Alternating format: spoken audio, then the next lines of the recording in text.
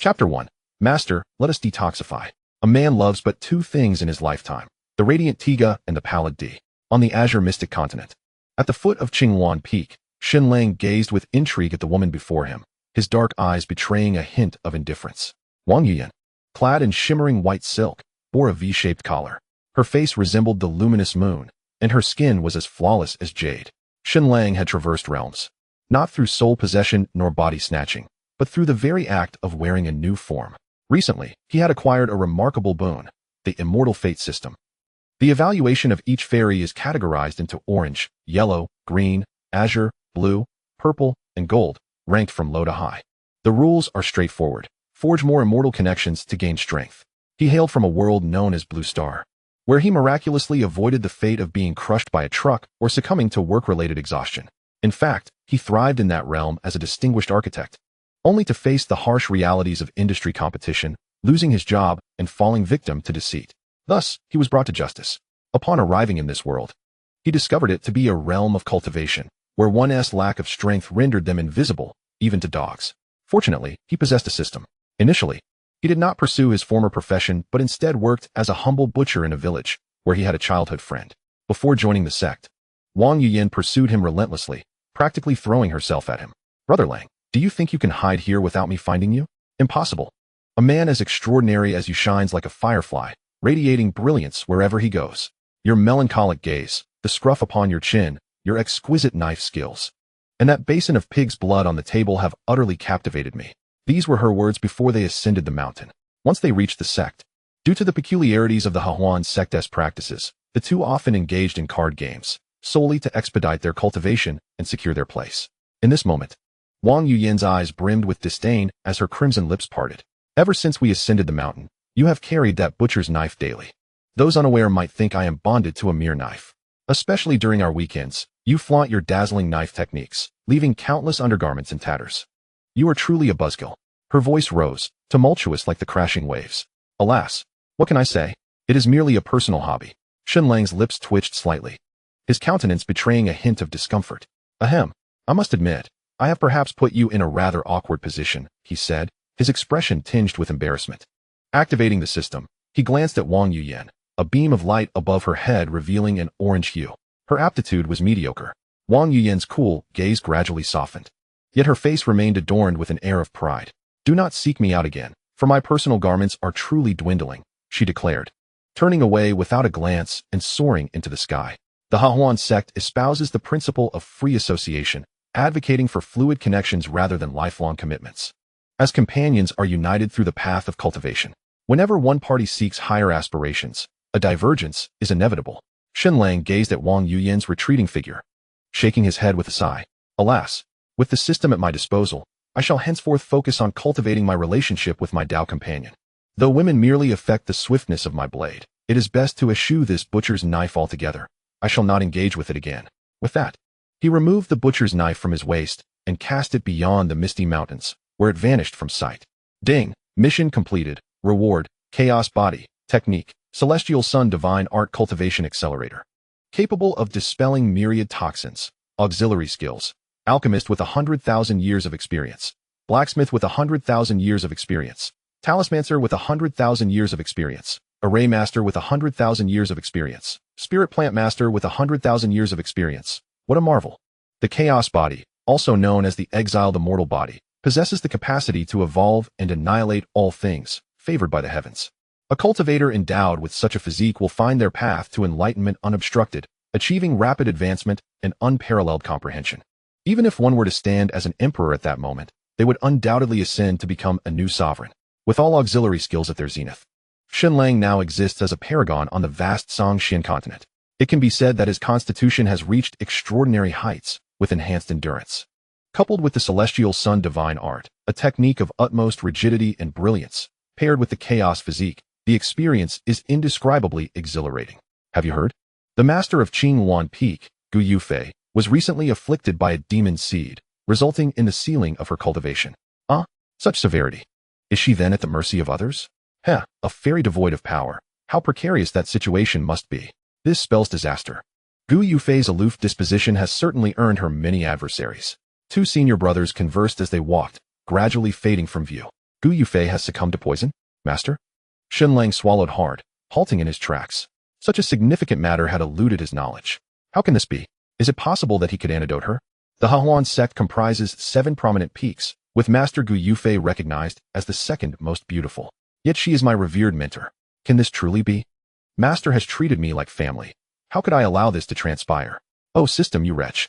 If I were to act, how could I face the departed Xinlang? Heavens! Xinlang pounded his chest and let out a mournful cry, his heart racked with anguish. After a cup of tea's time, Xinlang appeared at Gu Yufei's secluded abode. Merely to dispel poison is not beyond my capabilities. After all, the bond between master and disciple is one of shared paths. Gu Yufei's cave was deep and narrow, the light dim and shadowy, much like her troubled heart. Langer, what brings you to seek your master? She inquired from her solemn and ancient hall, seated upon a throne of white jade. Gu Yufei languidly rested her chin upon her hand, adorned in an immaculate white gauze gown, beneath which lay a delicate garment as sheer as a cicada's wing. Her skin resembled jade, her figure graceful and alluring, exuding an aura of ethereal beauty, akin to an untainted fairy. Her lips were a vibrant red, her teeth pearly white, her visage reminiscent of a radiant moon, with an icy complexion and fragrant breath that filled the entire grand hall, evoking a sense of tranquility and delight. Indeed, her beauty was breathtaking. Master, your disciple has come to visit, Xinlang said, offering a respectful gesture while discreetly glancing at Gu Yufei. As the system initiated its detection, a brilliant green light shot skyward. He was astonished. How strikingly green. Truly, she was deserving of her esteemed title. Gu Yufei cast a complex gaze in his direction. Since the loss of her cultivation, many had kept their distance, and over the past few months, she had come to understand the harsh realities of the world. Yet today, she was taken aback that this least regarded disciple still thought of her. Xinlang was her direct apprentice. Aside from his handsome appearance, he possessed little else of merit. His cultivation potential was exceedingly poor, and it was unlikely he would ever attain foundational status in this lifetime. However, why had she taken him on as a disciple? Simply put, Gu Yufei was captivated by beauty. Yes, indeed, it was solely because Xinlang was pleasing to the eye, with no other justification. Thus, Cangxuan Peak was filled with strikingly attractive individuals, yet their cultivation levels languished at the bottom of the sect. It was a predicament difficult to articulate. Although her physical form remained intact, her cultivation was entirely lost, and her voice was laced with bitterness. Nice. Xinlang raised his head, his gaze fixed upon her, his expression now lacking in reverence and tinged with a hint of frivolity. Master, let us detoxify. Chapter 2. A plea to the esteemed master. Detoxify? A flicker of surprise ignited in Gu Yufei's beautiful eyes. Her longing was palpable. Should this situation persist, she might even lose her position as peak master. A person stripped of their cultivation would not be tolerated within the sect. Were it not for the bond between her and the sect leader as sisters, she would have already faced provocations from others. Langer, do you possess a method? Her tone brimmed with hope. Of course. Xinlang nodded affirmatively. For a disciple like him, it was a task of utmost simplicity. Gu Yufei's anticipation surged, her face radiant with expectation. What must I do to assist you, master?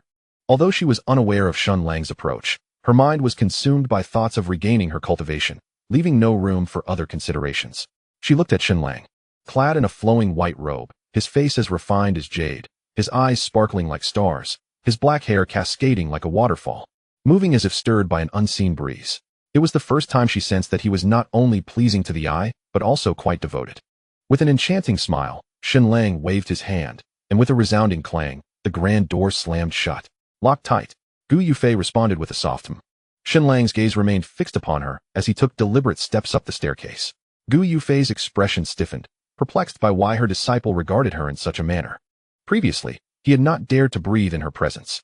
Yet today, his eyes bore a semblance of levity, even revealing an unabashed hint of irreverence and desire. Gu Yufei felt a heaviness in her heart, a sense of foreboding creeping in as she watched Xinlang approach her slowly.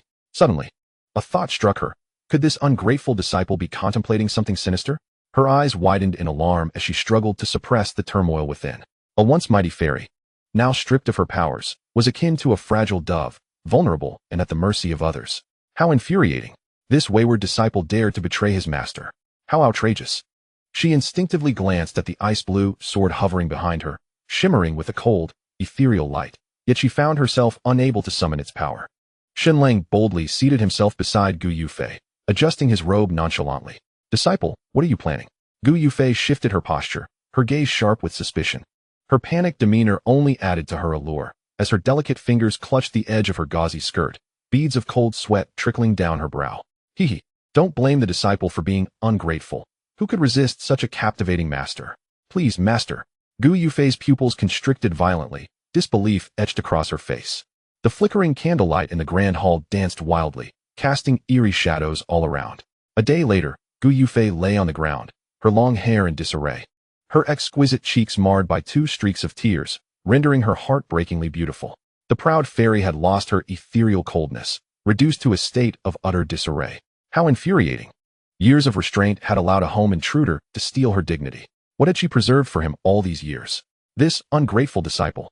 How could this be? Xinlang stretched his back, the sound of cracking bones echoing through the silence. Indeed, his master was remarkable. It was truly extraordinary. The benefits of the green rating had greatly enhanced his cultivation. In just one day, he had remarkably established his foundation. He felt immense gratitude towards his master. Disciple, you are utterly insane. Gu Yufei sensed her recovering powers and was consumed by murderous intent, unable to restrain herself any longer. The ice-blue sword began to emit a resonating hum, its blade radiating a chilling glow. Instantly, the temperature in the hall plummeted, as if to freeze the very heavens above. Gu Yufei, disregarding her disheveled attire, wore an expression of fury and embarrassment, her eyes flashing with icy determination as she commanded the ice-blue sword, pointing it menacingly at Xinlang, poised to unleash a devastating strike.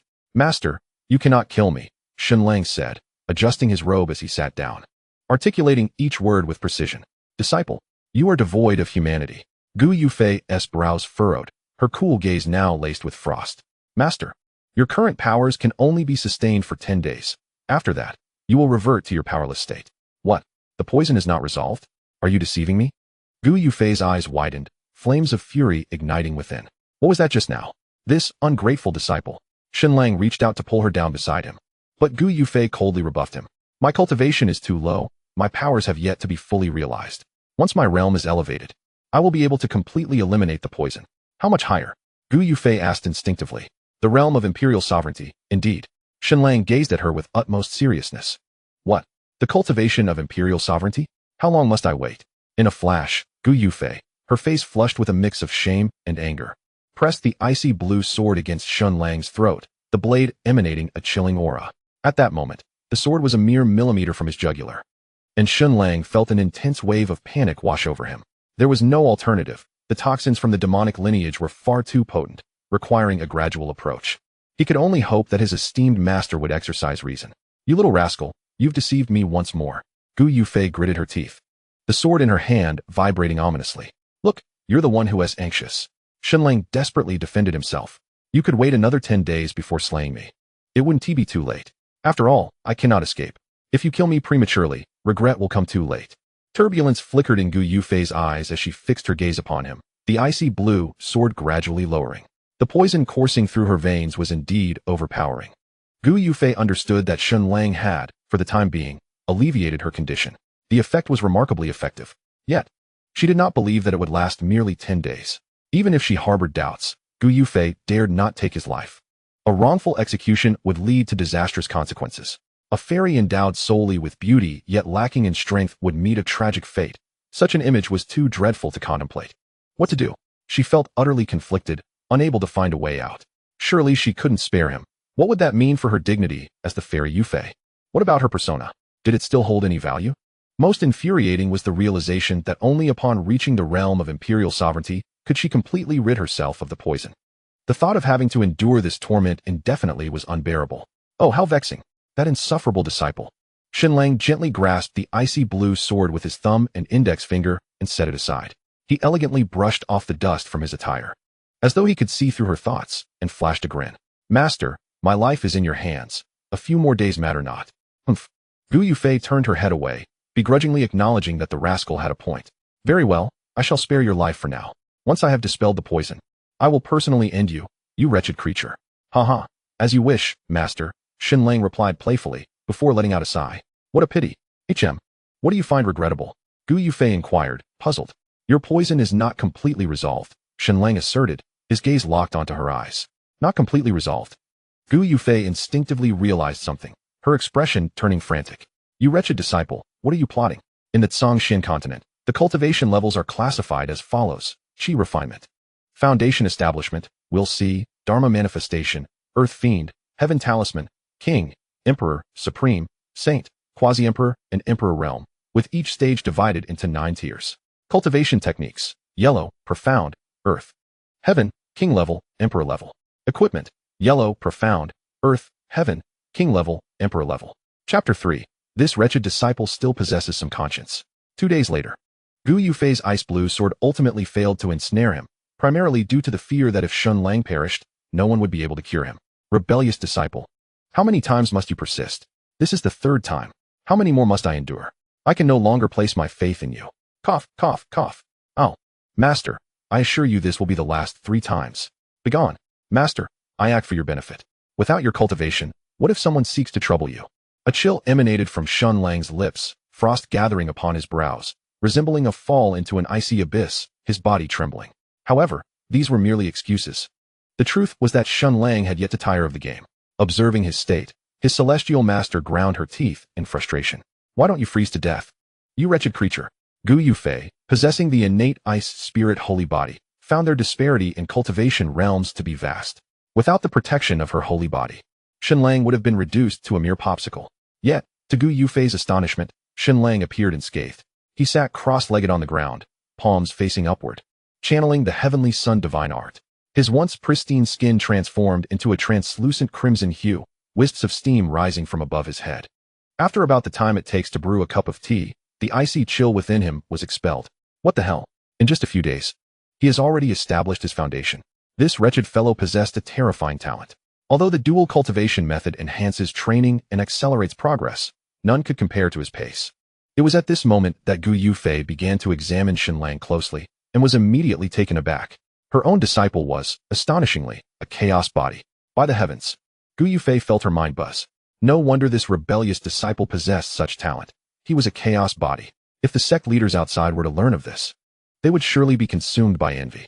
Ding! Host has broken through to the foundation establishment stage. Reward: Celestial Heavy Sword, King level, upgradable. Has been placed into the storage bag. Special reward: Z-Way Armor, King grade, high quality. Significantly increases defensive capabilities and can activate an invincible state once, ignoring any attack from opponents 1 level higher, lasting for 10 seconds. After this duration, the armor will be rendered useless. With a mere thought, Shun Lang summoned the Celestial Heavy Sword, and with a resounding clang, it struck the ground, shattering the ancient blue stone floor into fragments, dust swirling into the air. As the dust settled, a 4-meter-long, 1-meter-wide pitch-black great sword stood before him, exuding a chilling brilliance that radiated a kingly aura, as if heralding the dawn of the firmament. Shun Lang's eyes sparkled with delight as he grasped it, swinging it a few times, accompanied by a rushing wind, its weight feeling immensely satisfying. If this were to strike a person, they would be reduced to mere pulp. Gu Yufei gazed at the celestial heavy sword with wide eyes, exclaiming internally, so large. Where did this rebellious disciple procure such an enormous sword? Its appearance is quite peculiar. Yet, that was not the crux of the matter. The core issue was that this heavy sword was a king-level weapon, while Gu Yufei's ice blue sword was merely of low-grade heavenly tier. In the entire Cangxuan sect, only the sect leader possessed a king-level weapon, yet it was of inferior quality, falling short of this heavy sword's rank. This wretched creature. Increasingly, he eludes her understanding. Gu Yufei bit her silver teeth, inwardly expressing her frustrations. Shun Lang sheathed his sword into his storage bag, brushing off his hands. As their gazes met, her master, with a slight huff, averted her eyes. Although she harbored numerous questions, the aloof celestial maiden would not permit herself to bow her head first. Shun Lang chuckled, producing the ZY soft armor and sitting beside Gu Yufei. Master, look what I have. Get away. I refuse to look, Gu Yufei retorted, though her eyes betrayed her. Fixated on the precious armor, her discerning gaze recognized its extraordinary nature the moment Shun Lang unveiled it. The white armor shimmered like rippling light, imbued with rich spiritual energy. 18 ice lotus flower engravings adorned its surface, captivating her attention at first glance. It's a gift for you. It offers protection when others seek vengeance against you, Shun Lang stated earnestly, extending the ZY soft armor toward her.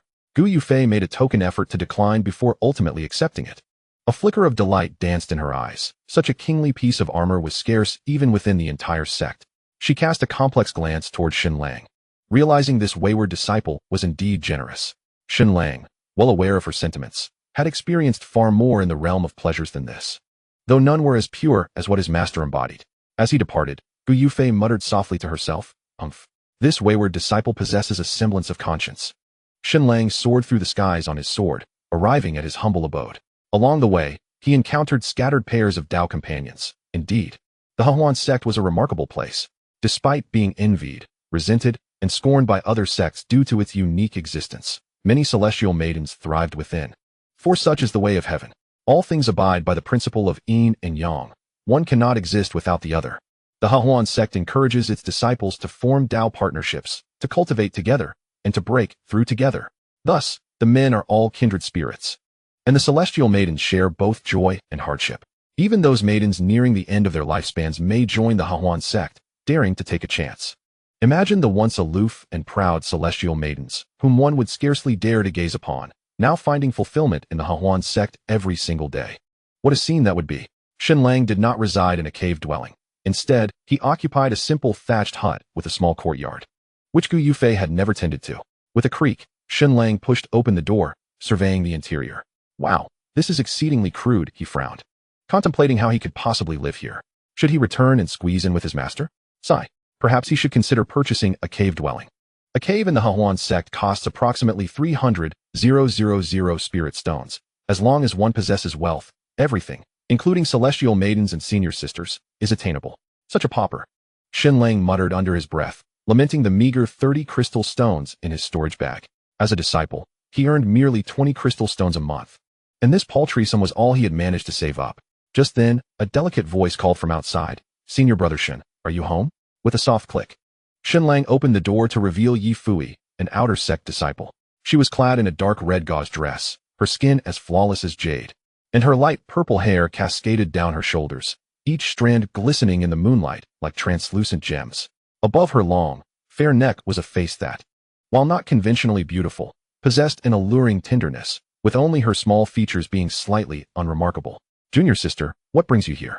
Xinlang greeted her with a gentle smile. "Senior brother, I wish to forge a pair of wrist guards, but I lack some materials. I was considering undertaking a sect mission and wondered if you might have some time to join me," Yi Fui replied, her determination evident. As a fifth-level Qi refinement practitioner, she was diligently striving for the foundational stage, a dream that eludes many throughout their lives. For outer sect disciples, the path is even more daunting. However, if she could shine in some competitions, it could lead to her elevation to inner sect status, along with a significant increase in cultivation resources. Chapter 4. What are you saying, junior sister? Senior brother is a serious person, he thought to himself, contemplating the merits of the sect missions. They not only provide an opportunity to hone combat skills, but also offer contributions and the chance to exchange acquired treasures for crystal stones. Teaming up or going solo are both options, and Yi Fui had sought him out for a partnership. Their previous acquaintance meant she often turned to him for assistance. As he was, after all, an inner sect disciple, albeit not the most skilled, yet he held a certain status.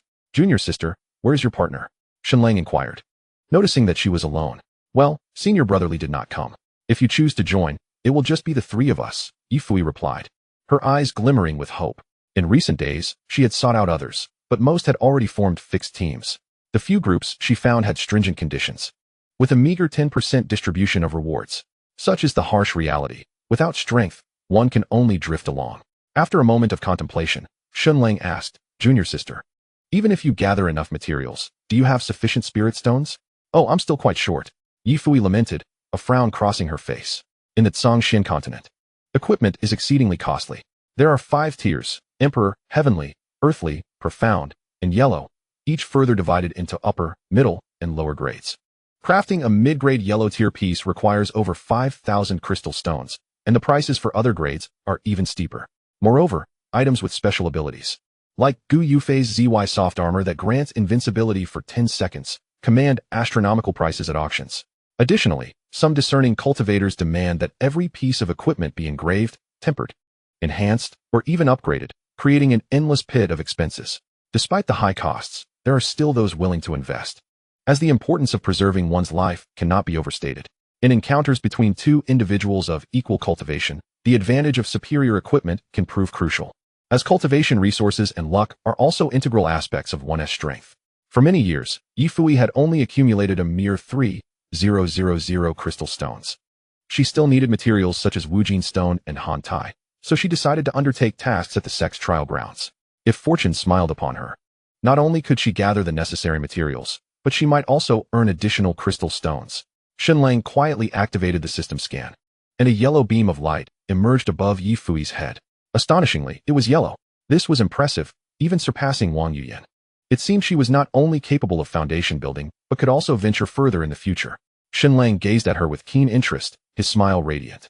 How long will you keep saving? Why not let your senior brother assist you? Yi Fui lifted her head, her bright and clear eyes gleaming with joy. Really? Indeed. Xinlang replied with a slight smile. I am now a master of weapon forging and can help you craft without charging you a single fee. Yi Fui was taken aback when had Xinlang learned to forge. Simultaneously, she felt a thrill of excitement, as this would save her at least 5,000 crystal stones, leaving her with enough to purchase some cultivation resources, a truly advantageous deal. Suddenly, her expression froze, and she exclaimed, Senior brother, have you built your foundation? Wow. Have you taken some medicine? How did you progress so quickly? This defies logic. Don't underestimate the yellow tier. I could handle even heavenly tier equipment. Xinlang responded. Although his forging skills were at maximum proficiency, he needed some time to familiarize himself. Otherwise, even imperial tier equipment would be within reach. Really? Then I must thank you, senior brother. A mischievous glint flashed in her eyes. Since she could benefit without cost, she saw no reason to decline. However, as Xinlang produced a pot of spirit tea and took a leisurely sip, he remarked, Junior sister, there is no free lunch in this world. While I sympathize with you, a small price must be paid. Indeed, Yi Fui's expression stiffened, and she regarded him warily. Senior brother, what do you want me to do? Xinlang stepped closer, naturally taking her delicate hand, warm and soft, and with a gentle smile said, I wish to form a celestial bond with you. What do you think? At his words, Yi Fui's face changed, turning crimson as she hastily withdrew her hand. Senior brother, how can you say such a thing? I am already with brotherly. How can I form a celestial bond with you? Xinlang chuckled, dismissively waving his hand. It doesn't have to be a hindrance. Yi Fui's stunning eyes filled with indignation. Senior brother, stop talking. I, Yi Fui, am not that kind of person. Let's end this here and avoid each other in the future. With that, she turned and walked away. An exquisite yellow tier wrist guard. Came a voice from behind. Yi Fui's body halted, and she gritted her teeth, forcing herself to take a few more steps. A low-grade Xian tier, this is the last time. Yi Fui suddenly came to a stop, clenching her fists, her body trembling uncontrollably. Xian tier. This was something she had never dared to dream of. For an outer sect disciple, earning such a reward through her own efforts was practically impossible. Not long ago, there was a senior brother who, at the age of 98, painstakingly saved 30,000 crystal stones to acquire a piece of profound grade equipment. Yet, tragically, before he could wear it for even a day, his time came to an end. Is it not a lamentable fate? A lifetime spent in frugality, only to depart without ever making use of his hard-earned treasures. Many possess yellow-grade items. Yet one must ponder, who would desire the inferior when the superior exists? As for celestial affinity, it too is but ephemeral. Even among partners, selfishness prevails in cultivation. With resources seldom shared, at most enduring hardships together, Xinlang remained unperturbed, recognizing from her stillness that she had already grasped the situation. You little green tea. The Cangxuan Continent is undeniably realistic. No one is foolish enough to offer help without expectation. Yi Fui took a deep breath. A flicker of resolve crossing her face as she turned slowly, articulating deliberately, profound grade superior. Xinlang took a sip of tea, scoffing lightly. You little rascal. Still hoping to fleece me? Haha. Junior sister, do not fault my candor. You are not made of gold, and thus not worth that price. In truth, Yi Fui understood that she had already gained a considerable advantage. At her current level, she was not exceptional. Given the same circumstances, countless fairies would seek Xinlang's favor if he were willing. Observing her awkward expression, Xinlang approached with a playful smile, once again taking her hand. This time without resistance. Fui, your senior brother is not one to act frivolously. My concern is for you. How about this? If the equipment possesses any special traits, I shall gift it to you without hesitation. What do you say? A glimmer of surprise lit up Yi Fui's beautiful eyes. An item enhanced with special traits could significantly increase in value. The last vestiges of her defenses crumbled. Senior brother, you must keep your word. Naturally. Your senior brother is a man of integrity. We are civilized individuals. If you feel coerced, then it's best to let it be. No. Yi Fui's cheeks flushed like the moon, instinctively exclaiming, I am willing, but please do not mention this to senior brotherly. What are you saying, junior sister? Your senior brother is a serious man. How could he disrupt another's life? Xinlang feigned a serious demeanor. Disrupt? Then what are you doing right now? Yifui shot him a playful glare, thoughts racing in her mind.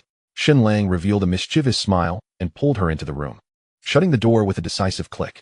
Oh, junior sister. All right. Chapter 5. Master, I have arrived a day later. Everything fell into place. Yifui tidied her room. Having organized all her belongings, though the space remained modest, it was at least clean and orderly. At that moment, she knelt on her bed, arranging the bedding while facing Xinlang. Who would have thought? Senior brother Li and Yifui are merely soulmates, not truly together. This is indeed unexpected. Yifui mentioned that senior brother Li cherished her, stating he would wait until her foundation was established to unite with her. If you are reluctant, then I shall not hold back.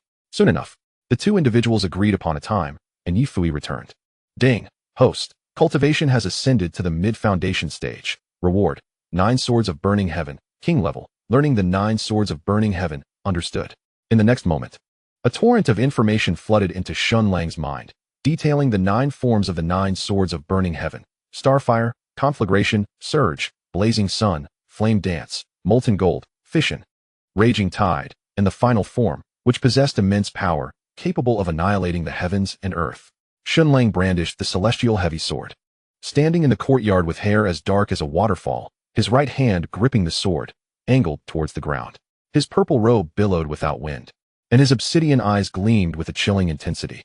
With a swift stroke of his sword, a terrifying sword aura surged forth, its brilliance scorching, piercing the heavens, causing the very fabric of the sky to change. Boom. Wherever the sword aura struck, the bluestone shattered instantly, scattering in a tempest of fierce wind. Clang. Boom. The once clear sky was rent asunder by the sword aura, as rolling purple thunderclouds intertwined with the resonant sound of the sword, shaking the houses to their core. The disciples of the Cangxuan sect turned their gazes towards Cangxuan Peak, exchanging bewildered glances. In a magnificent and ethereal cave, a stunning fairy slowly opened her eyes, her delicate brows furrowing as she murmured to herself, "The direction of Cangxuan Peak? How peculiar. Could it be Yufei?" Meanwhile, in another secluded cave, Gu Yufei's beautiful eyes widened in astonishment, her expression rapidly shifting as she inquired, "What is this unruly disciple up to?" An hour later, "Is this a king-level sword technique?" Gu Yufei was somewhat flabbergasted. When had he acquired such a formidable sword technique, let alone a king-level one? What on earth? Has he already reached minor mastery? After a night passed, Xinlang transitioned from his initial clumsiness to minor mastery. This unruly disciple was indeed a prodigy, his talent utterly terrifying. Sword techniques are typically categorized into minor mastery, major mastery, and perfection. Ordinary individuals might require decades, or even a lifetime, to pursue such mastery. Yet Xinlang had achieved it in mere hours. However, this was not the end. After several days and nights, Gu Yufei was astonished to discover that her unruly disciple had actually mastered the 9 Swords of Burning Heaven to great perfection. What on earth? Gu Yufei exclaimed multiple times in disbelief. Is he even human? What an anomaly. She was certain that this was Xinlang's first attempt. He had never done such a thing before. If the sect leader were to learn of this, they would surely be driven to madness. Gu Yufei swallowed hard, her mind swirling. This sword technique was undoubtedly of the king level. How domineering. Why does this unruly disciple always seem to possess king-level equipment? Gu Yufei absent-mindedly touched the soft armor on her chest, utterly bewildered. Xinlang remained absorbed in wielding the heavy sword, each swing executed with speed and ferocity, the fabric of his robe rustling in the air. It was as if he had entered an entirely different realm. The mirror realm was suffused with sword energy, ever-changing. It seemed as though he and the sword had become one. Upon witnessing this, Gu Yufei's eyes widened. Could it be that he has comprehended the essence of the sword? This wretched fellow possesses such extraordinary fortune. The essence of the sword is the aspiration of every cultivator, a treasure that is elusive and rare.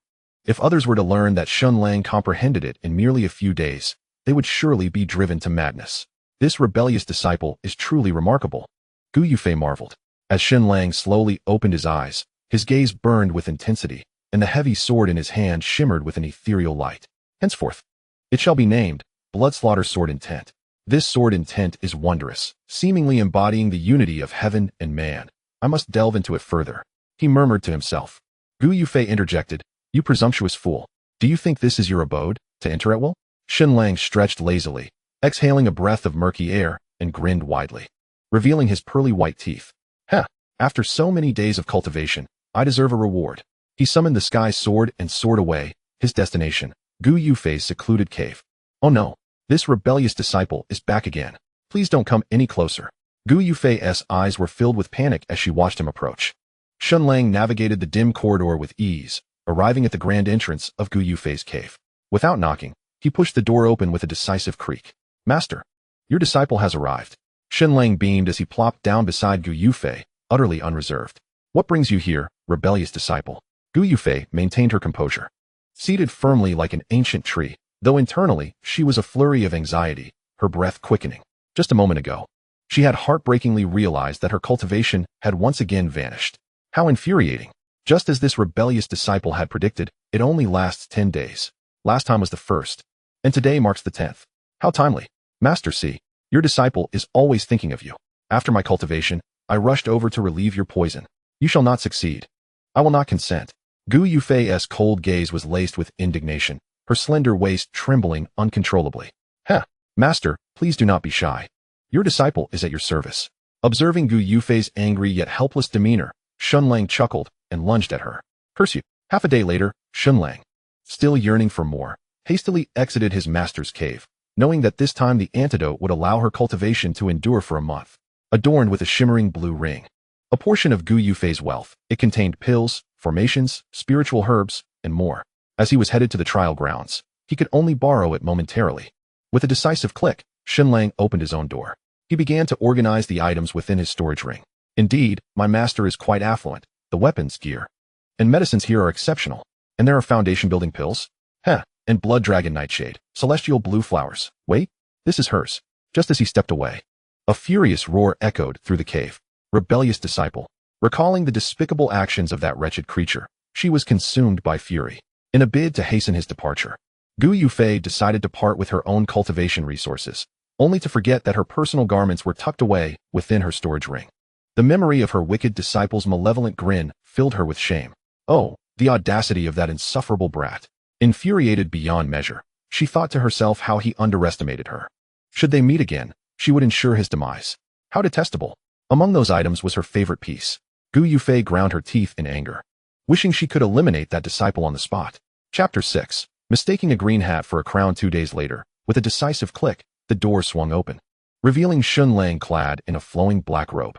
He summoned the celestial heavy sword and soared towards the mission assignment area of the sect. This location, situated on Ziyun Peak, housed not only the mission hall, but also the herb hall, weapon shop, and scripture pavilion, central to the sect's administration. Further beyond stood the towering Tianyun Peak, the realm of the sect leader and esteemed elders. Upon surveying the surroundings, Shunlang noted the throngs gathered at the mission hall, some adorned in sleek martial attire, while others draped in voluminous robes, forming clusters to engage in fervent discussions. As soon as he touched down, Yi Fui and another approached him. Senior Brother Shun, they greeted with earnestness. His expression remained calm as he nodded in acknowledgement. Brother, this is brotherly. Yi Fui's enchanting eyes sparkled momentarily. Today, Shunlang appeared particularly dashing. Greetings, I am Li Hao, he said with a slight bow and a gentle smile.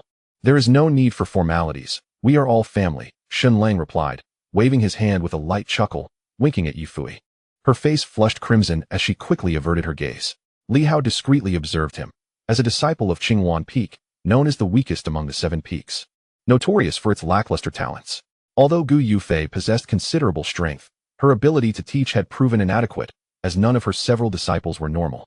She had 6 direct disciples. The eldest sister had long since vanished during her travels. The second brother was perpetually in seclusion. The third sister had succumbed to the perils of her own cultivation. The fourth brother had little interest in women. The fifth sister was taciturn, and Shunlang, the sixth brother, was deemed a cultivation failure. I heard, brother, that you have established your foundation. Congratulations. While Li Hao held doubts, he refrained from probing further, offering mere symbolic congratulations, for everyone harbored their own secrets. Fortune favors the bold. Let us proceed to the trial grounds, Shunlang declared, glancing at the mission tokens in their hands, ready to embark. At that moment, a voice interjected. Ah, Shunlang, how resilient you are to still be alive.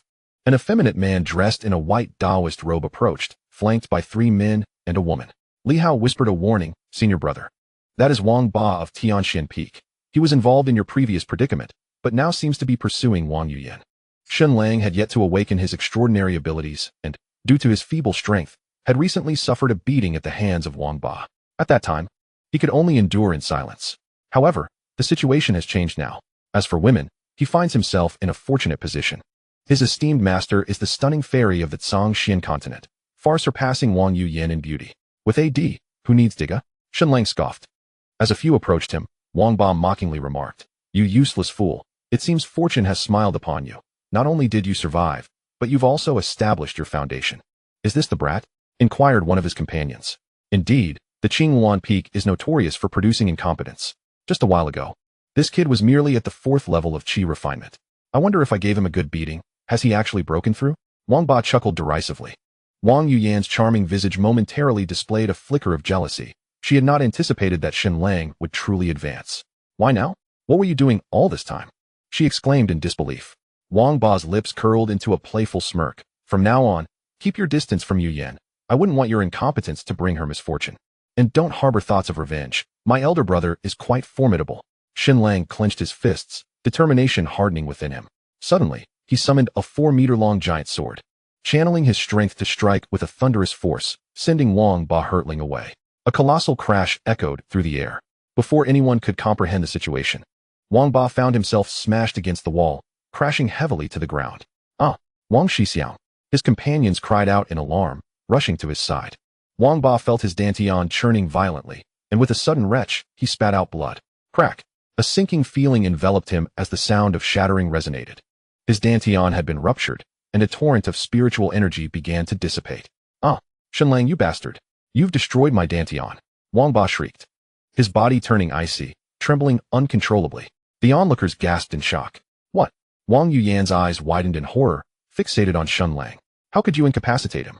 "Sister, your reasoning is flawed. You were the ones who insulted Shen Shixiang first." Yi Fo countered directly. "But you can't just cripple him." Wang Yuyan and her companions continued their accusations. Shenlang planted the giant sword into the ground and coldly declared, "To insult me, the Cangxuan Peak, is tantamount to death.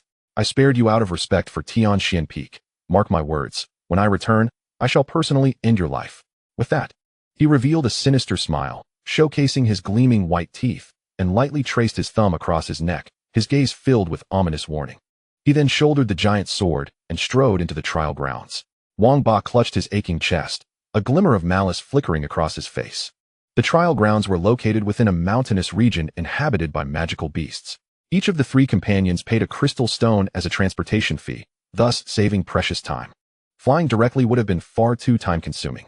The trio soared through the air on their swords, their eyes drawn to the towering mountains that pierced the clouds, dense with foliage, while the roars of the demonic beasts echoed thunderously around them. This is the periphery of the Warcraft Mountains, where the beasts are relatively simple, typically around the 3rd tier, making it quite safe. As one ventures deeper, the level of the beasts increases, along with the associated risks. But the rewards are also significantly greater. "Senior brother Shun, shall we remain at the outskirts or venture inward?" Yi Fei inquired with excitement. Li Hao also turned his gaze towards Shenlang, awaiting his decision. "Let us stay outside for now, to acclimatize ourselves before delving deeper," Shenlang suggested thoughtfully. After all, it was their first visit, and the situation remained uncertain. Observing Li Hao's hesitance, Shenlang asked, "Is there an issue?" Li Hao opened his mouth, hesitated, and finally managed to speak. "Senior brother, I must caution you. You shouldn't have incapacitated that Wang Ba." His downcast eyes were filled with anxiety. "Why? He was the one who initiated hostility," Yi Fei interjected. "I understand," Li Hao replied, shaking his head with a wry smile. "But his elder brother is Wang Tan, a direct disciple of Tianxian Peak, ranked among the top 10 on the Tianji list. He is cold-blooded and ruthless. He will surely seek revenge against you, Senior Brother Shen." "What?" Yi Fei exclaimed, her eyes filled with concern as she gazed at Shenlang. The Cangxuan Sect maintains a Tianji list, which features the top 100 martial prowess rankings. This list is constantly updated. Anyone with sufficient strength may challenge others, and if victorious, all that belongs to the defeated becomes theirs. Those who manage to secure a position on the Tianji list not only gain significant responsibilities within their main peak, but are also nurtured by the sect, receiving abundant resources and privileges for cultivation. Those in the top 10 may even receive guidance from the elders and the sect leader. The Cangxuan Sect encourages competition among its disciples, believing it is essential for the continuous infusion of vitality into the sect. Noticing the silence between the two, Shenlang stroked his chin thoughtfully. The Tianji list, it seems rather intriguing. Yi Fei's expression was complex, uncertain of where Shenlang derived his confidence. She felt a twinge of regret, thinking, alas, I wonder if he can escape this tribulation. Senior brother Shun is a good person. He secretly gave me a foundation establishment pill earlier worth 30,000 crystal stones, without batting an eyelash. A truly good soul. I should spend more time with him. Hey, let us go, Shenlang declared with gusto. Whoosh, whoosh, whoosh. The three soared through the forest on their swords. Faintly, conversations could be heard. Senior brother Shun. I heard you broke up with Wang Yuyan? Ma, I must say, Senior brother Shin, you really shouldn't have acted impulsively. A man must broaden his perspective. Indeed. You must learn to see a green hat as a crown. While others wear shame, you wear glory. Yi Fei's cheeks twitched. Fei, why are you pulling me? Senior brother Shun is a true hero of the green forest, far superior to that Wang Ba. Chapter 7. Damn, you little minx. Cangxuan Sect. Tianxin Peak. Within a luminous cavern, the polished stone floor gleamed beneath intricate wall carvings that exuded an air of opulence. At the forefront, a man named Wang Tan sat upon an ancient bronze chair. His visage was marred by a fierce expression, his eyes dark and penetrating, reminiscent of a wolf's gaze.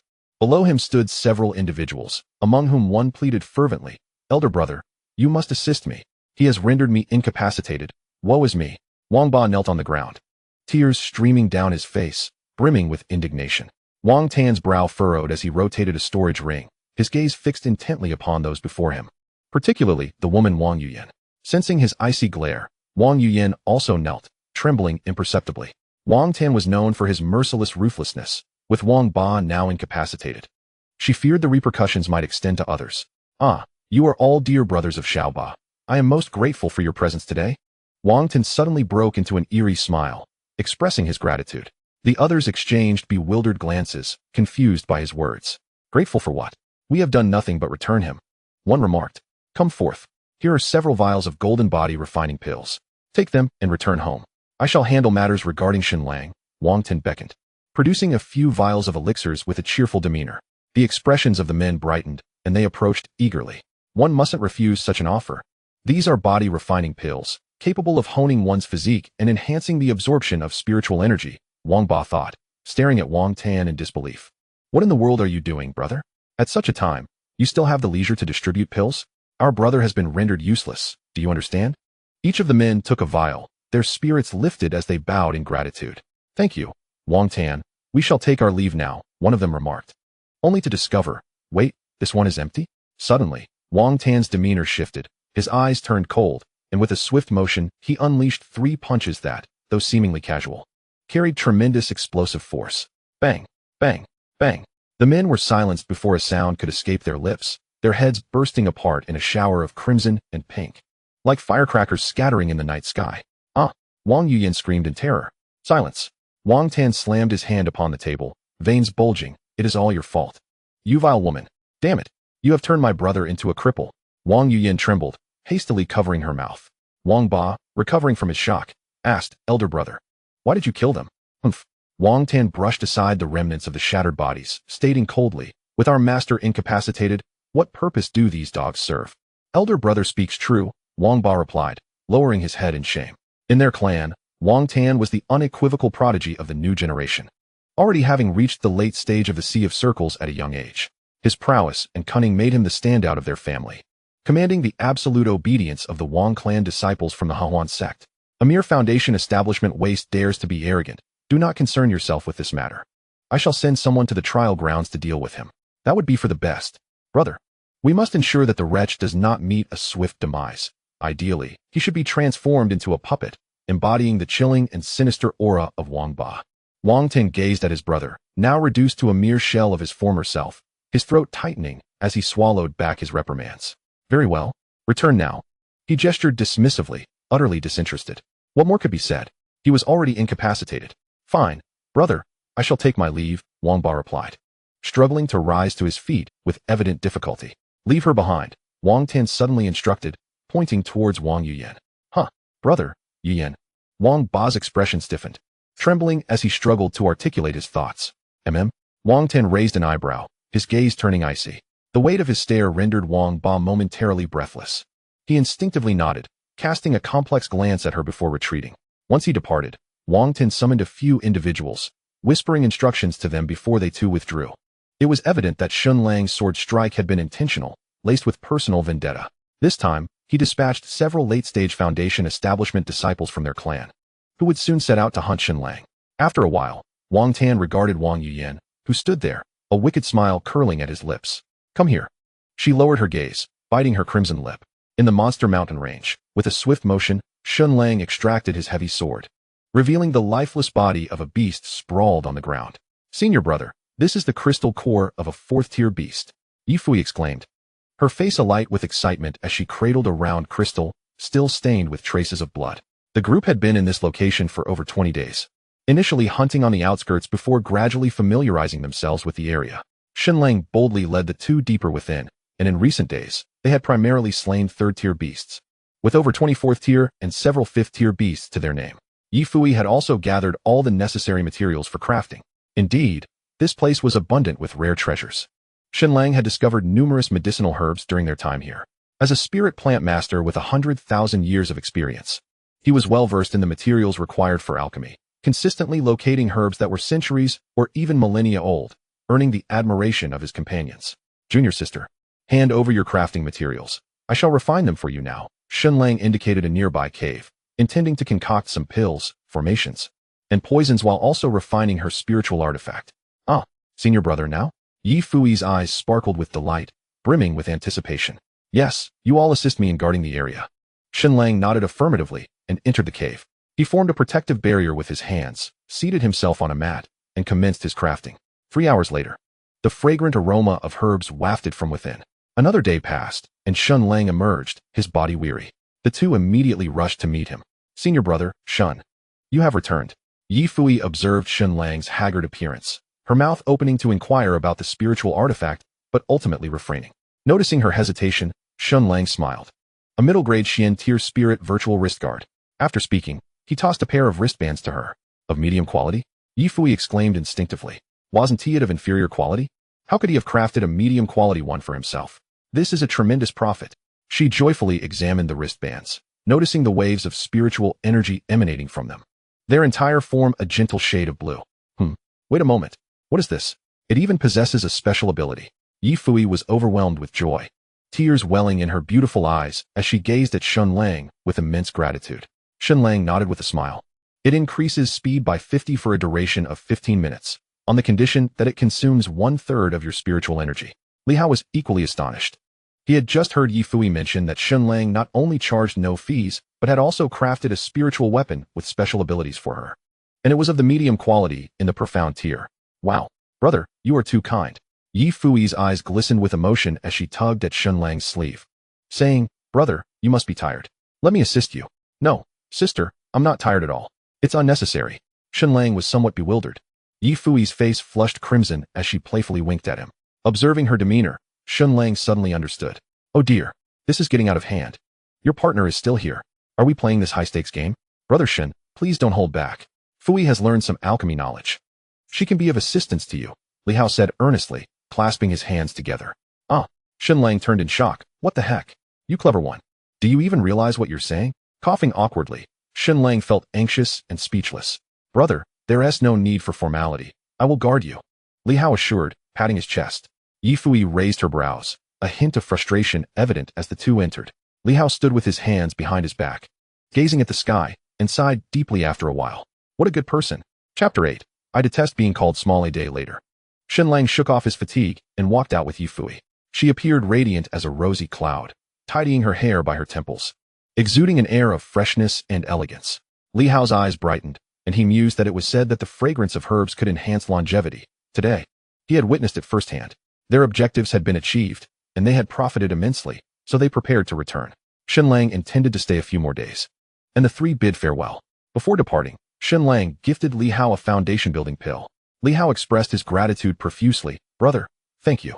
Yifui cast a lingering glance at him, urging him to wait for her at the sect, her words laced with concern. After the two left, Shenlang squinted thoughtfully into the distance. They have finally arrived. After a while, soft footsteps approached, 2 men and a woman. They were quite astute and pleasing to the eye, as the woman giggled charmingly. Enough. Let us resolve this quickly and return. There are a few fairies awaiting my presence. The tall figure, seemingly the leader, spoke. We might as well have killed them all earlier, complained the thin, sharp-featured man beside him. Are you foolish? If we slay so many, the sect will investigate, the leader retorted, smacking the back of his head in irritation. Has Wang Tin not killed enough without consequence? Silence. The leader barked. Huh, monkey, if Wang Tin finds out, he will skin you alive. A hint of mischief danced at the corners of the woman's mouth. The thin man shivered in fear, smacking his lips nervously. Gentlemen, what is the meaning of this? I have not offended any of you, have I? Shenlang stammered, retreating instinctively by 2 paces. Observing Shenlang's fearful demeanor, the leader licked his lips. You have offended someone you shouldn't have. Do not blame us. TSK, TSK. Little brother. So handsome. What a pity. I genuinely feel for you. Enough. Let us act. Let us finish this, the thin man declared, brandishing an oversized hammer that was comically disproportionate to his physique. Shenlang couldn't suppress a laugh, pointing at the man's exposed ribs with that frame. Don't let that hammer pull you to your doom. Damn it. You, a mid-foundation cultivator, are seeking death. The thin man's face flushed with rage, a glint of malice flashing in his eyes. With that, he swung the hammer with all his might, crimson light radiating from it, exuding an overwhelming force. Die, he shouted, his eyes filled with a blood-red fury. Suddenly, a cold glimmer flashed. The hammer above Shenlang's head came to an abrupt halt. The other 2 sensed the shift in the atmosphere, their brows furrowing as they stared intently. The thin man struggled to turn his head, a deep, bone-penetrating wound gushing blood from his neck. He opened his mouth to speak, but his throat was filled with blood, rendering his words incoherent. Wheel, ocean, realm. As soon as he uttered those words, a powerful arm pierced through his chest, creating a gaping hole the size of a bowl, a horrifying sight. The thin man fell slowly, his eyes wide open in a final gaze. What? The 2 stared in disbelief, their pupils constricting in shock, their limbs going cold. Wasn't he a mid-foundation cultivator? Wang Tin specifically sent 3 late foundation cultivators. Are you telling me this is early Will Ocean? Damn, what a trap we fell into. Retreat. Without a moment's hesitation, the leader turned and fled. The disparity in their strength was akin to a death sentence. Think you can escape? Stay? Shenlang grinned, revealing his gleaming white teeth. With a sweep of his great sword, akin to a dragon emerging from the sea, accompanied by a thunderous roar, he struck towards the 2. The woman hastily retreated, thousand-faced shield. Yet, it proved futile. With a sickening sound, she spat blood, being sent flying hundreds of meters away. The leader fell silent, instantly reduced to a mere pulp. Shenlang rushed forward, smiting his forehead in regret. Oh no, how could it be so fragile? Now, retrieving the storage ring will be quite the challenge. As the woman rose and beheld this gruesome scene, she spat out a mouthful of old blood. You're concerned about the storage ring while the person has been turned to mush? Yet, a greater surprise awaited. Shenlang, with reluctance in his eyes, began to use his sword to sift through the remnants of flesh, searching for quite some time, without success. Frustrated, he discarded the sword and resorted to using his hands. The woman, observing this grotesque spectacle, trembled, her complexion pale, as her stomach churned violently, causing her to retch. Soon, Shenlang erupted in laughter. Found it. He held aloft a pitch-black storage ring before moving to remove the ring from the thin man's finger, casting it aside into his storage pouch without a second glance. I'll deal with this later. Shenlang performed a cleansing technique to wash the remnants of flesh from his hands, hefted his heavy sword, and his gaze remained as cold as ever. He approached the woman slowly, the sound of his footsteps crisp and unsettling. The woman stealthily retreated a step, her fingertips gathering a defensive spell circle that shimmered faintly. Little brother, could you spare your sister? I'll do anything you wish. As she spoke, she deliberately lowered her neckline, suppressing her inner terror to project a semblance of allure. Her enchanting visage radiated a beguiling charm, as she sought to evade her fate through this seductive ploy. Don't be foolish, madam. I do not slay women, Shenlang stated with unwavering seriousness. A glimmer of hope flickered in her eyes as she silently exhaled, realizing he was indeed a naive youth, easily swayed by her words. However, before she could express her gratitude, terror seized her as she felt her life force rapidly draining away. Looking down, she saw a robust arm piercing through her chest. Staring vacantly at the limb that had breached her heart, she mouthed incoherently, as if to say, "You promised not to kill me."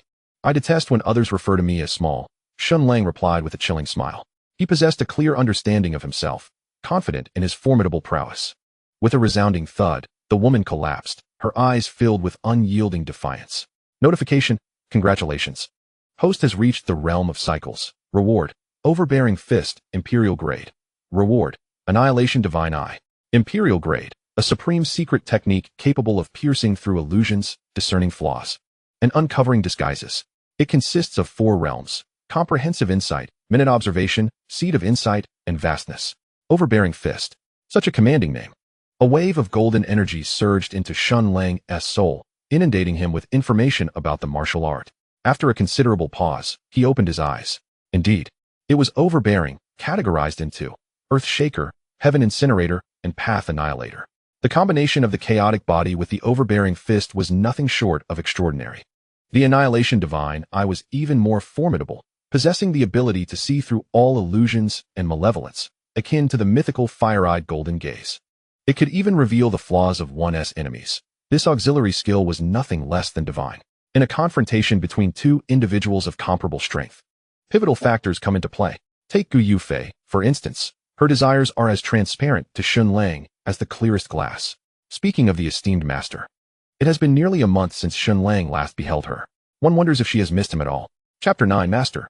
Your disciple has returned at Cangxuan Peak. Within the profound cave of Gu Yufei, the door creaked open with a decisive click. Master, your disciple has returned. Gu Yufei languidly reclined upon her grand alabaster throne, casting a fleeting, icy glance in his direction, her delicate form instinctively shifting backward. You wicked disciple. I thought you had perished, she retorted.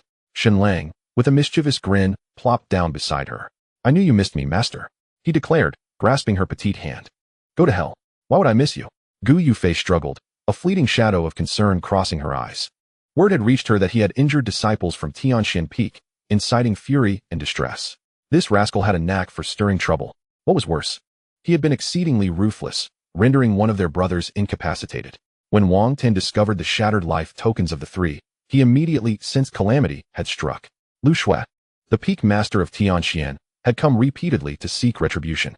Lu Shui, emboldened by Gu Yufei's diminished powers, was relentless in her demands for justice. This infuriated Gu Yufei. How vexing. If not for the passage of a month, she would have engaged Lu Shui in a life-and-death struggle. As Gu Yufei pondered this, she sensed her mischievous disciple becoming increasingly restless. This rascal, not again. Disciple, are you devoid of shame? Gu Yufei evaded him, her brows furrowing in indignation as she glared at him with an expression of fierce anger. Infuriating. This little scoundrel thinks of nothing else. Shun Lang, undeterred, drew closer, enchanted by his master's exquisite visage. Hee. Master, I have broken through to the Wanhai stage. There is hope for me to assist you in detoxification in the future. What? Gu Yufei's eyes widened in disbelief. How is it possible? Just a month has passed, and you have made such a breakthrough. Good heavens. Why is this rascal endowed with such extraordinary talent? The chaos body should not have been bestowed upon him. It's a sheer waste. It would have been better to give it to a dog. Truly monstrous. Gu Yufei exclaimed, her face a portrait of astonishment. Hee. It seems master prefers the more monstrous kind. Your disciple shall heed your wishes. Shun Lang chuckled, which only caused Gu Yufei to become further flustered. You wicked disciple. Gu Yufei fumed, relentlessly striking him in frustration. In her agitation, she recognized that his demeanor was anything but innocent. Shun Lang, with a playful grin, erected a barrier. I beg you, master, I can no longer contain myself. Half an hour later, a sound resonated from outside the door. On the peak of Tianxian, the enchanting and melodious voice of Master Lu Shui resonated. I seek an audience with Master Gu. Just then, someone approached. A barrier is in place. Master, while you are neutralizing the poison, do not be distracted, remain composed. You, unworthy disciple. Gu Yufei, with a sigh of resignation, cleared her throat. Ahem. What brings Master Lu here? Upon hearing her words, Lu Shui's exquisite visage darkened slightly, her elegant brows knitting together. She clasped her hands politely. I have heard that Shun Lang has returned. It is time we clarify matters between our two peaks. Gu Yufei endeavored to steady her breath. Please, Master Lu. Wait a moment. I am currently in the process of detoxification. Detoxification? Lu Shui's expression faltered. Since she was engaged in detoxifying, it would be inappropriate to discuss further matters, and she acquiesced, waiting outside. The demonic seed of the demon clan is so formidable. Could it be that the sect leader has already found a solution for her? I have heard nothing of the sort. Lu Shui's face was filled with skepticism. Alas, it seems she is still a sister disciple. Were it not for the sect leader's protection, I would have severed ties with her long ago. That little vixen is truly fortunate. Humph. Lu Shui lightly brushed her gauzy skirt, choosing silence as she settled onto a cushion outside, meditating. Half a day later, Shun Lang, hesitantly rising, sighed. If only I had a cigarette. What smoke? Gu Yufei, tending to her hair, her cheeks radiating with a lustrous glow, looked as ethereal as a celestial being. She had grown even more beautiful. Oh, it's nothing. Just a bit homesick. Shun Lang's eyelids drooped, his spirits low. The last few words barely audible. Gu Yufei did not catch them clearly, her brows furrowing in concern as she fixed her gaze upon him, her face displaying mild anger. You wretched being, are you disdainful of me, Yufei the fairy? Even in this state, you still desire more? You little rascal, begone. Gu Yufei's temper flared. What the hell? What is wrong with you now? In the next instant, with a thunderous crash, Shenlang was propelled like a cannonball, landing heavily on the ground.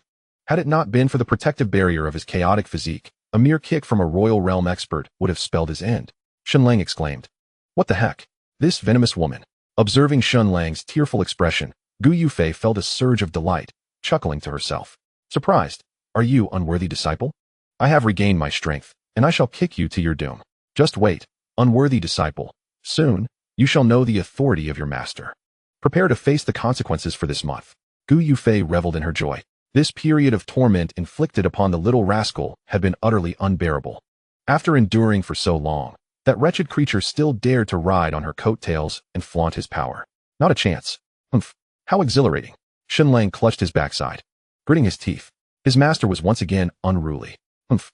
Women, just wait for me. Today you strike me, but tomorrow you shall not beseech me to enter. Lu Feng, please come in. Upon hearing this, Lu Shui rose gracefully, her steps resembling a lotus gliding across water, illuminated by the fading twilight. Akin to a celestial being descending to earth, she was breathtakingly beautiful, rivaling even her esteemed master.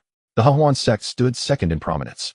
She cast a fleeting glance at Shenlang, accompanied by a subtle, imperceptible scoff. Lu Feng, please take a seat. No need. I have come today to seek an explanation. Lu Shui glared fiercely at Shenlang. Your disciple Shenlang has incapacitated Wang Ba of my Tianxian Peak. Furthermore, according to Wang Tan, the 3 young scions of their families have gone missing in the Beast Mountain range, their life tokens shattered. The last they were seen was in Shenlang's company. I can assert with certainty that it was Shenlang who did this. Gu Yufei took a delicate sip of her tea and countered, Lu Feng, tread carefully. Such allegations without proof cannot be uttered lightly. Wang Ba is the evidence. Your precious disciple shattered his dantian. This alone is sufficient to warrant his death. Gu Yufei's slender fingers trembled slightly. The sect forbids private duels. If Lu Shui were to seize upon this, it could become quite troublesome, especially since Wang Ba was indeed crippled. She exhaled softly, observing Shenlang's nonchalant demeanor, and shot him a venomous glare, seething with rage. This little rascal showed no fear at all. If this were to reach the sect leader, he might not die, but he would certainly face severe consequences. What is happening to me? This wayward disciple of mine. Isn't death preferable? Why concern oneself with it? Yes, neutralize the poison. Then kill. What do you intend to do? Gu Yufei's icy gaze locked onto Lu Shui. Though she disagreed with Lu Shui's assertions, she was curious about her limits. Lu Shui and Gu Yufei exchanged glances, their intertwined gazes sparking a palpable tension. She flicked her sleeve, pointing at Shenlang. Her voice laced with frost as she articulated each word. He must die. Chapter 10. This wayward disciple of mine is not yours to kill. Wow. This woman is quite beautiful and speaks with venom. Why do they concern themselves with me? Although it does pertain to me, this is rather tyrannical. This woman needs to be put in her place. Observing Shenlang's playful demeanor, Lu Shui's anger intensified. You dare to laugh? Do you think my Tianxian Peak is easy to bully? Shenlang's expression hardened, his usual carefree demeanor replaced with feigned indignation. Lu Feng, are you being unreasonable? It is true that I struck Wang Ba, but we are both at the foundation establishment stage. I merely exerted a slight force, and he could not withstand it. Perhaps he was already crippled. He was merely playing the victim. Playing the victim? Gu Yufei was taken aback. Lu Shui looked equally bewildered. What do you mean? Both women turned to him, awaiting an explanation. Oh, it's a term from my hometown, meaning to extort, to serve as a scapegoat. Shenlang clarified. Nonsense. Shenlang, cease your pretense. The gathering was substantial, and your sword was indeed imbued with great force. Lu Shui was relentless in her pursuit. I remarked, fairy sister. Was it not his provocation that brought this upon him? Shall we cease to breathe altogether? If misfortune were to befall someone within the Cangxuan sect, would the sect master be held accountable? Shenlang appeared quite innocent. One might think he was genuinely wronged. Alas, such a buxom figure with a vacant mind. Shenlang's voice was scarcely more than a whisper, yet it was perceptibly caught by Lu Shui. Ah, this infuriates me. You little rascal. All you do is wield your tongue. Today I shall purge the Cangxuan Peak. Lu Shui's countenance was filled with murderous intent, her gauzy skirt fluttering without wind, her eyes turning a ghostly white, and her 3,000 strands of hair lifting ever so slightly. The overwhelming aura of a royal realm expert surged forth with ferocity. Goodness, this woman has lost her mind. I am merely at the Wheel Sea realm. Surely, I cannot withstand the chaos of her 3,000 paths. Xinlang contemplated a hasty retreat. Die. A blade of sword energy, radiating a chilling light, surged towards Xinlang, intent on his demise. Just as the lethal energy was a mere millimeter from him, it was intercepted by a spectral blue sword energy. With a resounding crack, the two energies shattered, their spiritual essence scattering into the air. Xinlang grinned, revealing his pearly white teeth. Huh, I knew my esteemed master would come to my aid. Our bond is profound. Master Lu, you have overstepped. To slay my disciple upon Cangxuan Peak is unacceptable. Gu Yufei reproached, her tone filled with indignation. This wretched being still needs to be detoxified. How could you kill him? What shall I use? You have regained your cultivation? Lu Shue's eyes widened in disbelief. How could the demon seed of the demon clan be resolved so swiftly? It was not supposed to happen. A predecessor had succumbed without ever breaking the curse. She had initially intended to extend a gesture of goodwill, only to be provoked into a fatal misstep against Xinlang. Once he was dead, what could the sect master say? Moreover, Xinlang bore some blame. The intention of Lu Shue's visit today was to execute without prior notice. Damn it, that little wench. Gu Yufei has indeed struck it lucky, having solved the curse. The sect master is clearly biased. Lu Shue still believed that the sect master had aided her in breaking the poison. What a stroke of luck. Gu Yufei said lightly, and what of it? I shall surely slay him today. Lu Shue had evidently lost her reason, her voice cold. Gu Yufei scoffed disdainfully. This wayward disciple of mine is not yours to kill. Xinlang stood by, speechless, feeling as though his life hung by a thread. It was as if he were a mere pawn in their deadly game. At that moment, a commanding voice rang out, cease this at once. A spatial barrier materialized within the hall, tearing open a rift. The sect master, Mu Qianli, adorned with a veil and barefoot, stepped forth slowly. With each step, the ethereal energy beneath her feet gently rippled. Her enchanting eyes shimmered with depth, exuding grace and elegance. Draped in flowing purple silks, her face was veiled by a delicate white gauze, revealing a tall, slender figure. Her waist so fine it could be encircled with a single hand, as supple as if devoid of bones. Having encountered the sect leader, Xinlang also offered a slight bow, sensing the formidable strength of this woman and deciding to tread carefully. After all these years, haven't you both had enough of your quarrels? A mere trifle escalates into a conflict among peak leaders. You two are truly something, remarked Mu Qianli, casting a casual glance at Xinlang. Sect leader, I have something to say. Mu Qianli, bored, inspected her fingertips and parted her crimson lips. Speak. I admit. It was I who defeated Wang Ba and shattered his dantian, she confessed. Sect leader, she has admitted it. Lu Shue interjected eagerly, her expression brightening. Gu Yufei will be furious. This wayward disciple has truly lost her senses. How could she acknowledge such a thing in front of the sect leader? Where has your cleverness gone?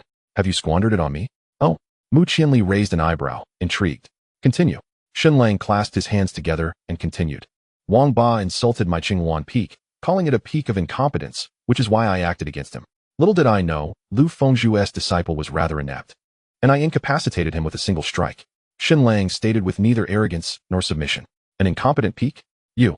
Gu Yufei exclaimed, her face turning ashen. Sect leader. He is distorting the truth. Lu Shue protested. Sister Gu Yufei, let us maintain our decorum, Lu Shue retorted. Mu Qianli rubbed her temples, visibly irritated. Oh, sect leader. Xinlang acted out of necessity. Wang Ba instigated the matter. His partner was previously taken away by Wang Ba, and at that time, Wang Ba had severely injured Xinlang. Gu Yufei mockingly turned to Lu Shue, saying, Humph. I didn't see Lu Fengzhu intervening then. Xinlang interjected. What are you trying to imply? You're making me lose face. Gu Yufei, you are shifting the narrative. Why dredge up the past? Enough. Mu Qianli interjected sharply. Both parties are at fault. Let this farce come to an end.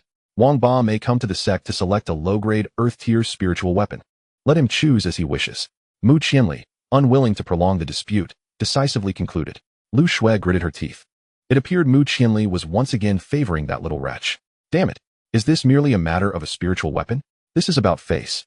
My Tianxian Peak has suffered a loss and 3 deaths, all of whom were in the Foundation establishment stage. Leader, do you think Foundation establishment disciples are mere livestock? Easily replaced? Lu Shue felt an intense sense of injustice. Indeed, nurturing a disciple is no simple task, to address it so nonchalantly. How could she return and explain to her disciples? What about her position as Peak Lord? She was far from satisfied. Regardless of the circumstances, I must have an explanation. Master, it was he who caused the damage. Our sect forbids personal duels. This has always been the rule. If we allow this to be broken, who will adhere to the regulations in the future? I implore you to make a wise decision. Lu Shui insisted, her tone unwavering. Mu Qianli furrowed her delicate brows, casting a cold glance in Lu Shui's direction. Lu Shui, are you attempting a coup? Lu Shui lowered her gaze, suppressing the pressure, and replied resolutely. I do not dare to. I only seek fairness. And what do you propose? Mu Qianli retorted. After a moment's contemplation, Lu Shui clasped her hands and said, Since we are of the same sect, I shall take a step back and choose a disciple to challenge Xinlang. Gu Yufei raised an eyebrow, sensing an ominous turn of events. Who?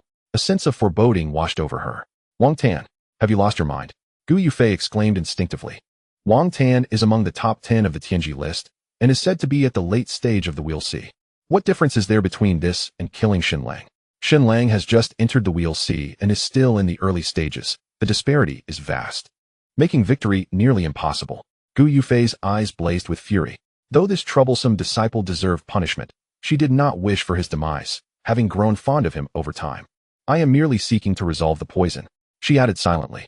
Master, please. Gu Yufei playfully tugged at her senior sister's sleeve in an attempt to salvage the situation. Stepping forward, Xinlang scoffed. I accept your challenge. However, he punctuated each word deliberately. Life. Death. Arena. Chapter 11. What is the disobedient disciple watching? Disobedient disciple. Cease your nonsense. Gu Yufei commanded sharply, her anger boiling within her. Lu Shui was evidently not harboring good intentions. Do you agree to this? Do you think Wang Tan will listen to me? A few blows, and he will be subdued. Though you both are in the We'll See realm, he holds several layers of advantage over you. Do you comprehend? That implies he has the capability to kill you. Please, disobedient disciple, spare me the worry. Ignoring Gu Yufei, Xinlang turned to Lu Shui with a faint smile. Lu Fengzhu, we shall meet at the life and death arena in 10 days.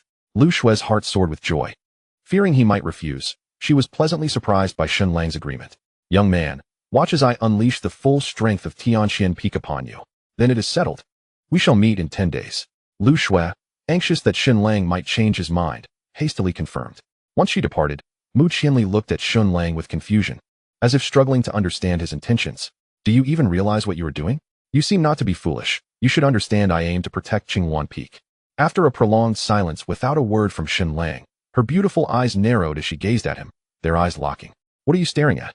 Mu Qianli was infuriated, her face flushed with a mix of embarrassment and anger, her exquisite features betraying her inner turmoil as she struggled to restrain herself. How outrageous. Xinlang, you dare to gaze upon me so intently, utterly captivated. Xinlang did not gaze upon her face. Instead, his eyes were fixated on the azure radiance emanating from Mu Qianli's crown. Good heavens, the esteemed leader is blue. Just moments ago, Xinlang activated the system detection. In an instant, a brilliant blue beam shot skyward from Mu Qianli's head, an unstoppable force. Truly, she deserves her title as the leader. Her azure hue is undoubtedly the finest at this level. The purity of this color is unparalleled. If harnessed for cultivation, it would yield extraordinary results. Moreover, the leader's exquisite visage, akin to heavenly grace, sparkled with autumnal glimmers in her eyes and springtime furrows in her brows, stunningly captivating beyond measure. Her unblemished aura resembled that of a celestial maiden gracing the mortal realm. Indeed, she is the foremost figure of the Cangxuan sect, possessing an aura that is firmly grasped. Although her face is partially veiled, based on Xinlang's past experiences, she is undoubtedly a beauty. Impudent disciple, cease your insolence. Gu Yufei exclaimed, alarmed, her heart racing. A glance at Xinlang's expression revealed his thoughts, showing his audacity. Realizing his error, Xinlang composed himself and declared, the leader's pure and untainted essence profoundly captivates her disciple. Mu Qianli gently caressed her gauzy skirt, letting out a soft hum, a hint of crimson gracing her cheeks. Though aware of his flattery, she found it somewhat pleasing and chose not to dwell on it for the moment. Gu Yufei exhaled in relief and asked, why must you ascend the life and death platform with him? Disciple is not foolish. I must teach Tianxian Peak a lesson. It is a matter of life and death. Why? Because their insult to Cangxuan Peak is tantamount to an affront to our master, and I shall not condone it. Determination gleamed in Xinlang's dark eyes. Hearing this, Gu Yufei thought, what an audacious disciple. Has he truly changed? Knowing to defend his master, I must admit this rebellious disciple possesses insight. Do not think that such behavior will spare you from my wrath, Gu Yufei retorted, her tone less severe than before. Xinlang paid little heed to his master's thoughts. Instead, he lowered his head, wiping his sweat. There was no alternative, after all. The leader's crown shone so vividly blue. Surely, speaking thus would win the leader's favor. After all, our master-disciple bond is profound. and the leader would be pleased to witness this. Indeed, Mu Qianli cast a deep glance at him, her lips parting to release a fragrant smile. Yufei, your disciple is quite devoted to you. A chuckle escaped her lips, but Gu Yufei felt a pang of irritation at the audacity of her disciple. Observing the subtle anger in her master's demeanor, Xinlang felt how reckless you are, my dear. What on earth are you doing with that life and death platform? If you are not careful, you may very well meet your demise. However, given your sincere intentions, I shall lend you my assistance. She removed her waist token and handed it to Xinlang. Take this token of our sect leader and seek your fortune at Tianyun Gorge. He received it with great reverence. The jade token was pure and snow white, warm to the touch. You may go now. I have matters to discuss with your master. Xinlang nodded and departed. Once he was gone, the two exchanged glances and sat down. Mu Qianli took a sip of spirit tea and spoke softly. Now, tell me, why is your body in such a state? Senior sister, Gu Yufei's heart raced, her ethereal demeanor shattered. I find it difficult to comprehend. Have you not always despised forming a Dao partner? Who is the fortunate individual who has taken your purity? Mu Qianli's eyes brimmed with curiosity as she scrutinized her. As a cultivator of the sage realm, she could easily discern that Gu Yufei was different. Gu Yufei was in a state of utter panic. Cursed disciple, had I known, I would have employed secret techniques to conceal my aura. That wretched creature, fleeing after using it. Now, senior sister has discovered everything. How do I explain this? Betraying my master? Cough, cough. Senior sister, please do not inquire further. Gu Yufei's cheeks flushed as she clutched the hem of her garment beneath the table, unsure of how to respond. Observing her flustered demeanor, Mu Qianli's enchanting eyes sparkled with mischief as she leaned closer. Junior sister, it appears your cultivation has indeed progressed, and you seem considerably more rounded. Their esteemed master resembled a bashful young girl, lowering her head even further, wishing for a crevice to hide in. This situation certainly piques my interest, Mu Qianli remarked with a teasing smile as she sipped her tea. The Cangxuan sect encourages forming Dao partnerships. Yet neither of these sisters had ever done so, possibly due to their master's own entanglement with love, which had greatly impacted her Dao heart. Cultivating is all about the Dao, and many couples falter, often parting ways due to growing disparities in their cultivation levels. Some even experience shattered Dao hearts. Mu Qianli was also cautioning her not to become too deeply entangled, lest it affect her cultivation. Senior sister, you still dare to speak. Gu Yufei stamped her foot, her tone a playful reprimand. All right, enough of that. But tell me, how did you restore your cultivation? In her quest to rid Gu Yufei of the demonic seed, Mu Qianli had mobilized the entire sect to seek a solution, yet to no avail. Cursed demonic sect, she thought, gritting her teeth in frustration. Upon hearing this, Gu Yufei's brows furrowed. You again. Is this not an entirely different matter? After some contemplation, Gu Yufei mustered her courage and recounted how Xinlang had aided her in dispelling the poison, though she omitted the details of the process, merely stating it could be suppressed for a month. Xinlang, the Tianyang divine art? He began dispelling poison during the foundation establishment stage? Mu Qianli found the situation rather perplexing. He had never heard of such a technique. Moreover, how could a foundation establishment cultivator possibly detoxify a powerful figure from the Emperor realm? Nevertheless, since Gu Yufei had been cured of her poison, a burden had been lifted from her heart, and she chose not to dwell further on the matter. However, what astonished him even more lay ahead. Suddenly, Mu Qianli slammed his hand on the table, leaped to his feet, his face a mask of disbelief. What did you say? He is a chaos body. Chapter 12. Dare you steal my disciple? Upon uttering these words, Mu Qianli was utterly astonished.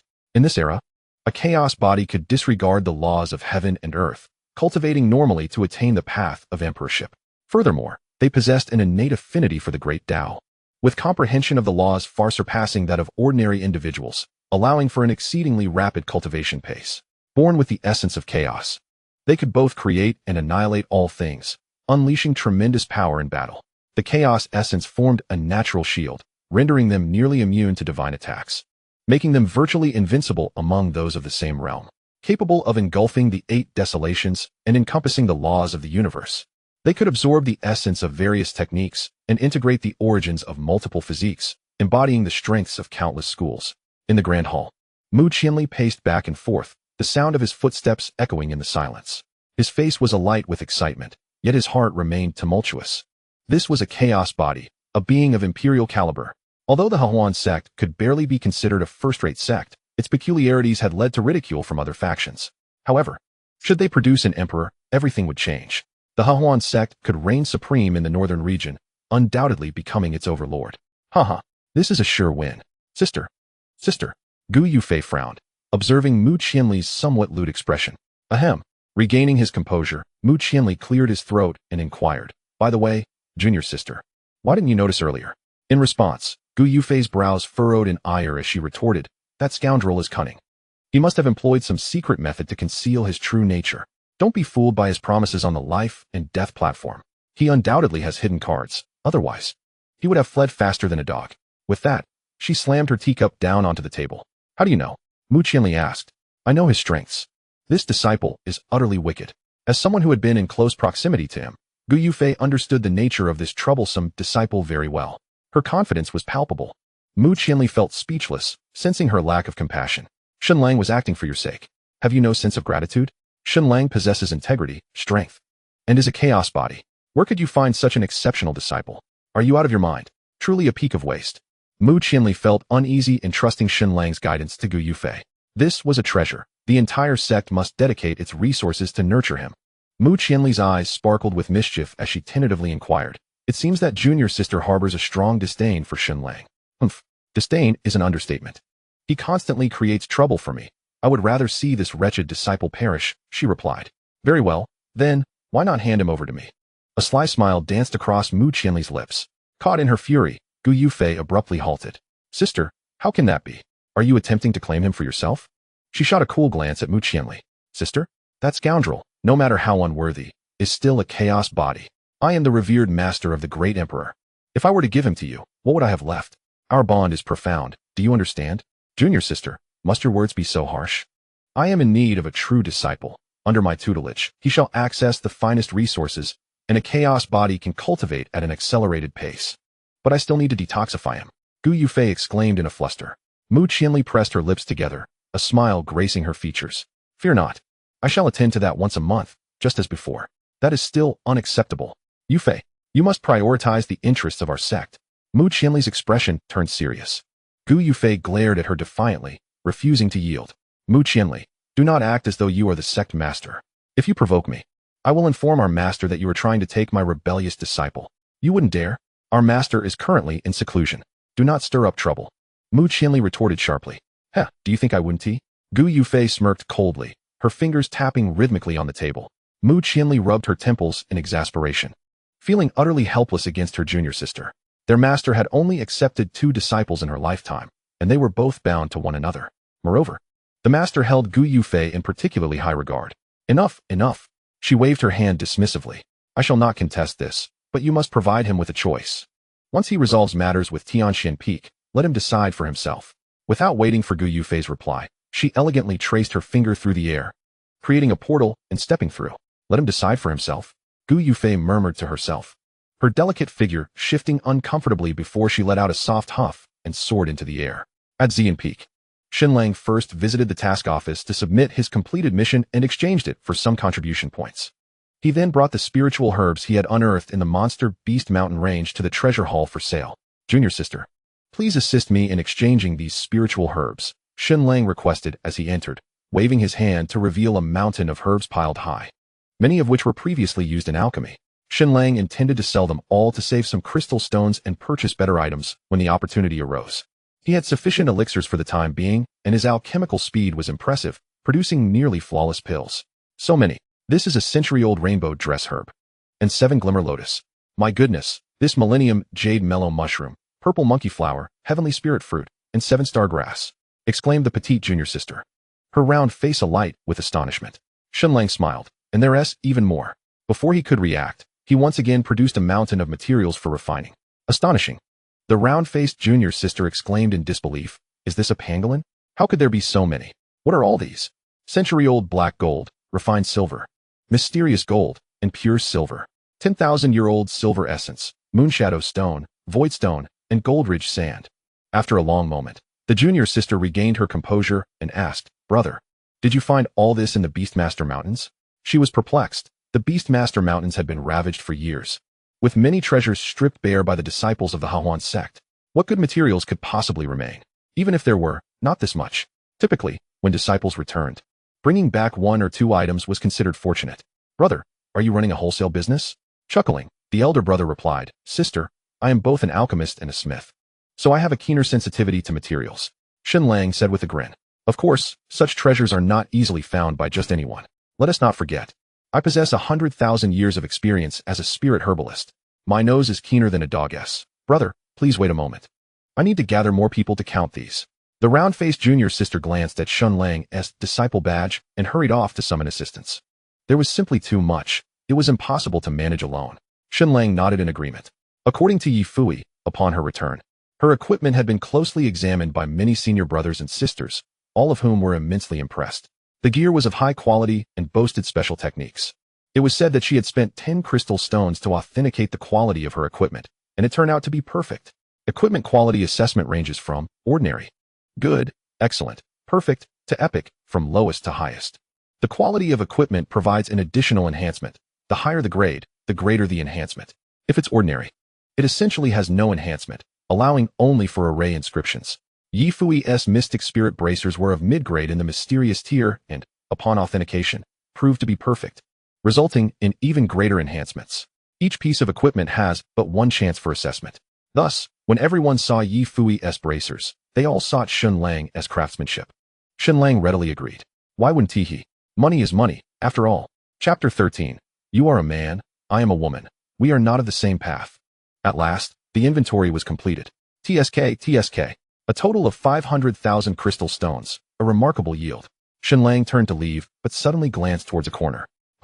What is this? Have they caught wind of it? Shun Lang's eyes darted, and he tapped the recording stone in his storage bag, flashing a grin. Let me add a little more fuel to the fire.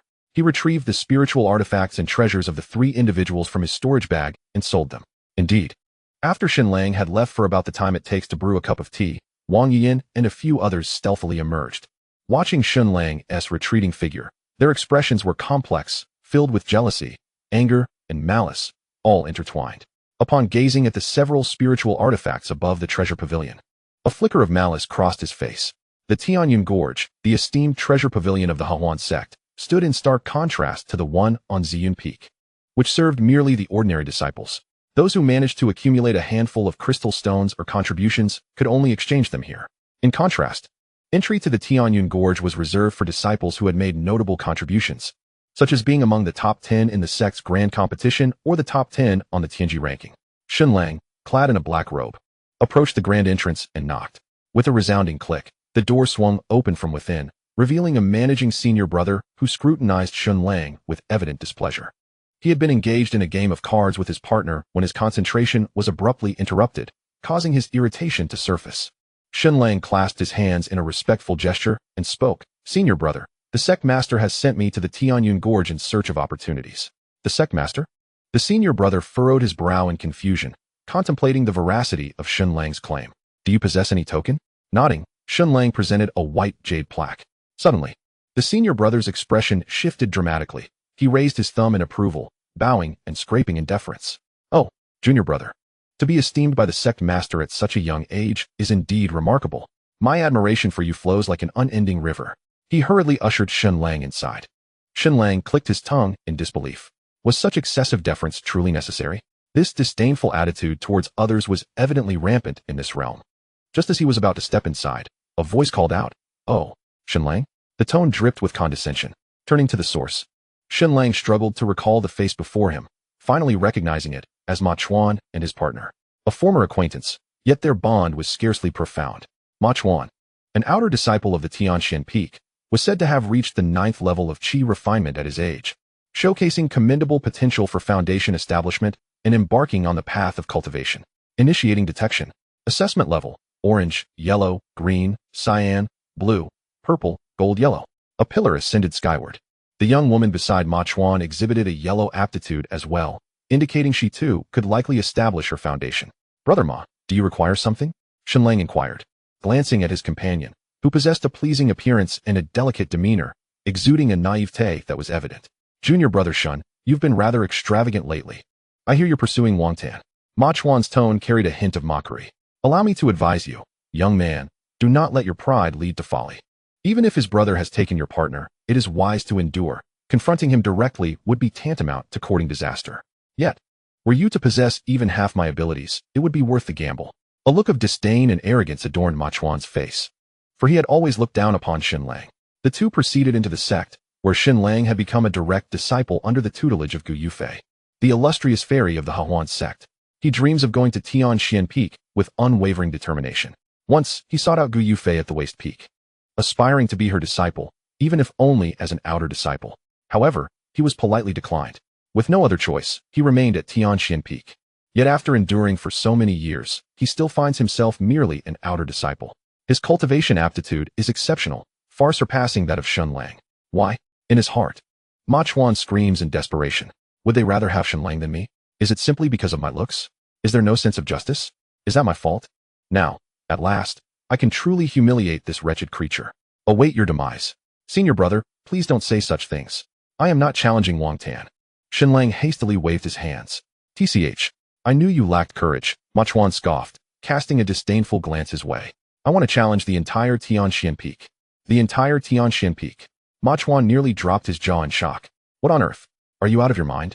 Do you have any idea how many formidable figures reside at Tianxian Peak? Xin Lang, are you seeking death? After a moment, Ma Chuan felt compelled to say something. Xin Lang, however, ignored him, smiling amiably at his companion beside him. May I ask for your esteemed name, junior sister? Ah, I am called Yuli, she replied, clearly taken aback that Xin Lang would notice her. This man, tall and graceful, bore a refined countenance, with lips red and teeth white, sharp brows and starry eyes. Clad in a black robe adorned with golden patterns, a waist token of an inner disciple hanging at his side, his robe billowing without wind, a striking presence indeed. Junior sister, you possess an exquisite beauty, a charming maiden, the very essence of a celestial fairy, Xin Lang exclaimed, hands clasped behind his back, extolling her beauty unabashedly. Senior brother, you flatter me, Yuli said, bashfully lowering her head, her cheeks flushed, turning crimson to the tips of her ears. So handsome. She stole a glance at Ma Chuan, knitting her brows.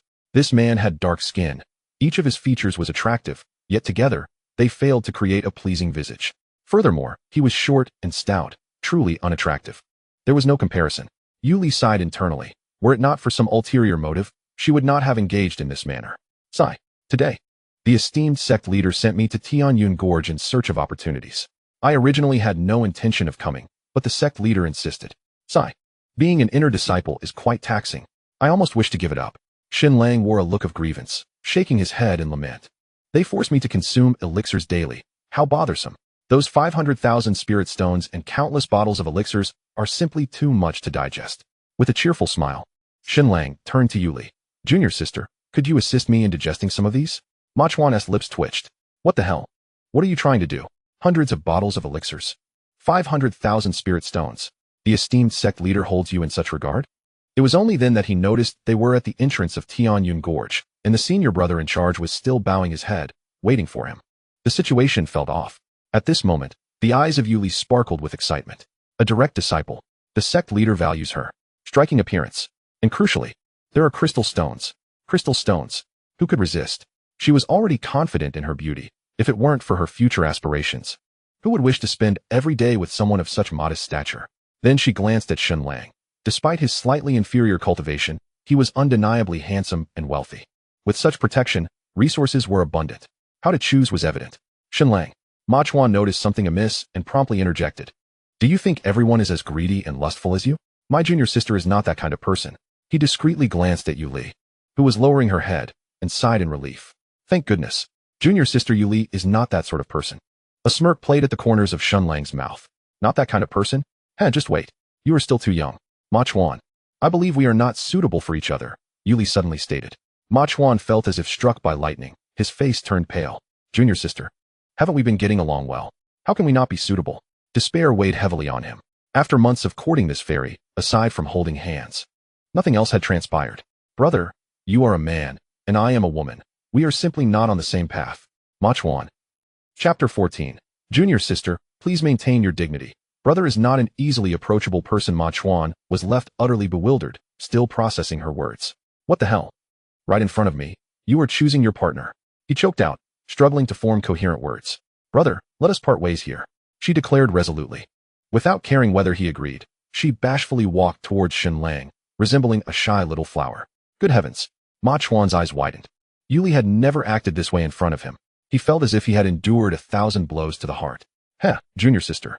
I know you are eager, but let's not rush. Xin Lang took her delicate hand and said. Inside, Ma Chuan was in turmoil. Junior sister, didn't you tell me you have a fear of men? You said that relationships should develop slowly. You claimed you wanted to be a good fairy and maintain some modesty.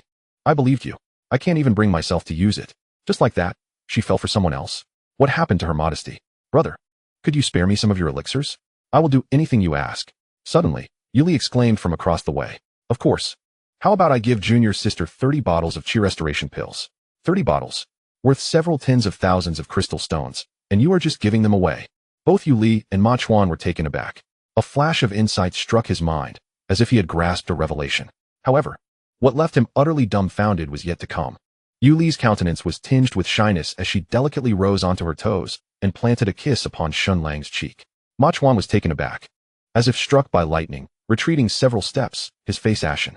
Junior sister, what of your phobia towards men? When was it cured? I was entirely unaware.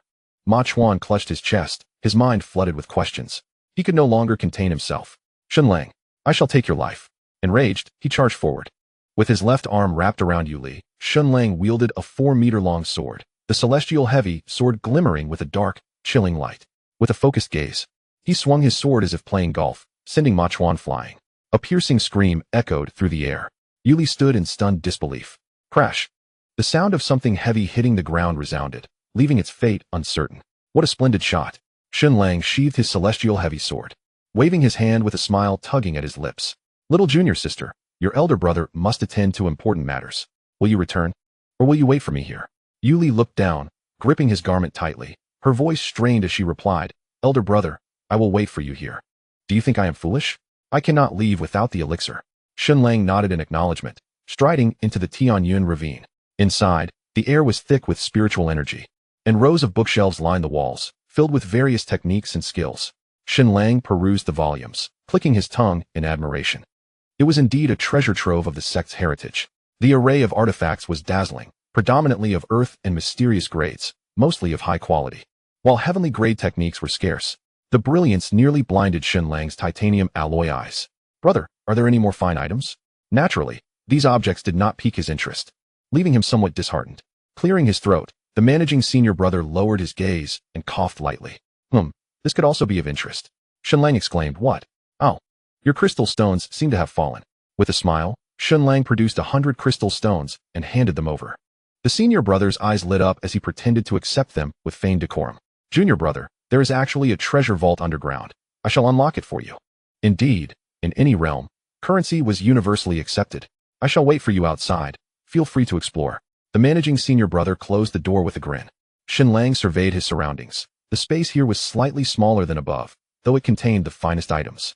The 5 elements reincarnation palm, heavenly grade, harnessed the powers of metal, wood, water, fire, and earth, embodying the principles of mutual generation and restraint. With limitless transformations and immense power, the 10,000 Woods revival technique, heavenly grade, invoked the vitality of the earth, rejuvenating withered plants, and could also be employed for healing. The soul destruction sound, earth grade, upper class, by harnessing the power of one's own spirit, sound waves are emitted. Were these to be found on the Cangxuan Continent, they would surely incite envy. However, as Shunlang flipped through the pages, he found it rather dull, lacking the allure of what the system provided. He approached another bookshelf. Wait, why is this a half-scroll? Before him lay a brown half-scroll, covered in dust. Undoubtedly, its incomplete nature had dissuaded anyone from practicing with it. Shunlang brushed off the dust, revealing several prominent characters inscribed, Secret of Character Formation. Yet, this bore no rank. Shunlang patiently opened it for a closer inspection. Initially puzzled, his grip involuntarily tightened, and his expression transformed into one of sheer delight. Mastering the secret of character formation would allow one to specialize in formations. Capable of constructing astonishing arrays as well as deciphering the vast Major Yuli was no longer concerned. After all, she possessed 30 bottles of elixirs. Did it truly matter where they were? As she pushed open the gate to the courtyard, a gentle fragrance of flowers wafted towards her, and 2 smooth, delicate arms entwined around him. Under the moonlight, Yuli's eyes sparkled with springtime allure, her cheeks flushed with a rosy hue, her soft body languidly collapsing into Shunlang's embrace. Her already exquisite skin appeared translucent as jade beneath the silvery glow of the moon. Suddenly, Shunlang's expression stiffened, and he gently pushed her away. Yuli opened her beautiful eyes, gazing at him with confusion. Did he not enjoy this?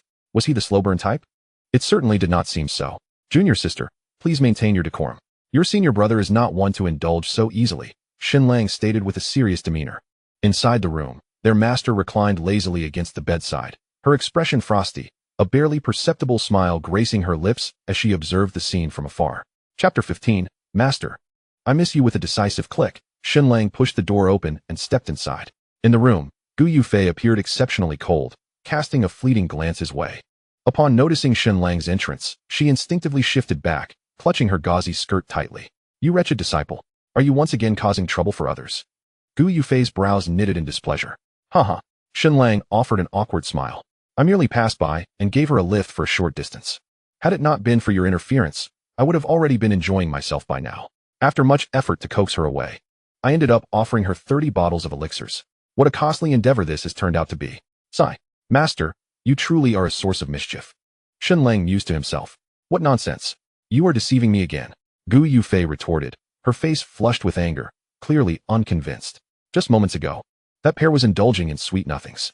She felt a tumult within her, particularly given that the woman had been quite proactive, even from a distance. Their master could sense the tension. Xinlang approached Gu Yufei with a mischievous grin, sitting down beside her without regard for her feelings. Master, do you have something to discuss? Observing the wretched disciple before her made Gu Yufei's teeth clench in frustration, and her body involuntarily shifted. I have informed the sect leader of your chaotic physique. The leader holds you in high regard and wishes to accept you as an official disciple. Ah, I see. Xinlang nodded, expecting such news. Is that all? This rascal must be feeling quite pleased with himself. How infuriating. Wretched disciple, do not become too complacent. If you wish to join her under her tutelage, I shall not stand in your way, Gu Yufei said fiercely, observing his nonchalant demeanor. Gazing at their master. With her hair cascading like a waterfall to her waist, Xinlang leaned closer. Master, I cannot bear to part with you. Gu Yufei's face turned crimson. And after a few feeble attempts to wriggle free, she sighed and added, in truth, gaining the sect leader's true guidance would afford you a brighter future, far surpassing what you could achieve by following me. Uncertain whether it was due to the influence of the demonic seed, she found herself grappling with inexplicable emotions. Her master was truly a celestial being. No one else could compare to her revered master. Even in death, she would not part from him. Xinlang feigned sincerity, earnestly pledging his loyalty. Gu Yufei, with a sly nod, slowly released her grip on the ice-blue sword, the murderous intent in her eyes dissipating. This wayward disciple still possessed a modicum of conscience, albeit not much. Xinlang was drenched in cold sweat, exhaling a sigh of relief. How perilous. Had he dared to utter a single dissenting word, his master would have undoubtedly obliterated him. Master, please do not leave today. He chuckled, casting a restriction. Gu Yufei, flustered, exclaimed, You truly are a wayward disciple. Half an hour later, her master departed. Were it not for the fear of being left without an antidote in the future, she would have indeed wished to pierce him through with her sword. Nevertheless, such were her words, while her heart harbored other thoughts. As she passed by Tianxian Peak, her master suspended her sword in midair, contemplating before swiftly descending towards a particular cave. At that moment, Yu Li was within the cave, cheerfully counting her elixirs. Suddenly, a voice echoed in her mind. Humph. How can you be so frivolous? Are you that unable to withstand loneliness, utterly shameless? Huh. Yu Li was utterly bewildered. Upon exiting the cave, she could only glimpse the receding figure of Gu Yufei, gradually diminishing in the distance, filled with unutterable rage and tears unshed. What have I done to provoke you? The following morning, with a creak, the door swung open from within. Xinlang stretched, feeling invigorated. Thanks to his master's guidance the previous night, he had successfully exchanged for the complete version of the character composition secret. After a tireless half of the night, he had made his way into the initial stage of this secret technique. This technique was divided into stages: initiation, minor completion, major completion, and perfection. Remarkably, within such a short time, Xinlang had already reached the initiation phase. This was largely attributed to the advantages of his chaotic body, which inherently resonated with the Tao, granting him a profound understanding of the laws of heaven and earth and an accelerated cultivation speed. Additionally, the heavenly yang divine art provided by the system acted as a training accelerator. Xinlang summoned the Cangxuan sword with his right hand and gently closed his eyes. A sense of grandeur seemed to permeate through the heavens and the earth as the surrounding spiritual energy began to churn, forming multiple vortices. His black robe rustled, and his hair cascaded like a waterfall, each strand floating freely, moved by an unseen force. He immersed himself in the comprehension of everything around him. Suddenly, he felt a moment of enlightenment. A surge of vast, oceanic sword intent welled up within him. Oceanic? Cangxuan, this is my path. Scenes from his past life flashed through his mind. Once a humble and impoverished youth, bullied and oppressed, he gradually learned the law of the jungle, silently battling as adversaries fell one by one along his path of growth. One by one, the beautiful souls perish for their own desires. Su Lure, adorned in crimson silk, yearns for you all. Shunlang's handsome visage is traced by 2 lines of tears. Click.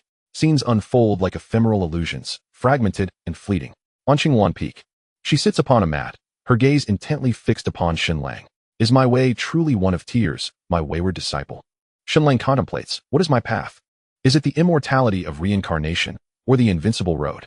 No, I am who I am, but a grain of sand in the vast sea, guided solely by destiny. I shall follow the will of heaven and tread my own path. At this moment, Shunlang slowly closes his eyes, his gaze ignited with clarity. The essence of the Tsangming sword. Buzz. In front of the small courtyard, Shunlang's eyes sharpen. With a thunderous shout, the Cangxuan sword emits a resonant hum, akin to a colossal dragon roaring recklessly in the ocean, as if to shatter the heavens. Whoosh! He deftly unleashes the 9 swords of burning heaven. The sword shadows cascading like a tidal wave. The sound of the air ripping apart reverberates, creating a tumultuous symphony. Sparks ignite and surge. A cascade of transformation as the surrounding trees are shattered by the sword's aura. The final move, the world incineration. Fierce and rapid, Shunlang lets out a thunderous roar, directing his strike towards the heavens, resulting in an explosive eruption above the Cangxuan sect. Boom! A thunderous sound reverberates. All members of the sect rush from their abodes, gazing skyward, bewildered by the unfolding mystery. They exchange stunned glances, utterly astonished. Is this the essence of the sword? The fortunate lad seems to wield extraordinary sword intent. Indeed, he is a chaotic body. My anticipation grows ever more fervent. Mu Qianli gazes toward Shunlang, her face unveiled, revealing an unparalleled beauty that transcends the heavens. Gu Yufei stares, her heart racing with shock. This wayward disciple is defying the heavens. To possess 2 types of sword intent is nothing short of miraculous. I must admit, this rascal possesses remarkable talent. Such a prodigy shall undoubtedly achieve greatness in the Cangxuan Continent. Thankfully, I am his master. Her master beams with excitement. The azure sword intent emanates, permeating his skin, bones, and consciousness. Shunlang hovers in midair, greedily absorbing it. After a while, he slowly opens his eyes. In the depths of his pupils lies a tangible, ethereal blue sword shadow, alongside a vivid crimson bloodlust sword intent lying quietly. A faint smile graces his lips, his heart brimming with elation. This sword intent owes much to my esteemed master. Shunlang grins widely. Gu Yufei exclaims, Chapter 16, You wicked woman, stealing my wayward disciple.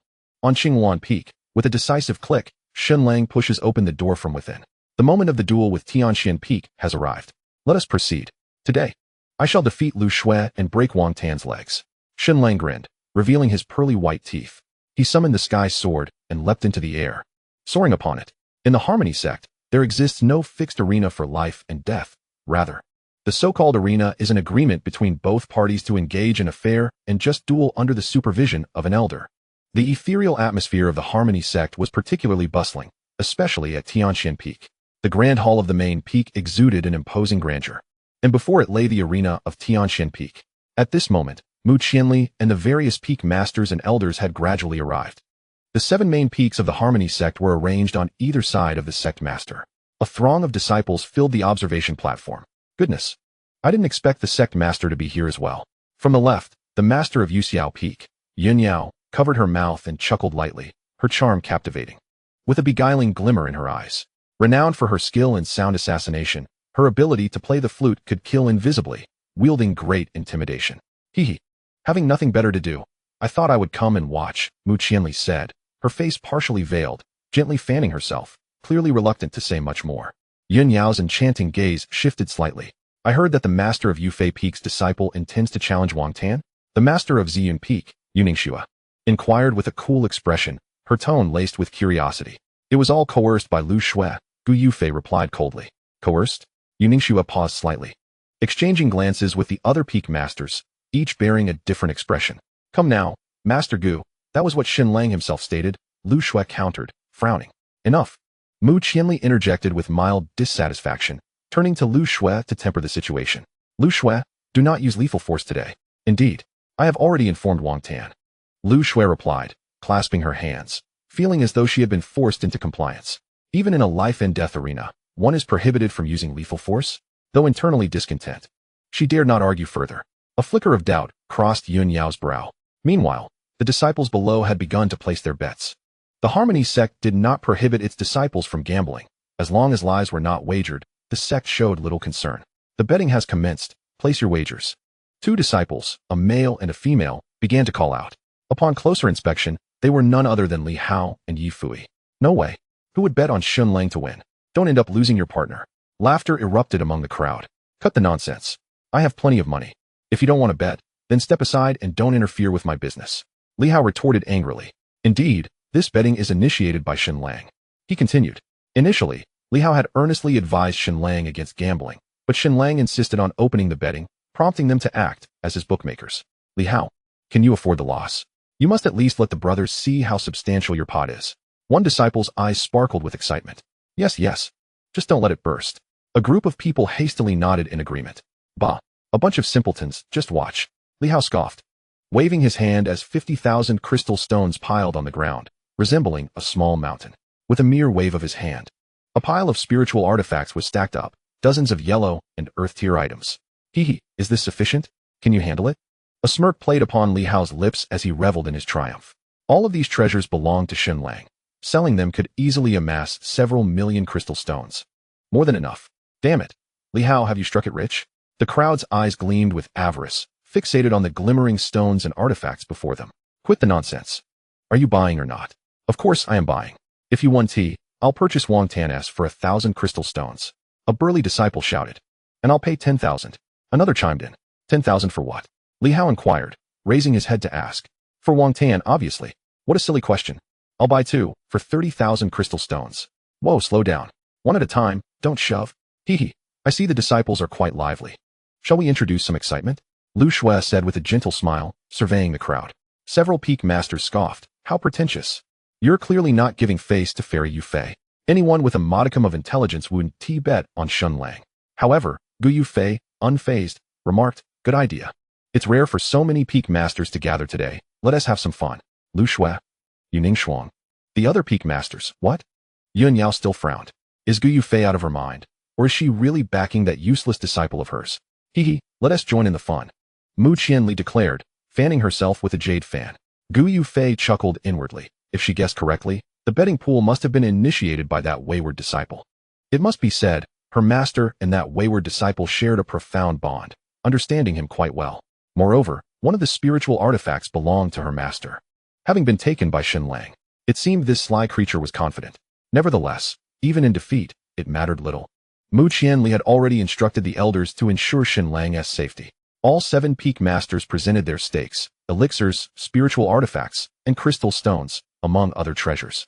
Except for Yun Yao's silence, while the other peak masters did not explicitly state their positions, the atmosphere conveyed their firm belief that Tianxian Peak would prevail.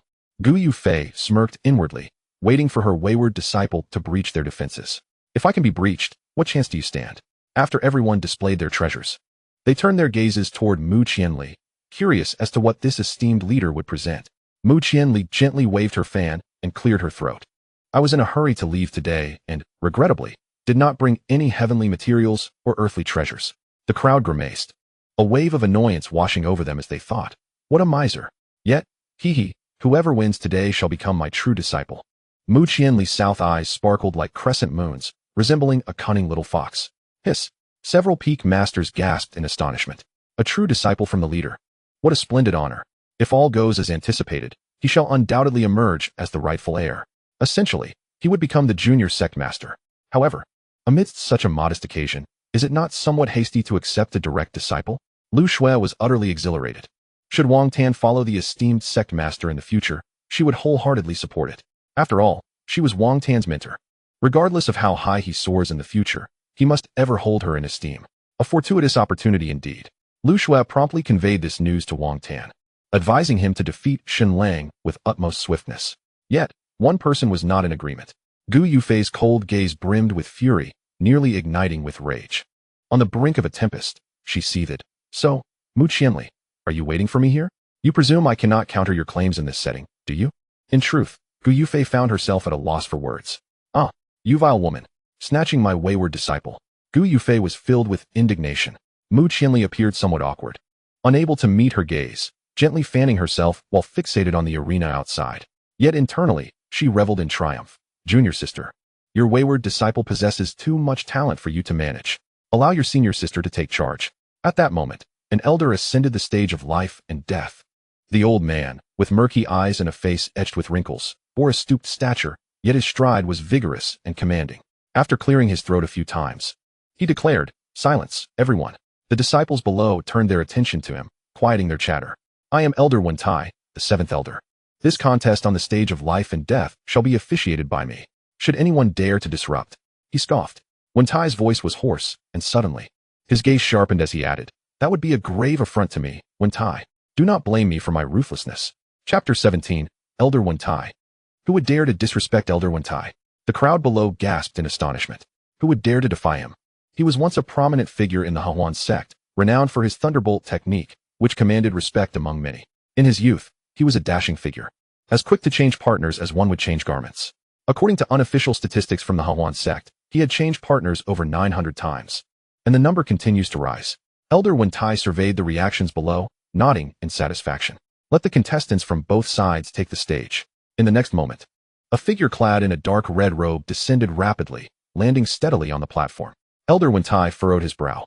Wang Tan, tall and slender with a hawk-like nose and shadowy eyes, emanated a chilling aura. Having encountered Elder Wentai before, Wang Tan offered a symbolic salute and murmured softly. The elder responded with a faint acknowledgement. Below, the crowd eagerly watched Wang Tan, for today was the arena of the Tianshan Peak, and most of those present were their own. Wang Tan exudes an aura of profundity, characterized by his reticent demeanor, yet he displays an undeniable aggressiveness towards the youthful fairies. Are not all young fairies captivated by such enigmatic figures? The more inscrutable he appears, the more they yearn to gaze upon him. A considerable number of these young fairies have already begun to exhibit glimmers of springtime tenderness in their eyes, their hearts fluttering like startled deer. Ah, Sect Leader Liu, your disciple has progressed to the late stages of the Wheel C. Quite commendable. Yun Yao's brows danced with allure, her smile radiant. Alas, despite the passage of time, he remains at the 10th position on the Heavenly Secrets ranking. What a disappointment. Lu Shui's eyes gleamed with a touch of pride. And what of the other one? Why has he yet to appear? Elder Wentai, having waited for an eternity, expressed his dissatisfaction. Good heavens, could it be that Shunlang has fled? Regardless of whether he runs or not, his fate is sealed. All I know is that I have profited, haha. That fool Li Hao will likely lose even his partner, cackling. Not so. Shunlang dares to challenge, which implies he possesses some skill. Skill? Did you not see that even the people from Cangxuan Peak managed to best Wang Tan? Truly, it is the affection of friends and loved ones, haha. Gu Yufei anxiously scanned the surroundings. Where has that wretched disciple gone? Elder Wentai, I do not appreciate waiting for others, if he does not arrive soon. I shall take my leave, Wang Tan stated with a grave tone. No sooner had he spoken than a tremendous roar echoed through the air. The crowd gazed in astonishment at the sky, where a massive, obsidian sword sliced through the heavens, hurtling towards the life and death arena. With a thunderous sound, it plunged directly into the center of the platform, sending Elder Wentai and Wang Tan into a hasty retreat. With a resounding crash, the bluestone shattered, dust billowing forth, enveloping the entire arena. As the smoke cleared, a 4-meter-long heavy sword emerged, deeply embedded to a third of its length. Then, a figure clad in white gracefully landed upon the hilt. Shunlang, arms crossed behind his back, his long black hair cascading like a waterfall. With striking brows and bright eyes, lips crimson and teeth pearl white, exuded an air of nonchalance and elegance, a visage akin to that of a jade figure. Such a man, a paragon among his peers, is indeed unparalleled. The disciples of Tianshan Peak glowered with indignation. How infuriating. This scoundrel has outshone us. Gu Yufei's gaze lingered on Shunlang, her eyes shimmering with intrigue. She shifted her delicate form, an involuntary movement. This wretched disciple does possess an impressive appearance. He is indeed a reflection of my teachings. Wang Tan, looking disheveled and somewhat embarrassed, stepped forward. Shunlang gazed at him with an air of arrogance, sneering, Wang Tan, are you in such a hurry to reincarnate? With that, he gracefully descended from the sword's hilt. Wang Tan scrutinized the peculiar spiritual weapon. His eyes filled with animosity as he retorted, You filthy wretch, you've sullied my attire. Shunlang withdrew the heavy sword, resting it upon his shoulder, and jested. No worries, no worries. In a moment, when I strike you down, your garments shall be stained as well. Infuriating, Wang Tan summoned his own spiritual weapon, the Snow Wolf Spear, his gaze icy as he focused on Shunlang. At that moment, Elder Wentai dusted off his robes and declared, "Let the competition commence." The life and death platform radiated a protective light, slowly rising to shield the periphery from harm. "You little rascal, you have thoroughly enraged me. You have crippled my brother and slain 3 of my kin. Today, I shall pierce you 100 times. At that moment, Shunlang was already dead at his hands. It was fortunate that Wang Ba's life was spared. With a hint of lingering obsession in his soul, Shunlang remarked indifferently, "Alas. Very well. I shall provide you with an explanation today." Wang Ten seemed oblivious, sneering coldly, "Ants deserve to die." Yet before he could finish his sentence, his gaze sharpened with intensity. Boom. Shunlang, grinning broadly, swung his sword toward him. "What the hell?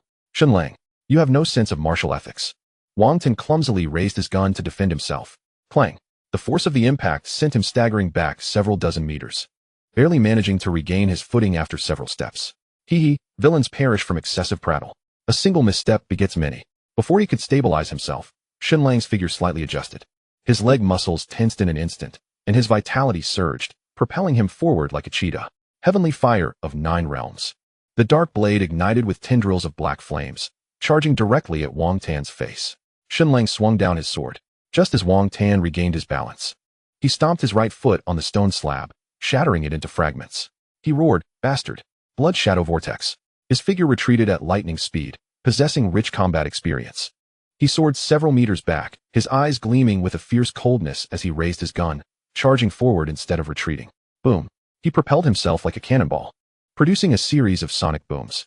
In the blink of an eye, he was before Shunlang, moving with lightning speed.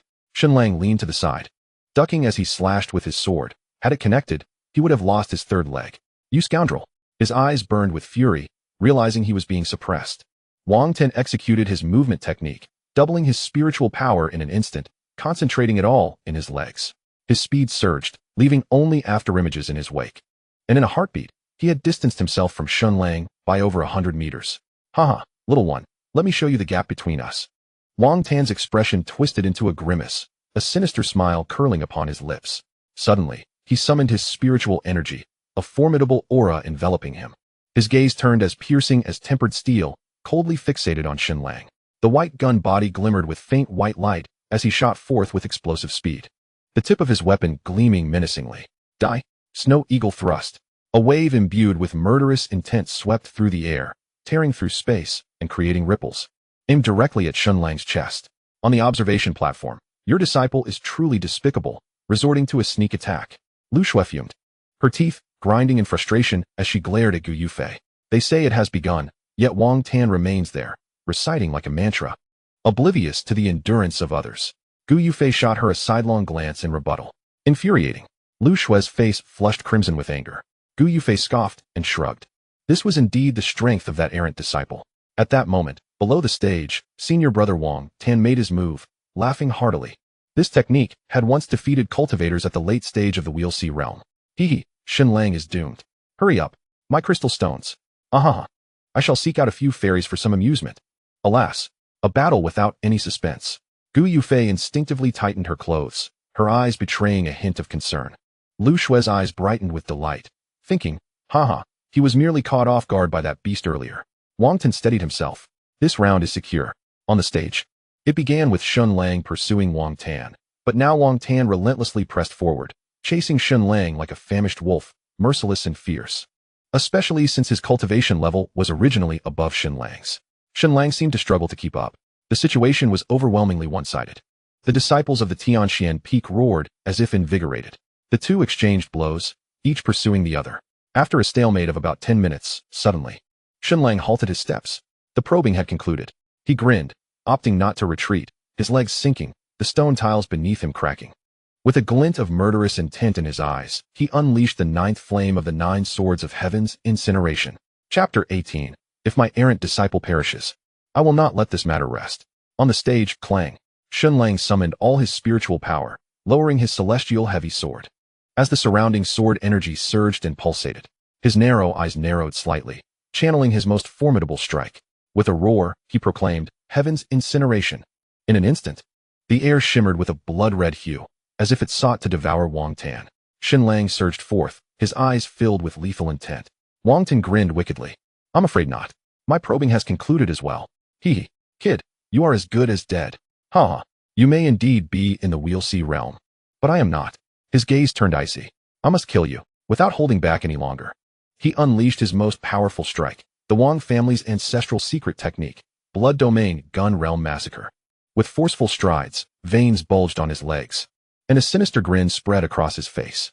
The spear's tip glimmered with an eerie blood-red hue, emitting a beastly roar. His eyes turned crimson. Die? Shenlang's gaze sharpened. What a surprise, he had concealed his strength. Hee. Fortunately, I have as well. Blood slaughter sword intent. Blood prison opens the heavens. This was the first sword intent he had comprehended. The celestial sword hummed, radiating a violent blood-red aura around him, as Shenlang was enveloped in a fierce, vengeful spirit. Like a god of slaughter descending upon the earth. Shenlang's eyes gleamed coldly, like a steel needle tempered in ice, fixated on Wang Tan. Die. In the blink of an eye, the two figures drew ever closer, two crimson streaks poised to collide. One crimson hue seemed poised to rend Shenlang asunder, while the other appeared destined to ignite the very heavens. With a thunderous roar, the chaotic essence within Shenlang, though not fully formed, rendered him invincible within his realm. Undeterred even by a few diminished ranks. The earlier pursuit was merely a probe. He refrained from showcasing his full strength, acutely aware of his own fragility. Should he attract the ire of other factions, he could be extinguished in the cradle of his potential. A fate he was determined to avoid, a sentiment echoed by Mu Qianli's earlier telepathic warning, which bore considerable wisdom. Below, the atmosphere crackled with tension. It seems the moment of truth is upon us, mused Yu Xiaofeng's master, Yun Yao, her demeanor laced with allure. It appears Wang Tan is employing his most formidable technique, remarked Yu Ningshuang from Ziyun Peak. Lu Shui offered a faint smile, non-committal in her response. Mu Qianli paused momentarily, her jade fan faltering as a frown creased her brow. An unsettling premonition washed over her. Elders, reinforce the barrier. She commanded decisively. Yes, Sectmaster. Several elders ascended into the air, positioning themselves at 8 cardinal points to uphold the protective dome. In the next instant, a cataclysmic clash erupted as the two brilliant reds collided, producing a cacophony that reverberated throughout the realm. The entire sect trembled. The ancient stone tiles of the grand hall clattering in disarray, the uproar immense. Amidst the chaos, the elders gritted their teeth, straining to maintain the barrier, their efforts visibly taxing. At that moment, Mu Qianli sensed something amiss. This shouldn't be the case. How can two nascent realm youngsters create such a tumult? A sudden weight settled in her heart as she cast a terrified glance at Lu Shui, demanding, Lu Shui, what is Wang Tan's cultivation level? Her furious inquiry drew the attention of all the attending officials and peak masters. Lu Shui's complexion drained of color, her body stiffening as she stammered, Law and Law Realm. What? Gasped the crowd in astonishment. Fool! Mu Qianli bellowed in fury. By the heavens! She exclaimed. Ah, you wretched scoundrel, my chaotic essence. Internal rage surged within Mu Qianli, her eyes glowing with a fierce light. All peak masters hastened to rescue. Yes, several figures dashed like shooting stars towards the arena. Yet, the crimson light remained unabated, thwarting their approach. Lu Shui, if my wayward disciple perishes, I shall not let this rest with you. Gu Yufei's eyes glistened with unshed tears as she cried out in anguish. Lu Shui felt a bitter pang in her heart. She had indeed warned Wang Tan to show restraint, yet these two appeared to be blinded by rage. She recognized her own grievous error in concealing Wang Tan's true prowess. The disparity between the two combatants was monumental. Such a vast chasm in power left no room for doubt. Shenlang was doomed. Upon learning the truth, she initially intended to cancel her plans, yet she could not resist Wang Tan's earnest pleas, who repeatedly promised to show mercy. Lu Shui had warned him multiple times that Shenlang was a protected individual of the sect, urging him to exercise restraint. However, upon hearing about the sect master's reward for the true disciples, his judgment became clouded. Little did she know that the true disciple mentioned by Mu Qianli was merely a facade, specifically tailored for Shenlang. Lu Shui recognized her misstep. Her lips parted, but no words emerged. After a lengthy pause, the blinding crimson light gradually dissipated. The arena was no longer recognizable, reduced to rubble and desolation. A mere flat expanse. Dust lingered in the air, refusing to settle. Gu Yufei descended swiftly, her eyes filled with urgency as she surveyed the scene. Once Mu Qianli landed, her brows knitted tightly. With a wave of her hand, the dust scattered, clearing the view in an instant. The arena slowly came into focus. There stood Shenlang, clad in a white robe stained with grime, his tall figure upright, sword in hand, angled towards the ground, droplets of blood trickling from his fingertips, producing a rhythmic sound as they fell. Before him lay Wang Tan, a pitiful sight. Blood froth seeped from his throat, his legs broken and kneeling on the ground. Yet his gaze remained cold as it fixed upon Xinlang. Coughing violently, he seemed to find some relief in his throat, struggling to utter a few words. You, an ant at the early stage of the Wheel C realm, actually managed to defeat me? Cough, cough. Following this, he coughed up more blood. Who told you I am at the early stage of the Wheel C? Xinlang's eyes glimmered with depth, his pale cheeks adorned with a faint smile. I am at the late stage of the Wheel C. Haha. Xinlang chuckled, attributing his strength to the efforts of his master the previous night. But I am of the Dharma manifestation realm. Wang Tan, though taken aback, was only slightly surprised, his eyes still filled with confusion. The disparity between a Wheel C and a Dharma manifestation cultivator was vast.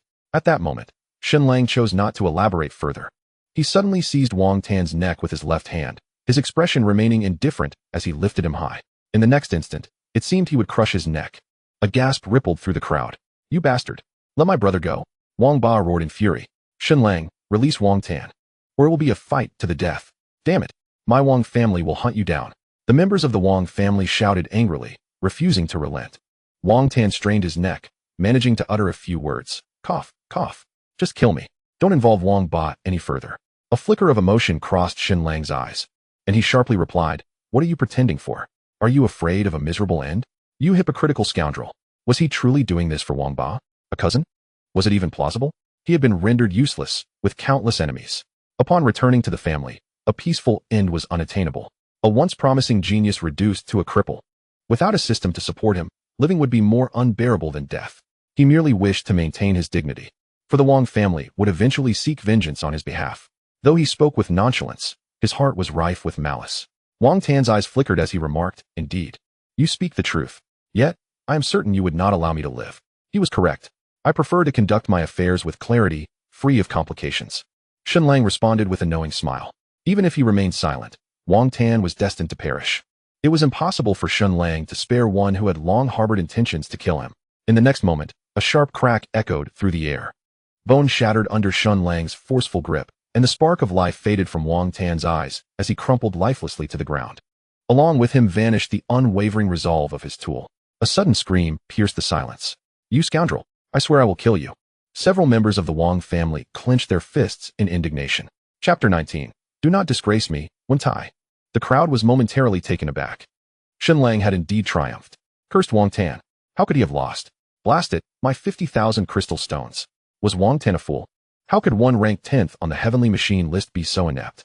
Damn it, I lost my Dao partner. How could I not defeat a mere wheel of the sea? That scoundrel. Ah, Xinlang, you devil. Return my spiritual artifact. The scene erupted into lamentations. Mu Qianli secretly exhaled in relief. Lu Shue's expression was complex, tinged with sorrow, for it was his disciple that had perished. Gu Yufei hurried to Xinlang's side. Her icy gaze filled with concern. Xinlang grinned at her. After a thorough examination, she discovered her wayward disciple was unharmed, let out a soft huff, and returned to her usual aloof demeanor. The members of the Wang family remained unconvinced. The seventh elder stepped forth with a disdainful snort. The result of this contest is that Xinlang has emerged victorious. However, should anyone dare to cause a disturbance, you shall not disrespect me, Wen Tai. With that, the seventh elder's gaze sharpened, and sparks of lightning crackled around his hand, accompanied by the sound of sizzling currents. This was his ultimate technique, the thunderbolt art. Should one be struck, they would not die but would certainly suffer greatly. The Wang family members shrank back, unwilling to speak further. Elder Wen Tai smiled, clearly pleased. At that moment, someone stepped forward. Master, esteemed peak lords, Wang Tan is no longer capable of attacking. Is it not excessive to kill him now? As these words were spoken, the previously stabilized emotions began to stir once more. Indeed, he was incapacitated. Why must he still die? Such cruelty. To kill a fellow disciple is inhumane. Damn it, kill him. Several Wang family disciples were relentless in their protests. Xinlang laughed derisively. Oh, Wang Tan was a man of honor. What of you, a bunch of self-righteous saints? Where's this place? Xinlang pointed emphatically, his voice resonating with authority. The life and death arena. It is a realm where one must contend for survival. Had I lost today, would Wang Tan have shown me mercy? Dead is dead. What is there to fear? In this world, it is inherently a matter of survival of the fittest. Why pursue immortality if one fears death? Xinlang's gaze, profound and piercing, fell upon the silent group before him, as he coldly declared, Your Wang family is a prominent clan in the Northern Territory, undeniably powerful. Yet, what of it? I, Xinlang, Fear no one. Come at me if you dare. However, remember this. When one gambles, one must also accept the consequences. If death befalls you, do not blame others. The individuals exchanged glances, their eyes filled with indignation as they glared at him. Xin Lang, with a disdainful smile, remarked, I am aware of your resentment. The life and death arena remains open for further combat, and I shall not refuse. You have slain Wang Tan. Who would dare to challenge you now? Do you take us for fools? Your victory was merely a stroke of luck. Wang Tan underestimated you. Do you think I am bullying you? Xin Lang's gaze bore into them, as he invoked the secrets of numerology. Swiftly, he arranged a lethal formation. His movements precise and practiced. The crowd erupted in astonishment. How could he execute the formation so swiftly? Typically, those who set up formations require time, focal points, and intricate arrangements. Yet Xin Lang's techniques were remarkably rapid. Even the simplest formations are seldom mastered by disciples, given their profound complexity. Gu Yufei gasped, her mouth agape in sheer amazement. By the heavens, one cannot deny the practicality of his skills. The Wang family members were left in shock, realizing, to their utter disbelief, that Xin Lang had indeed reserved some prowess. Such mastery. The group exchanged glances, their spirits dampened. They could not overpower him even without the formation, and now, with it, they stood no chance. Mu Qingli's eyes sparkled with excitement. Is that the half-scroll of the character formation secret? He has actually mastered it.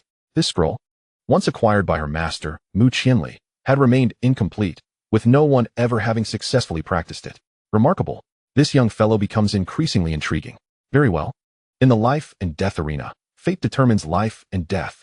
Thus it shall be. Let this matter rest, and none shall seek vengeance in the shadows. Mu Qinli cautioned, casting a warning glance at the audience below. At that moment, a thunderous roar erupted, as the heavens above the Cangxuan Sect twisted violently, the very fabric of space being forcibly torn asunder. Your words are misguided, sect leader. A chilling voice resounded. Following this, a man, bearing a resemblance to Wang Tan, emerged, a tall figure with dark hair streaked with silver. Patriarch, my elder brother, Wang Tan, is dead.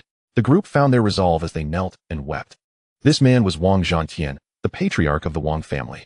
Wang Zhantian paid them no heed, his deep-set eyes fixated on Xin Lang. A flicker of murderous intent crossing his gaze, as a sudden pressure enveloped Xin Lang. His expression shifted, realizing the weight of the threat. A supreme power.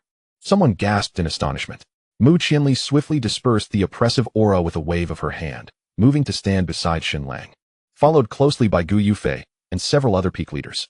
Gazing intently at Wang Zhantian, Mu Qinli chuckled. Ah, the head of the Wang family has indeed made commendable progress in his cultivation. How delightful.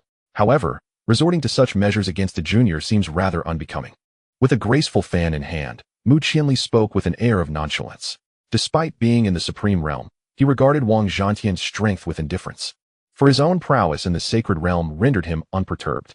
Wang Zhantian's eyes flickered as he solemnly inquired, Mu Sect Master, my nephew Wang Tan has been slain. Will you not provide an explanation? A light laugh escaped Mu Qinli as he waved his fan dismissively. Do not be mistaken. If Wang Tan perished today, or if any individual were to meet their end on the life and death platform, I would remain unconcerned. Such is the rule. Do you, Wang family, intend to interfere in the affairs of my Cangxuan sect? He cast a disdainful glance in his direction. Before Wang Zhantian could continue, Mu Qinli interrupted him with a sharp gesture, declaring, there is no mention of Wang Tan here, only disciples of the Cangxuan sect. His commanding presence was undeniable. Xin Lang, observing the sect master's imposing aura, secretly applauded her. Indeed, there is merit in being supported by someone formidable. With a cold snort, Wang Zhantian acknowledged his precarious position and waved his robe, stating, let us not dwell on this matter. Yet there is one issue that requires clarification. Oh, Mu Qinli paused, his finger poised. Your Cangxuan sect forbids private killings, yet this Xin Lang has slain 3 of my kin in the trial grounds. How can my family members be treated thus in your sect? I, Wang Zhantian, shall not rest until I receive satisfaction. Is that so? Do you possess any evidence? Gu Yufei interjected. Evidence. Wang Zhantian gestured towards Wang Yuyan, commanding, you speak. With trepidation, Wang Yuyan stepped forward and stammered, I witnessed Xin Lang at Ziyun Peak selling the spiritual artifacts and crystals belonging to the monkeys and their companions. You little schemer, I anticipated you would spring forth. Xin Lang remarked with amusement. Huh, child, do you truly believe that picking up lost items equates to murder? Yu Xiao, the peak master of Yuxiao Peak, chimed in with a laugh, already certain that the sect master would defend Xin Lang. She followed Mu Qinli without hesitation. He bears considerable suspicion. Wang Yuyan insisted stubbornly. Let my Wang family investigate Xinlang. If he is innocent, we shall return him. Seizing the opportunity, Wang Zhantian proclaimed, Mu Qianli, your refusal to grant my family face is quite apparent. Huh. Do not mistake my candor for disrespect. You hold no standing here. You are well aware of the misdeeds you have committed over the years. Let us all maintain some dignity. Mu Qianli's cold smile held profound meaning. The Wang family served as an auxiliary clan to the Chaos Sect, yet over the years, they have engaged in duplicity, consistently encroaching upon the sect's interests. They had been subdued by Mu Qianli's force on several occasions, only to revert to their disruptive ways shortly thereafter. Recently, it was rumored that not only had Wang Zhantian achieved a breakthrough, but their ancestor had also ascended to the sacred realm, rendering them even more audacious. Wang Zhantian's expression fluctuated between anger and trepidation. He knew that now was not the time to openly confront the matter.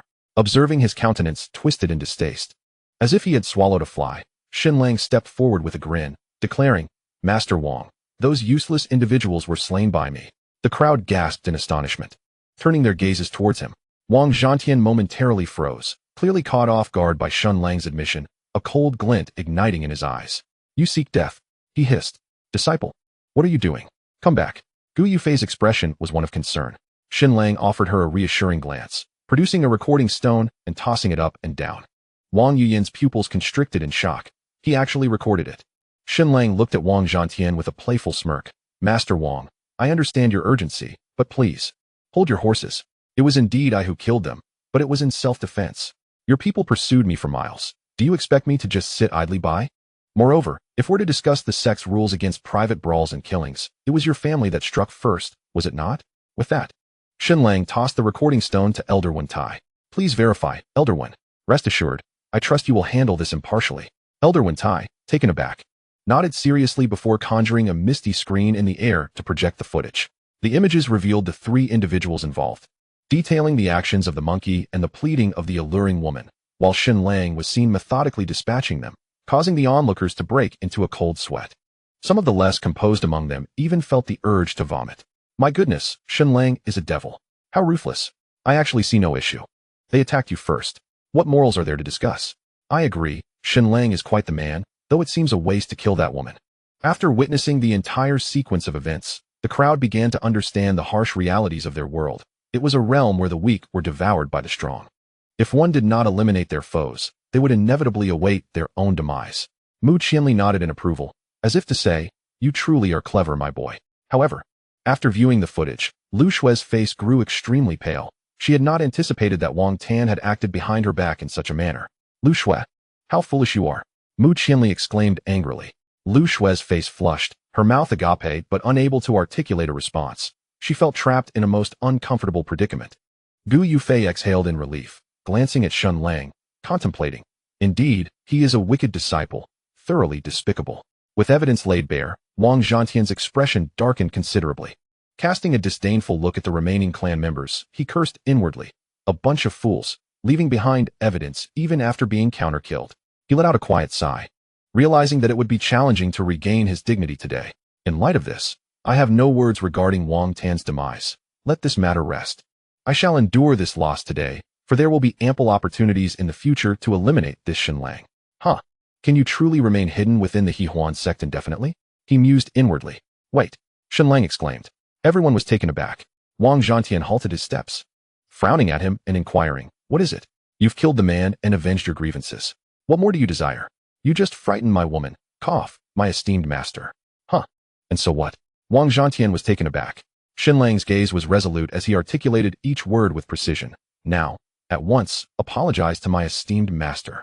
Gu Yufei's expression was complex, her heart stirred by intense emotions, and her delicate form shifted slightly. This prodigal disciple truly knows how to flatter. To be honest, it feels rather pleasant. My master has experienced a sensation like never before. Not only did the younger disciples erupt in excitement, but even the various peak masters felt a twinge of envy, particularly the female peak masters. Who wouldn't wish for such a disciple? Looking at their own disciples, they felt the stark contrast. Comparing them was akin to life and death, to treasures being discarded. None matched Xinlang, who possessed both strength and beauty, and importantly, displayed filial piety towards his master. Xinlang showed respect and would protect women. Their master-disciple bond was profound. I wish to bear his children. He treats his master exceptionally well. Indeed, Xinlang is quite intriguing, Wouldn't you agree, Brother Liu? Why should I concern myself? Woe is me. I have lost my partner. Huh. Xinlang gained a surge of favorability 1. Wang Zhantian's cheeks twitched. Fortunately, offering an apology to the Hehuan Sect's peak master was not a disgrace. Master Gu, I sincerely apologize for the offense. I take my leave. With that, he waved his hand, grasped Wang Tan's lifeless body, tore open a rift in space, and disappeared without looking back. Once Wang Zhantian departed, the atmosphere returned to tranquility. Mu Qianli solemnly declared, from this day forth, Xinlang shall be my true disciple. Indeed, this lad is fortunate, having earned the true teachings of the sect leader. The disciples below were filled with fervor. What an astonishing development. If all goes as expected, this young man has ascended to great heights. I must cultivate a good relationship with Brother Shun.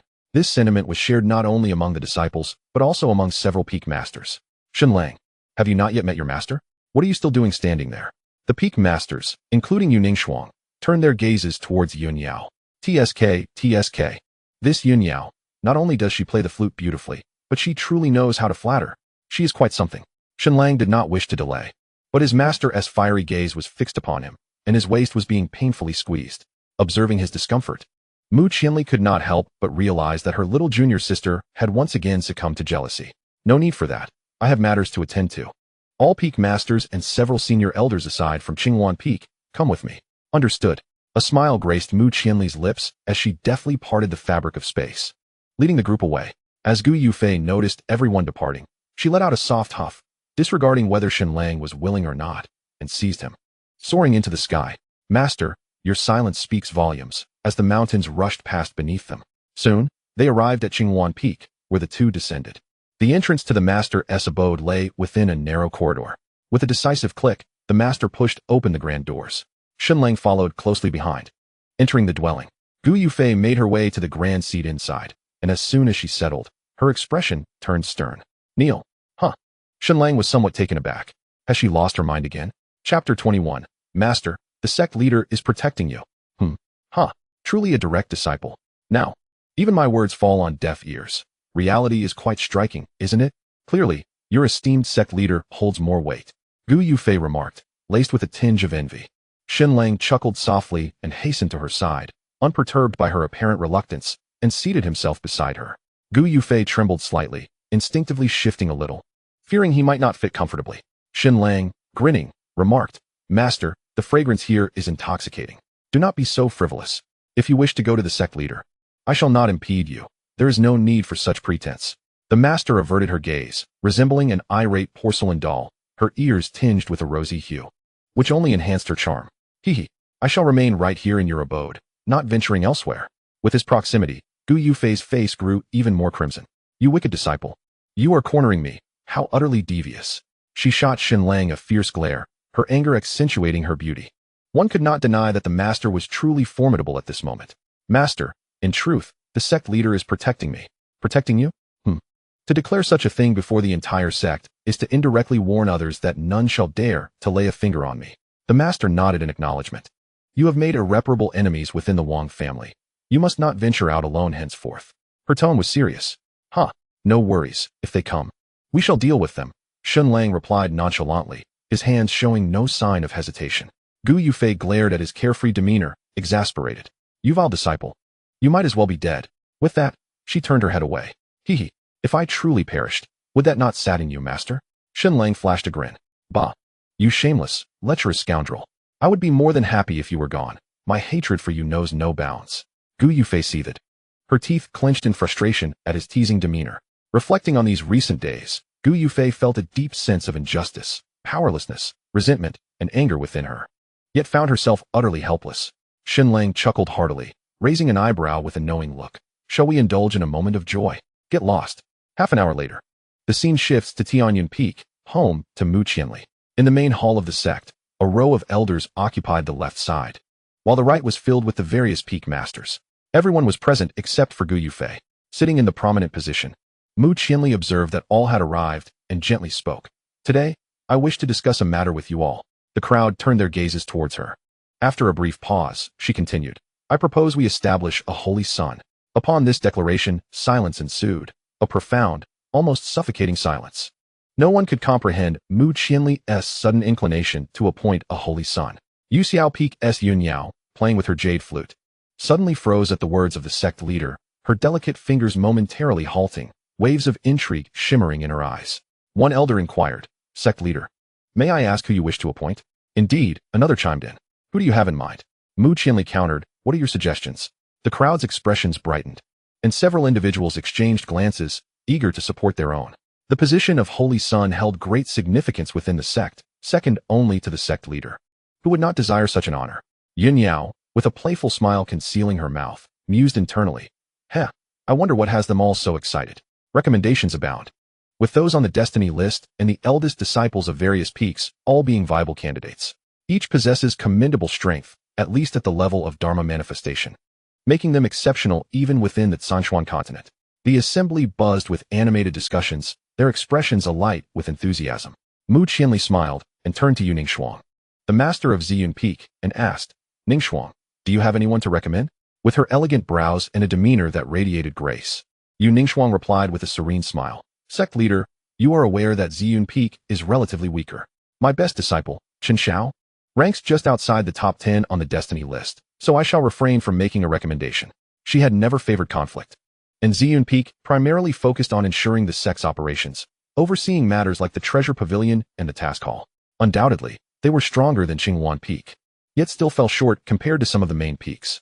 "You are too modest, Master Ningxuang. The orderly functioning of the Hahuan sect owes much to your efforts." The crowd nodded in agreement. Ningxuang's aversion to strife had garnered her a good reputation. Meanwhile, Lu Shui, standing nearby, appeared despondent, akin to a hen that had been stripped of its eggs, lacking vitality. Observing Lu Shui's forlorn demeanor, Mu Qianli opened her mouth, but swallowed her reproachful words. At that moment, a voice cut through. "Sect leader, I recommend Kai Yan from Kangmang Peak." Qin Song, the master of Kangmang Peak, declared in a deep, resonant tone. Kai Yan is indeed a worthy candidate," Mu Qianli replied with a gentle, refined smile, nodding in approval. With the recognition from the sect leader, Qin Song's expression brightened, and he unconsciously clenched his fist. Yin Yao cast him a smile, pondering in her heart.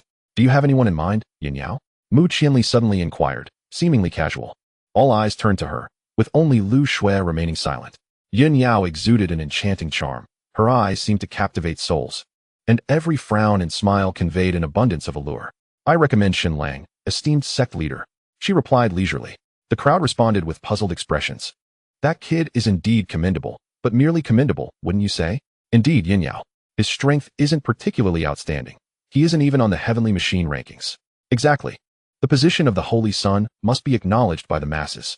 Even if he were to be elevated, he wouldn't be able to maintain his position. I think the young man is quite remarkable, fierce and vigorous, showing great filial piety towards the master." Elder Qi, Wen Tai, squinted his eyes as if reminiscing about his past with the master. "Oh, Elder Qi, please stop," someone exclaimed. "This isn't merely a matter of filial piety." "What did you say?" Elder Qi, Wen Tai, slammed his hand on the table, rising in anger. "Do you not regard me with any respect?" He hunched over, angrily pointing at the speaker, his murky eyes flashing with fury, and the wrinkles on his face tightened further. "Oh dear, it seems a fight is about to break out," giggled Yin Yao, playfully covering her face with her fan, relishing the drama. "All right, Elder Qi, let's all calm down." Mu Qianli shook her head helplessly, noting Elder Qi's fiery temper remained unchanged. With a huff, Elder Qi sat back down. "Sect leader, who do you prefer?" One Peak Master ventured, sensing that continuing the bickering was futile. "Yes, you haven't spoken yet." "I concur with Yun Yao's recommendation," Mu Qianli remarked, a subtle smile gracing her lips as she sipped her tea strategically. Yin Yao was taken aback. "What the heck? Why is everyone looking at me? This isn't my intention." "Sister, you are the one who chose him, after all. I'm merely voicing your thoughts. Why does it feel like I'm being coerced?" Chapter 22 Pa. You ungrateful disciple. Xin Lang. The assembly found it hard to comprehend. The young man was indeed impressive, yet it did not warrant him being named the Holy Son just yet. Mu Qianli stood up, her delicate fingers resting on the table, her expression serious. "Everyone understands our current situation in the Huanhua sect. It has become evident that we no longer hold dominion in the northern region. Centuries ago, we were the undisputed leaders." The crowd exchanged glances, recognizing the truth in her words. In the past, the Huanhua sect wielded a nefarious technique, gaining strength by siphoning the cultivation of partners, resulting in a period of unparalleled power. During its zenith, there were countless Emperor Realm experts, and even peak masters had reached the Saint Realm. Ultimately, they became targets for other sects, leading to a steep decline and near annihilation. It was only after abandoning that cultivation method that the sect managed to survive. Since then, the Huanhua sect has only practiced ordinary dual cultivation techniques. Waves of longing flickered in the eyes of the crowd. Although the Huanhua sect is not lacking in strength now, it pales in comparison to its former glory. Back then, prominent families would flock to curry favor, unlike today when even a minor Wang family dares to act with impunity. But what does that really matter? The crowd turned their attention to her. Mu Qianli continued, I aspire to restore the Huanhua sect to its zenith. Cough, cough. We have been striving for this as well, Sect Master. Indeed, Sect Master, there is no need for haste. In my humble opinion, if it comes to it, we should simply eradicate the Wang family and those buffoons, one and all. Elder Wentai tugged at his beard, his eyes glinting with ferocity. Seventh Elder, your prowess is at the supreme realm, yet the Wang family has already reached the saint realm. What is there to fear? If necessary, we can summon the ancestor. A valid point. Let us proceed.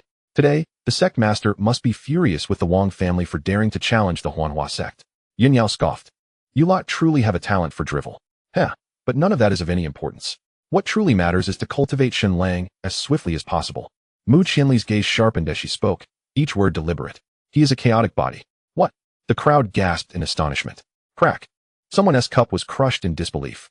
A chaotic body. A physique destined to become an emperor. Yin Yao's mouth hung agape. Her eyes wide in incredulity as she regarded Mu Qianli. Lu Shui. Elder Wentai was taken aback, and Yu Ning and others displayed expressions of excitement. No wonder Mu Qianli was so insistent on promoting Shen Lang. In a world devoid of emperors, a chaotic body that defies the laws of the universe means an emperor resides within the Huanhua sect. As long as Shen Lang matures, he will become an invincible force, elevating the Huanhua sect to unparalleled heights. Is what you say truly accurate, Sect Master? Qin Song of Kangmang Peak clenched his fists and inquired. Mu Qianli gazed at him and the others, her voice brimming with fervor. Absolutely true. This is why, during Shen Lang's battle with Wang Tan, I commanded you to ensure his safety. After speaking, she cast a meaningful glance at Lu Shui. Lu Shui's expression became complex, her throat swallowing hard. Sect Master, Mu Qianli waved her hand, choosing not to linger on the matter, and turned her attention to the assembly, her tone grave. Next month, we shall declare the Holy Sun during the sect competition. What are your thoughts on this, esteemed members? Swish. Everyone rose in unison. We shall obey the sect master's command. Half a day later, call for me, good brother. Uft. You ungrateful wretch. Why don't you just perish? Gu Yufei was seething with anger, but found herself powerless against him. Should I take an alternative approach? You shameless scoundrel. Gu Yufei resembled a ruffled hen, her indignation intensifying. Just teasing you to frighten you. Seeing him sporting a cheerful grin, Gu Yufei felt both embarrassed and annoyed. You unfilial wretch. Shen Lang remained silent, slowly approaching her and settling down beside her. Master, it seems you have gained a bit of weight. A smile danced on Shen Lang's lips as he fixated his gaze upon her. Get lost. I have not gained weight. Gu Yufei exclaimed, extending her hands in protest. Shen Lang mused inwardly. A girl over 3,000 years old. It's simply hard to fathom. Master, I have a gift for you. Go away, I don't want it. Gu Yufei turned her head away in anger. Shen Lang produced a pill, and the moment it was revealed, a fragrant aroma wafted through the air, unmistakably indicating its extraordinary quality. Instantly, the dim cavern was illuminated. Oh, what is this? She inquired with curiosity. Did you not say you didn't want it? Shen Lang teased with a sly grin. You little rascal. This is infuriating. The pill was evidently a remarkable treasure, and she felt the irritation at being toyed with. This is a breaking sect pill, and it's a flawless 9th grade pill. His voice was irresistibly enticing. A breaking sect pill. Goodness. And it's flawless, with a 100% success rate for promotion. If this were auctioned, it would fetch an astronomical price. It might even be priceless. Gu Yufei swallowed hard. I want it. Of course I want it.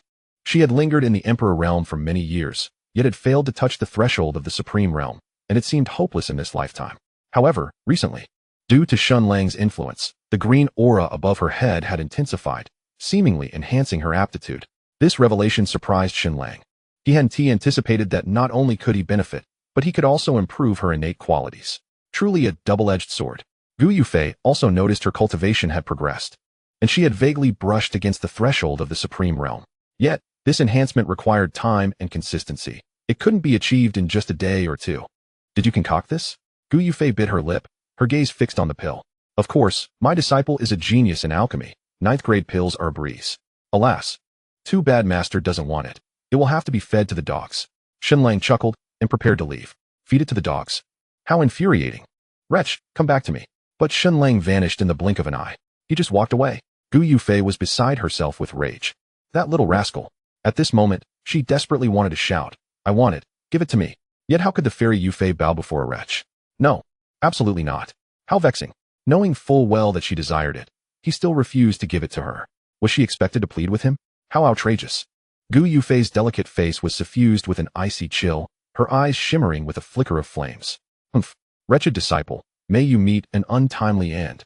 Like a piqued spirit, she propped herself up, only to suddenly encounter a solid object. Gu Yufei? Upon lowering her gaze, she discovered a pill bottle. Instinctively opening it to inhale its contents. What is this? A breakthrough pill. Her master's countenance brightened, and she exclaimed in delight. Hee. With the breakthrough pill in hand, I can transcend my limits and perhaps live for another millennium. Such a precious item is truly a priceless treasure. In the Cangxuan Continent, these are exceedingly rare.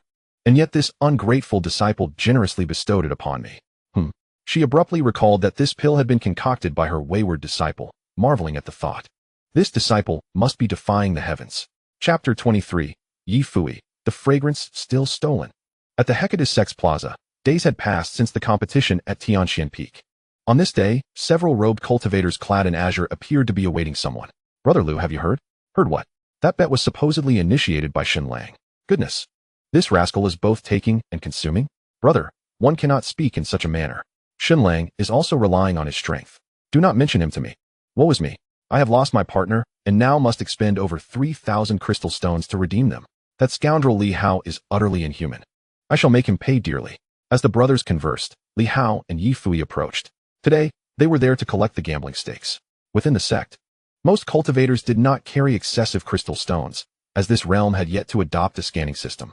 Thus, if one lacked sufficient stakes, they would draft a promissory note for later settlement. Such occurrences were commonplace. Of course, one could also pledge items, such as spirit artifacts, treasures, heavenly materials, or even partners. However, these two required a written agreement, stipulating the pledged amount for future redemption. Should you dare to default, that is out of the question. All promissory notes bear a sole imprint. If one were to renege, the matter would be referred to Elder Wen Tai. The punishment hall is under Elder Wen Tai's dominion. Once handed over, one would not merely escape unscathed. There was once a cultivator who defaulted and was bound by iron chains to the mountain peak. Stripped of his garments and drenched in the blood of demonic beasts, the stench attracted soaring spiritual vultures, which pecked him to death. In the end, all that remained were a pile of stark white bones. So, I ask you, are you afraid?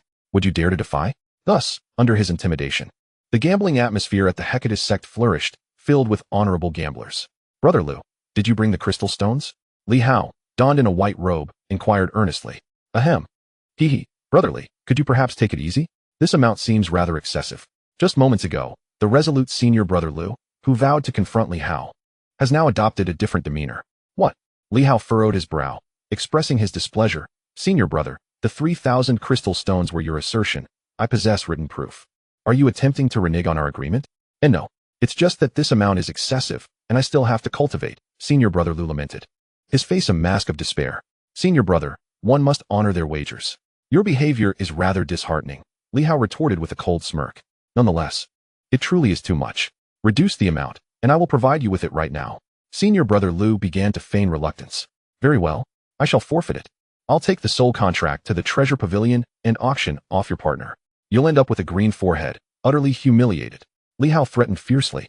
Senior Brother Lu broke into a cold sweat. Should the soul contract be auctioned off and the facts come to light, not only would his reputation be tarnished, but he would also face punishment from the Hall of Justice. The gravest concern was that the soul contract might fall into the hands of other senior brothers, leading to his own disgrace. Damn it, Li Hao, you are truly ruthless. Senior brother, hurry up. We're pressed for time, urged Yi Fui, as they still had to visit Shen Lang. With gritted teeth, Senior Brother Lu relented and handed over the contract. Here, take it. Li Hao inspected the document, confirming its authenticity, and mused inwardly, how pitifully desperate. This is the nature of a gambler. One should never appeal to their sense of integrity, for it is non-existent. It seems that fear of disgrace is a powerful motivator. The two then handed the soul contract to Senior Brother Lu and took to the skies. Once they departed, Senior Brother Lu muttered, one day, I will ensure Shen Lang and Li Hao meet their demise. Keep your voice down. What? I'm merely expressing my disdain. Are you seeking death? Haven't you heard? Shen Lang is about to become the Holy Sun. What? Senior brother Lu hastily covered his mouth. In the skies, Li Hao and Yi Fui soared on their swords, heading towards Shunlang's humble abode. Below, the peaks of the White Cloud Mountains whizzed past them. Junior sister. It is only through Shunlang that you can establish your foundation. We must express our gratitude to him. Indeed, without the pills provided by senior brother Shun, I would not have achieved this breakthrough. He is truly a wonderful person. Li Hao reflected. Who could argue with that? Yi Fui replied, a playful smile gracing her lips. Junior sister, you should follow senior brother Shin closely. The bond you share is profound. Once he becomes the Holy Son, no one in the Cangxuan sect will dare to bully us. Li Hao, hands clasped behind his back, gazed into the distance with a sense of infinite melancholy. Oblivious to Yi Fui's enthusiasm. Before long, they arrived at Shunlang's thatched cottage. With a creak, the door swung open, revealing Shunlang, who promptly settled into a reclining chair. Li Hao, Fui, make yourselves comfortable. He gestured towards the adjacent chairs and waved his hand, conjuring several cups of spiritual tea. Senior brother, we have come to deliver the wager funds, Yi Fui said with a sweet smile. With a smile, Shunlang nodded. Indeed, you have worked hard. Just then, Li Hao exclaimed in surprise, drawing the attention of both. What happened? Yi Fui inquired. Li Hao awkwardly covered his waist and said, I forgot to take my storage bag. Yi Fui, exasperated, smacked her forehead. Heavens! Do you have a pig's brain? Hurry back and get it. Shunlang attempted to dissuade him from running back and forth, suggesting they could do it another time. Yi Fui winked at him. Shunlang responded, what on earth are you plotting? Is this your doing, little sister? You only seek out the easy challenges, don't you? His heart raced. You should hurry, Yi Fui urged, feigning anger as she stamped her foot. All right. But I distinctly remember taking it. How could it be gone? Li Hao murmured to himself before summoning his flying sword, slicing through the air like a shooting star. After he departed, Yi Fui tugged at Shunlang's sleeve, reproaching him. I knew it was you. Shunlang chuckled, pulling her close.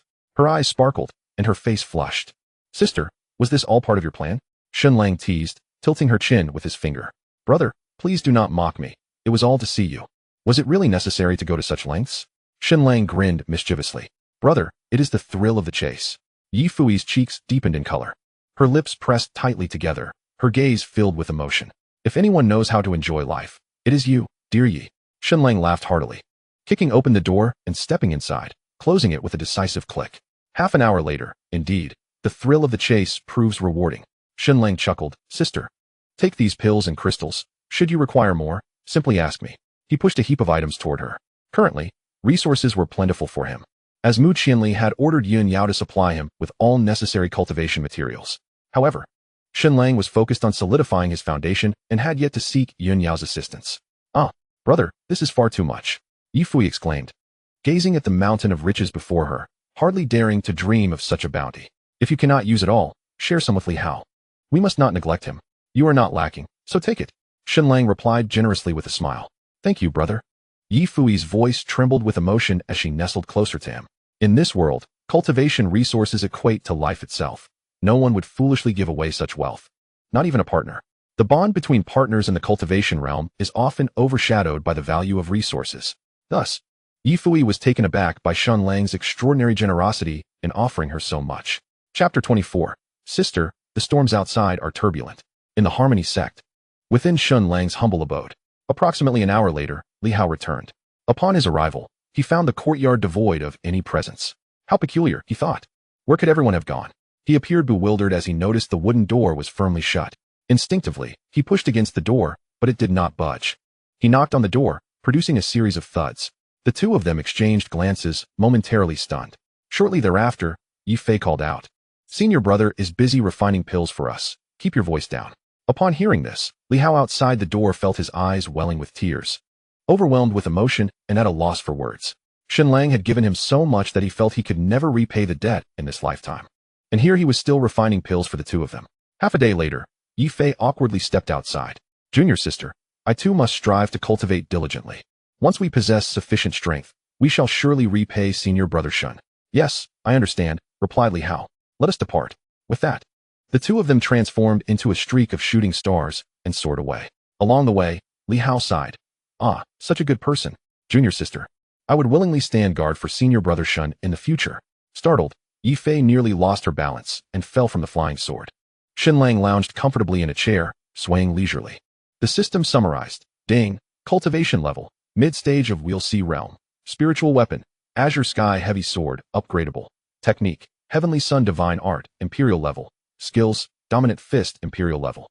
9 Swords of Flame Heaven, King level. Sword Intent, Bloodslaughter Sword Intent, Songming Sword Intent. Special skill, World Annihilation Divine Eye. Supreme Secret Art, possessing the ability to pierce illusions, uncover flaws, and see through disguises. Divided into 4 realms, comprehensive, detailed, seed, and vast. Auxiliary skill, all experience of 100,000 years, Xinlang mused to himself, feeling somewhat fearsome in his current strength. Although he had yet to ascend the heavenly mechanism rankings, it was merely a matter of time. One must remember that when Xinlang initially traversed into this body, it was nothing more than a waste with a mere 4th layer of qi refinement.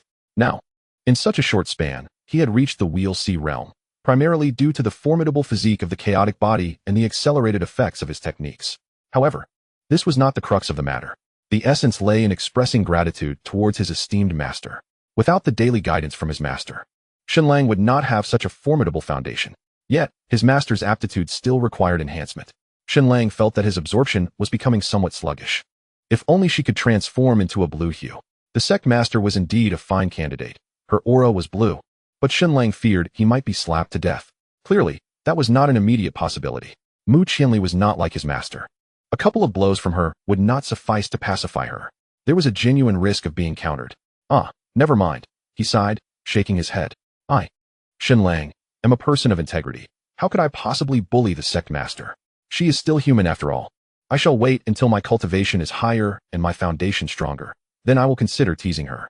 How can one upgrade the Celestial Heavy Sword? What does this upgrade entail? By utilizing Celestial Fate points, one can elevate the Celestial Heavy Sword to the Imperial level, at which point the spiritual weapon may expand or contract. Remarkable. To what extent can it grow? I am uncertain. However, it is assuredly substantial, and the scale will surely satisfy you. Generally speaking, it is also related to your cultivation level. If my cultivation were to increase, who could withstand a single strike from this sword? In theory, that is indeed the case. However, the current Celestial Fate points are insufficient. Dear host, you must strive harder. Indeed, it all hinges on Celestial Fate points. My proud master seems to be feeling the pressure. Sigh. Xinlang exhaled a deep breath, choosing to redirect his thoughts as he opened the glyph sealing secret. Previously, he had merely skimmed its introductory aspects. Time passes swiftly. Half a day later, Xinlang expelled a cloud of murky energy, his eyes now gleaming. The glyph sealing secret is truly formidable. Xinlang already possessed supplementary skills, with array formations honed over 100,000 years of experience, and now he has acquired an additional layer of secret techniques. Should he successfully cultivate them, he will not only arrange formations with remarkable speed, but also dismantle the formations of his adversaries. Simple, practical, and immensely powerful, yet exceedingly challenging to master. Xinlang pondered, stroking his chin. Having just arrived in the Cangxuan Continent, he was not yet well acquainted with the laws of this realm. Given his array of auxiliary skills, it was inevitable that others would harbor envy. Should his strength fail to match, he could only resort to formations. These techniques strike unseen, proving to be quite effective. Xinlang resolved to cultivate this secret technique, as reaching a certain realm would yield significant benefits. As for the final stage, he had yet to contemplate it. Mastering the preceding stages would suffice for addressing numerous challenges. For the time being, he would allow his master to protect him. Their bond was inseparable, and he was certain she would be more than willing. He chuckled. Their friendship ran deep. They knew each other well and could not be parted. As long as he assisted her in detoxification once a month, all would be well. One must recognize that his master possessed even greater strength. Being a top-tier powerhouse in this realm, many sought an audience with her, yet Xinlang was always prepared. Just thinking of her cool and somewhat reluctant demeanor filled him with a sense of guilt. Her constitution was commendable, albeit a tad frigid. In this world, aside from those with innate sacred body constitutions, few could rival the chaos body. It is virtually invincible. Even when encountering the ancient sacred body, she could easily overpower it. There are tales of a person named Yi possessing such a constitution, a veritable gold-devouring beast. He would seek an opportunity to meet him. The glyph sealing secret records a total of 9 techniques, of which this is but one. Indeed, he must find a way to obtain these 9 techniques. A glimmer of desire sparkled in Xinlang's eyes. At that moment, a sweet voice called out, "Shen Xixiao, are you home?" It was the voice of Yuli. Xinlang was momentarily taken aback as he glanced towards the door. What brought her here? It seemed he did not owe her any spirit stones. After suffering a significant loss yesterday, she still dared to come asking for something? With a crisp sound, Xinlang opened the door. "Is there something you need, Yuli?" he inquired, a hint of confusion in his voice. Senior brother Shun, the master of Yun Yao Peak requests your presence, Yuli replied. Her eyes sparkling with a hint of spring, her demeanor somewhat bashful. The master of Yun Yao Peak? Oh, understood. Shenlang pondered. Unable to grasp the reason for her visit, they had little interaction, one being a peak master and the other a disciple. Nonetheless, he decided to comply. Having heard that the master was an aficionado of the flute, a true connoisseur of music. Coincidentally, Shenlang also had a fondness for the jade flute, which could provide a delightful topic of conversation. Is there something else you wish to discuss, junior sister? Shenlang asked again, noticing that she lingered at the threshold. Her gaze fell, fingers nervously fidgeting with the hem of her garment. Senior brother, how many pills should be taken at once? I am somewhat unclear and would like to seek your guidance. Yuli finally conjured up a reason after much contemplation, with a smile gracing his lips. Shenlang gently took her hand. Ah, junior sister, the winds outside are rather turbulent. Let us converse inside. Yuli, her eyes shimmering with allure and her cheeks aflame, hesitated briefly before allowing him to guide her indoors. Chapter 25. The musical virtuoso of Yun Yao as the sun climbed high in the sky. Shenlang opened the door with a soft click. The two stepped outside together. Junior sister, this is the bone-cleansing pill, a 6th-grade elixir. Upon consumption, it will improve your constitution to a significant extent. Shenlang cheerfully presented her with a vial of pills. 6th grade? The bone-cleansing pill. Yuli nearly lost her composure. How extraordinarily precious. If auctioned, the aristocratic families would surely go mad over it. This was far more valuable than a qi-nourishing pill. Oh my. How generous of senior brother Shun. This was an exceptional deal, far superior to being with that scoundrel Ma Chuan. Senior brother. Yuli's throat tightened as she struggled to find her voice, managing only to utter those 2 words. Shenlang, with a warm smile, playfully patted her on the back. Come now, junior sister, we have important matters to attend to. Oh, by the way, could you help me wash the bed sheets? With that, Shenlang summoned his celestial heavy sword and soared into the sky. Let us meet this master who adores the flute. Yao Flute Peak, where the gentle breeze whispered. Spirit beasts roamed, and the scenery was breathtaking. The path leading up the mountain was narrow and secluded, with lush grass flourishing on either side. Yao Flute Peak stood as one of the main peaks of the Cangxuan Sect, predominantly inhabited by female cultivators, with many talented individuals under the tutelage of Yun Yao. It was said that Yun Yao encouraged her disciples to cultivate enchanting techniques. While such methods were generally supplementary, they could indeed provide a formidable advantage when the levels of the practitioners were closely matched. This could disorient the mind and destabilize one's resolve. Life and death hinged upon a fleeting moment. Particularly, Yun Yao's unique sound assassination technique left adversaries utterly defenseless. In the course of numerous sect missions, a pivotal role has emerged. Arriving at the square of Jade Flute Peak, Shenlang could not help but marvel at the scene. A disciple of Jade Flute Peak, brimming with vitality and dedicated to their cultivation. Yet, this is not the crux of the matter. The focal point lies in the enchanting beauties, dazzling and exquisitely delicate. In such a comparison, one cannot help but lament. Competition breeds despair, and one must discard what is inferior. The esteemed master seems akin to a cherished spirit pet nurtured by the sect. Ah, is that you, Brother Shin? Inquired a graceful female disciple. Oh, junior sister. I am Shenlang from Cangxuan Peak, he replied. Brother Shun, please follow me. Master has asked me to await your arrival here, she said with a gentle smile. Then I am most grateful. Shenlang clasped his hands in acknowledgement and followed her down a narrow path to the entrance of the main hall. Master, Brother Shin has arrived, the female disciple announced. Oh, coming quickly. The tone was laced with a hint of eager anticipation, as if she had been waiting for quite some time. The disciple smiled and nodded at Shenlang before departing. Shenlang pushed open the hall door and entered. The cave dwelling was vast and lavishly adorned, housing numerous spirit trees. Several hot springs bubbled, releasing wisps of steam. Yun Yao held a jade fan in one hand and a pair of golden scissors in the other, meticulously pruning the shrubs. Upon noticing Shenlang's approach, she handed the scissors to a nearby maid and gestured for her to leave. Her black, gauzy dress clung closely to her slender legs, her figure so delicate that any cultivator would find it difficult to avert their gaze. Ah, our holy son has arrived. Come, come. I've prepared tea and have been waiting for you.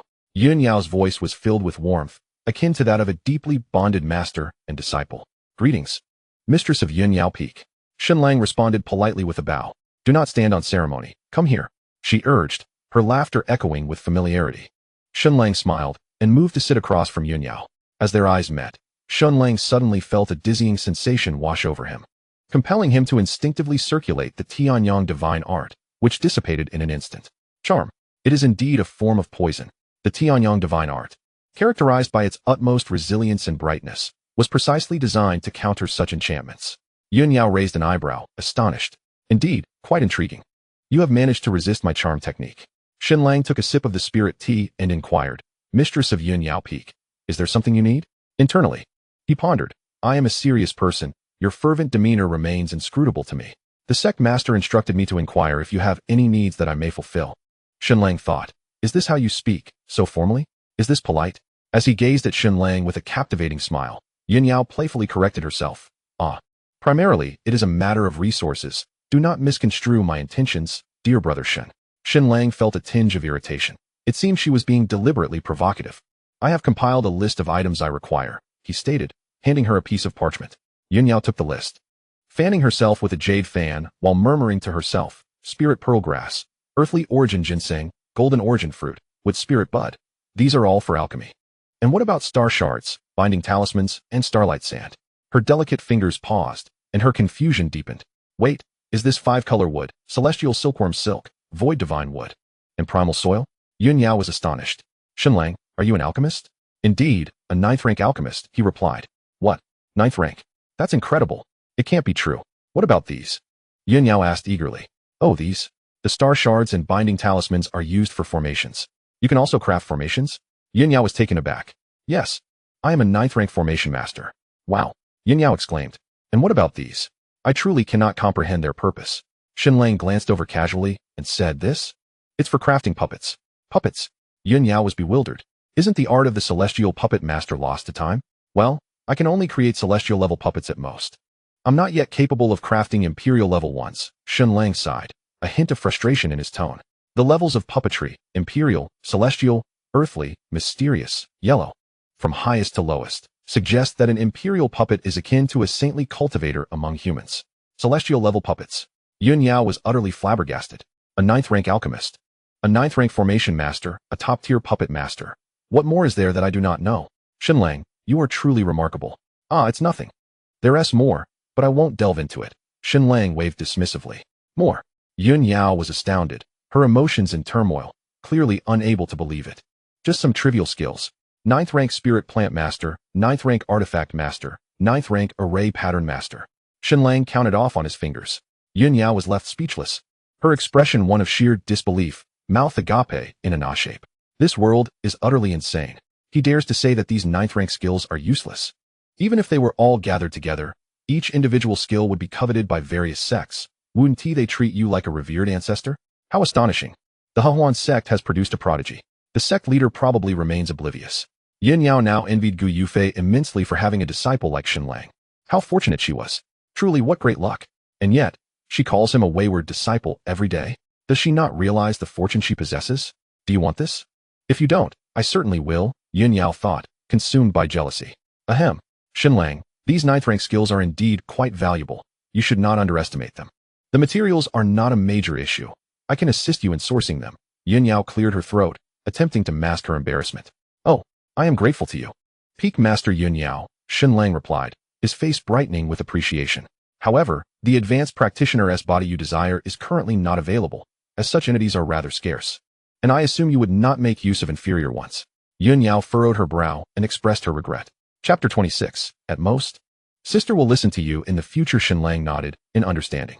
The primary aspect of puppet crafting is indeed the body.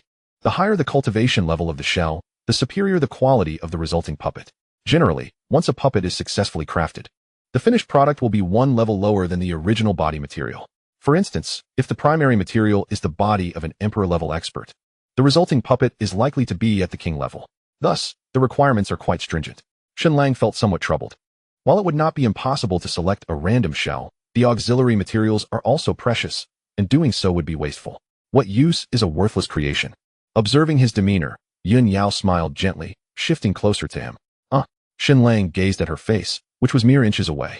Her brows resembled distant mountains shrouded in mist, her eyes akin to autumn waters, her delicate nose elegantly upturned, and her lips petite and alluring. She was beautiful, beautiful to the very core. Gulp. Xinlang swallowed hard. Witnessing his reaction, the smile on Yun Yao's lips grew even more pronounced. TSK. Indeed, he is still a young lad. With her enchanting nature, how can this future saint not be utterly captivated? She had no ulterior motives, merely wishing for this future saint to take a liking to her. She was not a wanton woman. She simply yearned to showcase her charm and captivate him, ensuring that Xinlang would look after her. As for sacrificing herself, she was not ready for that. It appeared that this esteemed saint was indeed quite infatuated with her. After all, she and Gu Yufei possessed entirely different personalities. Quite refreshing, isn't it? Little one. I happen to know of a place that might assist you in locating an advanced body. Yun Yao's stunning eyes sparkled with a hint of excitement, her lips parting slightly. Oh, is that so? Where? Xinlang inquired with an innocent expression, a youthful smile gracing his features. Internally, he mused, system, initiate detection. Damn it. I've been looked down upon. Still a little one. Understood. In a moment, a beam of light appeared above Yun Yao's head, visible only to Xinlang, radiating a soft azure glow. TSK. Impressive.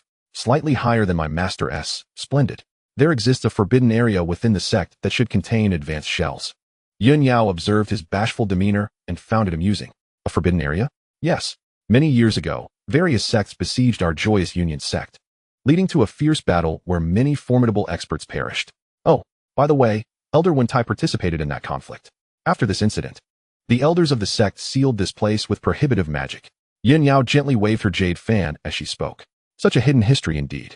Xinlang exclaimed in astonishment. I never imagined that the sect was once so powerful, taking on several opponents at once. What do you mean by taking on? Yun Yao furrowed her brows in inquiry. Oh, it's just a colloquial expression from my hometown, signifying great strength. Indeed. After all, it was the elder brother of the northern region. Yun Yao nodded in agreement. It's truly surprising that the Hehuan sect once enjoyed such glory. Back when I read those novels, the Hehuan sect didn't seem that impressive, always taking days off. So how can one gain entry? Xinlang posed the pivotal question. I will guide you in. I believe the sect master will approve, Yun Yao assured him with a reassuring glance. Oh, Xinlang squinted, intently scrutinizing her. Do you wish to enter as well? Yun Yao's eyes flickered, and after a moment of silence, she burst into laughter. Xinlang, don't be so cautious. To be honest, I do wish to take advantage of your situation to enter, for I seek my senior sister. Your senior sister? Xinlang queried, puzzled. Yes. Yun Yao rose slowly, her expression tinged with sadness as she spoke. My senior sister was the previous master of Yushao Peak. It turned out that during the great battle of Yun Yao's master had never returned. Subsequently, her senior sister inherited the mantle and became the peak master. However, many years later, Yun Yao and her sister discovered that the demon mark on their navels was glowing incessantly, as if calling for help or summoning them. This mark was a unique secret technique shared among the three of them, created by their master, one of its functions being mutual sensing and communication. The illumination of the demon mark indicated that their master was still alive, bringing immense joy to her senior sister. She entrusted Yun Yao with overseeing the affairs of Yushao Peak and promptly ventured into the forbidden area to search. Yet, days later, the demon mark dimmed. And since then, Yun Yao's senior sister had never returned. Afterward, I, along with the sect's powerful members, searched multiple times, but found nothing. Perhaps my senior sister and master are no longer with us. As she spoke of her profound emotions, tears cascaded down Yun Yao's cheeks, a stark contrast to her usual demeanor. Alas, women are inherently emotional beings.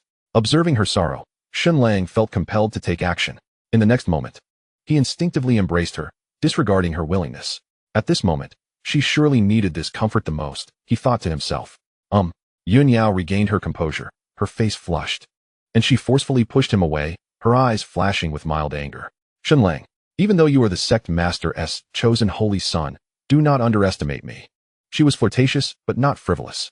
Unfazed by the rejection, Xinlang remained composed, his heart steady as he spoke earnestly. Ahem, I could not help myself. What the peak master said was profoundly moving. However, I fail to comprehend why you would seek to venture forth when those you search for are already deceased. Yun Yao shot him a fierce glare, clearly still miffed by his previous actions. It is said so. Yet I have recently noticed that the charm of the succubus has begun to glow anew. I suspect that the two of them are not dead, but perhaps trapped by some force, Yun Yao remarked earnestly. Xinlang, with a hint of skepticism, stroked his chin, intrigued by the notion. Thus, I wish to seize this opportunity to investigate once more. Should I fail to find them again, I shall relinquish the pursuit. Perhaps deeming it fate, he mused. Why not approach the sect leader directly? Yun Yao inquired, her heart heavy with the memory of her senior sister's mysterious disappearance, which had caused her profound sorrow.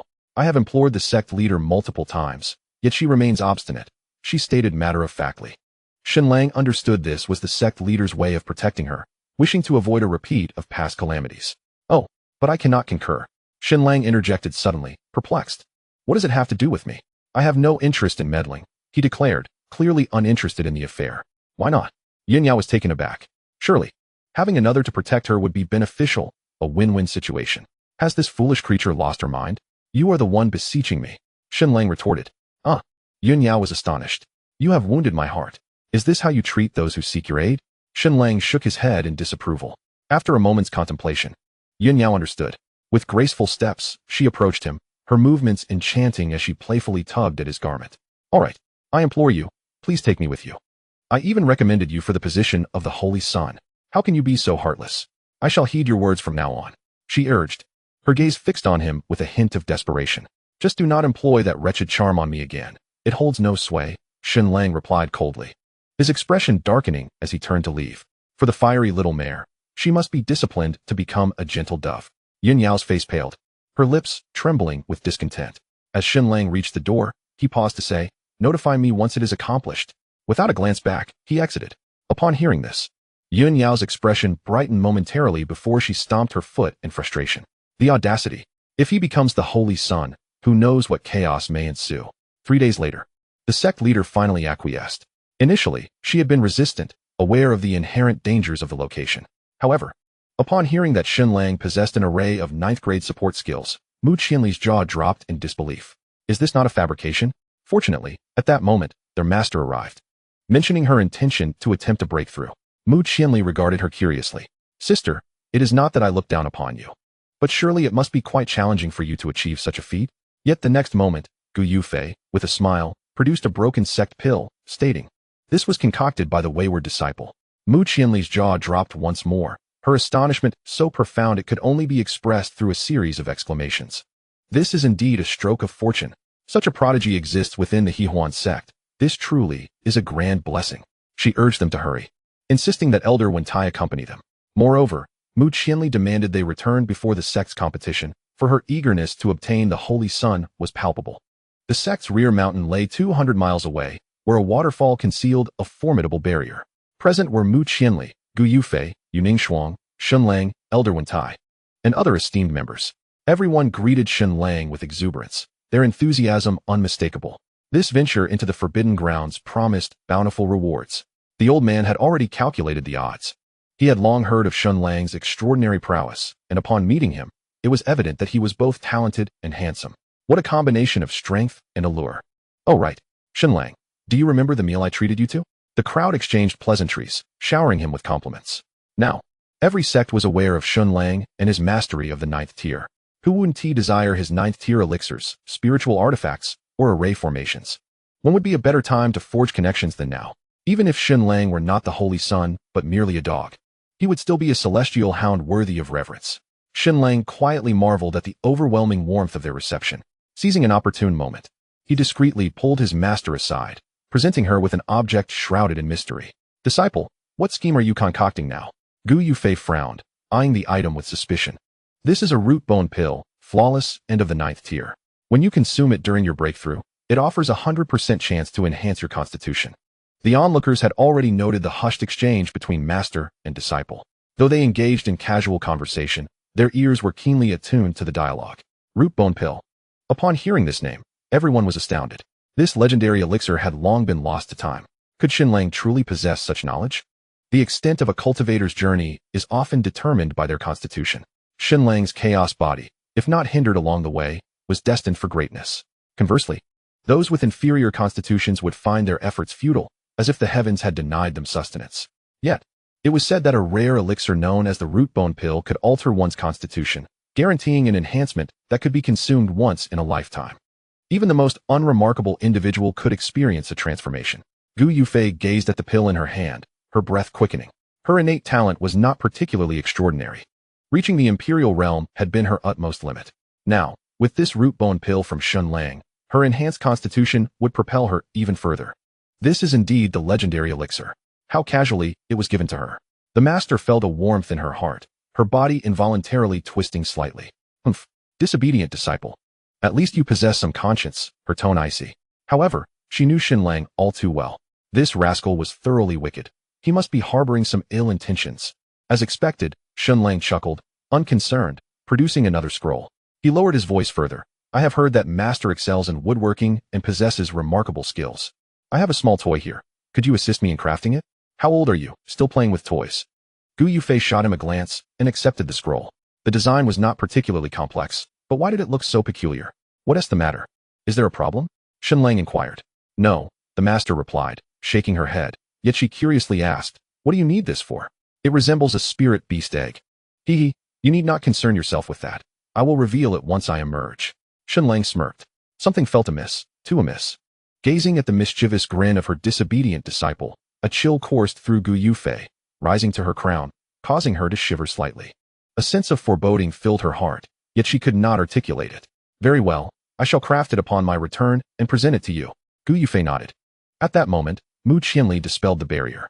Shenlang, you three may enter. The barrier permits only 3 individuals within a month.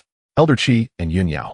You must ensure Shenlang's safety, Mu Qianli said, her expression filled with concern. Yes, rest assured, Sect Master, Elder Qi replied, stooping slightly. Shenlang bowed to everyone, gesturing, and led the two in. Once inside, they landed on a small peak. Shenlang opened his eyes and surveyed the surroundings. The forbidden area was eerily silent, shrouded in mist, reminiscent of the haze from his past life. Visibility was low, yet even after so many years, traces of battle remained, shattered peaks and torn earth. Perhaps due to the lack of inhabitants, the area was rich in spiritual plants of excellent quality. Yin Yao, how shall we proceed? Shenlang inquired. Upon hearing this, Yin Yao sensed the demonic charm and replied, it should be to the southeast. There are some fluctuations. Very well, we shall head southeast. We will stop for any valuable spiritual plants we encounter along the way. Elder Wentai, please deal with any high-level magical beasts directly. Agreed, Shenlang. Elder Qi stroked his beard. If we become separated, we shall wait here, Shenlang declared, his gaze intense, pointing at the ground beneath them. The two nodded in agreement. 3 days later, within the sect's forbidden area, a tremendous roar echoed. Haha, Shenlang, you were right. This 7th-tier serpent's territory indeed holds treasures, Elder Qi exclaimed, excitedly observing the phoenix nirvana flower nestled in the water pool. This flower was an excellent material for refining root bone pills, rare and invaluable. Unexpectedly, I encountered you here. Had it not been for the assistance of the esteemed Elder Seven, Shenlang would have been left merely gazing helplessly. With a crisp sound, Shenlang unsheathed the sky sword, shattering the skull of the beast to extract the blood-soaked demon core, a valuable material for crafting. Yet, this was not the end. He then produced a dagger and meticulously stripped the eyes and tendons from the serpent, sparing nothing from waste. Elder Seven, with a subtle smirk, remarked, young man. Here is the Phoenix Nirvana flower, all prepared. He handed Shenlang a jade box of chilling hue. Upon receiving it, Shenlang placed it into his storage ring, wiped his face, and inquired, Elder Seven, has the master of Yin Yao Peak not returned? I heard she went to investigate over there, Elder Seven replied, stroking his beard with a glint of mischief in his eyes. Could she be seeking a secluded spot for a bath? Good heavens, Shenlang instinctively cursed. This old man is so irreverent. After spending a few days with him, Shenlang found that despite his explosive temper and a hint of lechery, Elder Seven was, in fact, quite amiable. The two tidied up and prepared to seek out Yin Yao. They had gathered a bountiful harvest of spiritual plants during these days. The prolonged seclusion had fostered the growth of these plants remarkably well. Lotus dragon whiskers, phoenix blood vines, qilin fruits, and xuanwu turtle shell grass. All were spiritual plants aged from hundreds of thousands to millions of years. Haha, they're all mine now. I'll begin concocting 9th-grade elixirs upon my return. With the ancient formulas provided by the system, I can craft them all. I wonder if the sect master will bestow some unexpected rewards upon discovering this, Shenlang mused. Hey look, Yin Yao is back. Yun Yao descended gracefully, her long azure hair cascading over her shoulders, clad in a form-fitting black training outfit that accentuated her perfection. Hiss, Shenlang thought. This attire resembles a yoga outfit from my previous life, albeit adorned with the logo of the Chaos Sect. He was momentarily mesmerized. She alighted on her flying sword, appearing quite urgent. Elder Seven, I discovered a cave over there with some fluctuations in spiritual energy, but I dared not enter, Yun Yao exclaimed, her face alight with excitement. Shenlang and Elder Seven exchanged glances. Let us go take a look, they decided, following Yun Yao as she soared through the air. Upon reaching a mountainside, indeed, there was a cave, cleverly concealed by the surrounding bushes. It was quite remarkable that Yun Yao had spotted it. Typically, in novels, such discoveries happen during mundane moments. Shenlang dared not ponder further. As they landed, Yin Yao turned with a smirk and asked, "Do you find my rear appealing?" Shenlang was taken aback. "What have I done now? Why the questioning look?" He exclaimed, "Sister, I haven't looked at anything. Please do not wrongfully accuse me. I am a respectable person. I swear, I was merely looking at the cave." Shenlang pointed towards the cave, utterly aggrieved. Had he known he would be wronged, he would have acted bolder moments ago. "I did not speak of you," Yun Yao retorted, her cheeks flushed with anger as she waved her hand dismissively. "Oh, not me?" Shenlang replied, bemused, "But there are only the three of us. That old lecher has been caught." A smirk of schadenfreude adorned his lips. Elder Chi's face flushed crimson, and he cleared his throat in an attempt to mask the awkwardness. He struggled for words, unable to utter a single syllable, his face turning beet red. Yun Yao narrowed her eyes, unceremoniously declaring, "Elder Wentai, if your gaze wanders further, I shall inform the sect leader of your impropriety." Her threat was laden with menace. "Ah, esteemed Peak Master Yun, you exaggerate. I shall certainly be more cautious." Elder Wentai chuckled awkwardly, wiping the beads of sweat from his brow. Previously, he had been discreetly observing, but now that he had been caught, he pondered the disgrace that would befall him should the sect learn of this incident. Caution would be paramount in the future, he mused. Yun Yao glared at him, letting out a huff. "Let us enter the cave. Elder Chi, can you dispel the restrictions at the entrance?" Shenlang inquired. "It should be possible," Elder Wentai replied, forming a hand seal. In an instant, the spiritual energy of heaven and earth surged through the air, coalescing into a vortex around him. Elder Chi's gnarled hands crackled with electric energy, resonating with a thunderous sound. "Impressive," Shenlang marveled inwardly. At that moment, Elder Chi's eyes shimmered with lightning, his body enveloped in a dense aura of electricity, resembling a deity of thunder. Suddenly, he focused his gaze and exclaimed, "Thunderstrike!" A white sphere of energy surged forth, colliding with the barrier. The earth trembled violently, accompanied by a deafening explosion. Beasts and spirits fled in terror, and the barrier shattered with a resounding crash. Shenlang gave him a thumbs up, and Elder Chi smiled with pride. However, the next moment, his expression turned to shock. "Curse it, there is another barrier within." Shenlang and the others exchanged glances, bewildered. What kind of treasure requires 2 layers of restrictions? Elder Chi began to dismantle the second barrier, with a series of thunderous impacts echoing through the air. After dozens of attempts, he still could not break through. "Phew. This is futile," Elder Chi gasped, shaking his head. "Young Shun, this barrier cannot be breached. The good news is, it does not restrict those below the Supreme Realm. You and Yun Yao may enter," Elder Wentai said, stooping slightly. But I fear for Shenlang's safety if I do not accompany him." Yun Yao's expression was filled with concern. After all, one cannot ascertain what lies within this cavern. Should she falter, how would she explain herself to the sect leader? Shenlang, stroking his chin, pondered aloud. "Do not fret. This place has remained undisturbed for many years, with no external intrusions. With you by my side, we should be safe. I shall await your return," exclaimed Yun Yao. "You must protect him." The seventh elder, momentarily shedding his nonchalance, wore a solemn expression. At his words, Yun Yao nodded in agreement. Without further hesitation, the two ventured inside.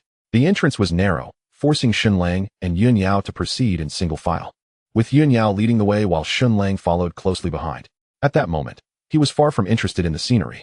His sole purpose for entering was to uncover what the 2 protective barriers were safeguarding.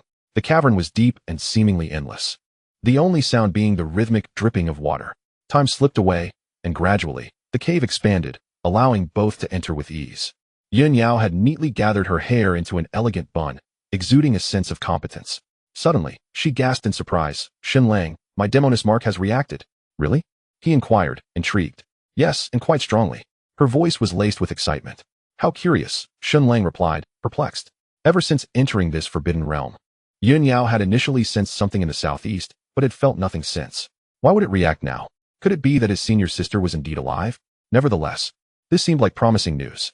"Let us proceed. There appears to be a large door ahead. Let's push it open and take a look." "Be cautious." "Understood," she replied. As they approached, they found a grand door made of jade, slightly ajar.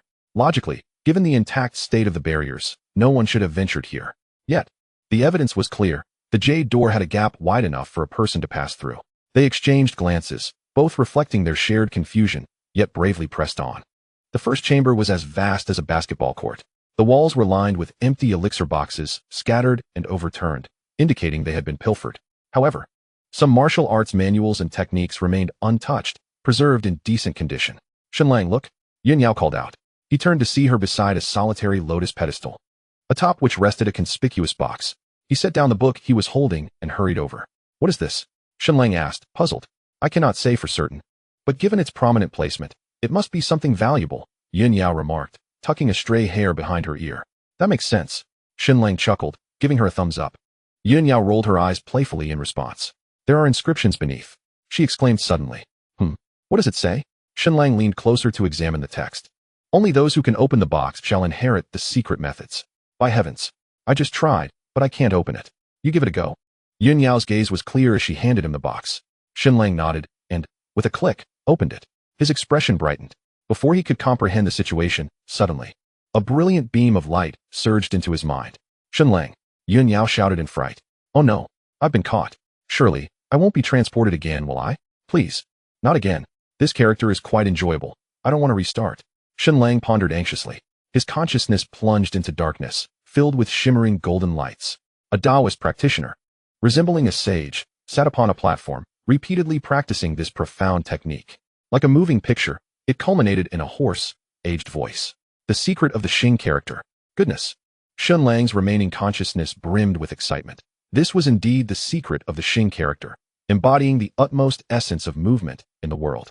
Not only does it possess the fastest speed known to mankind, but if mastered to its pinnacle, it could soar to the heavens and delve into the depths of the underworld, reaching any place imaginable.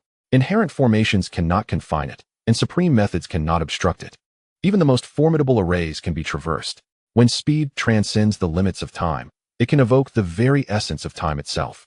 The secret of the Xing character represents the pinnacle of speed in this world. Chapter 29.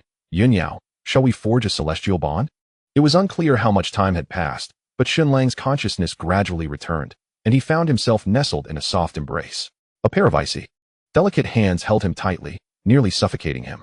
However, Shenlang was reluctant to awaken. Yun Yao sobbed, her tears cascading onto Shenlang's cheeks.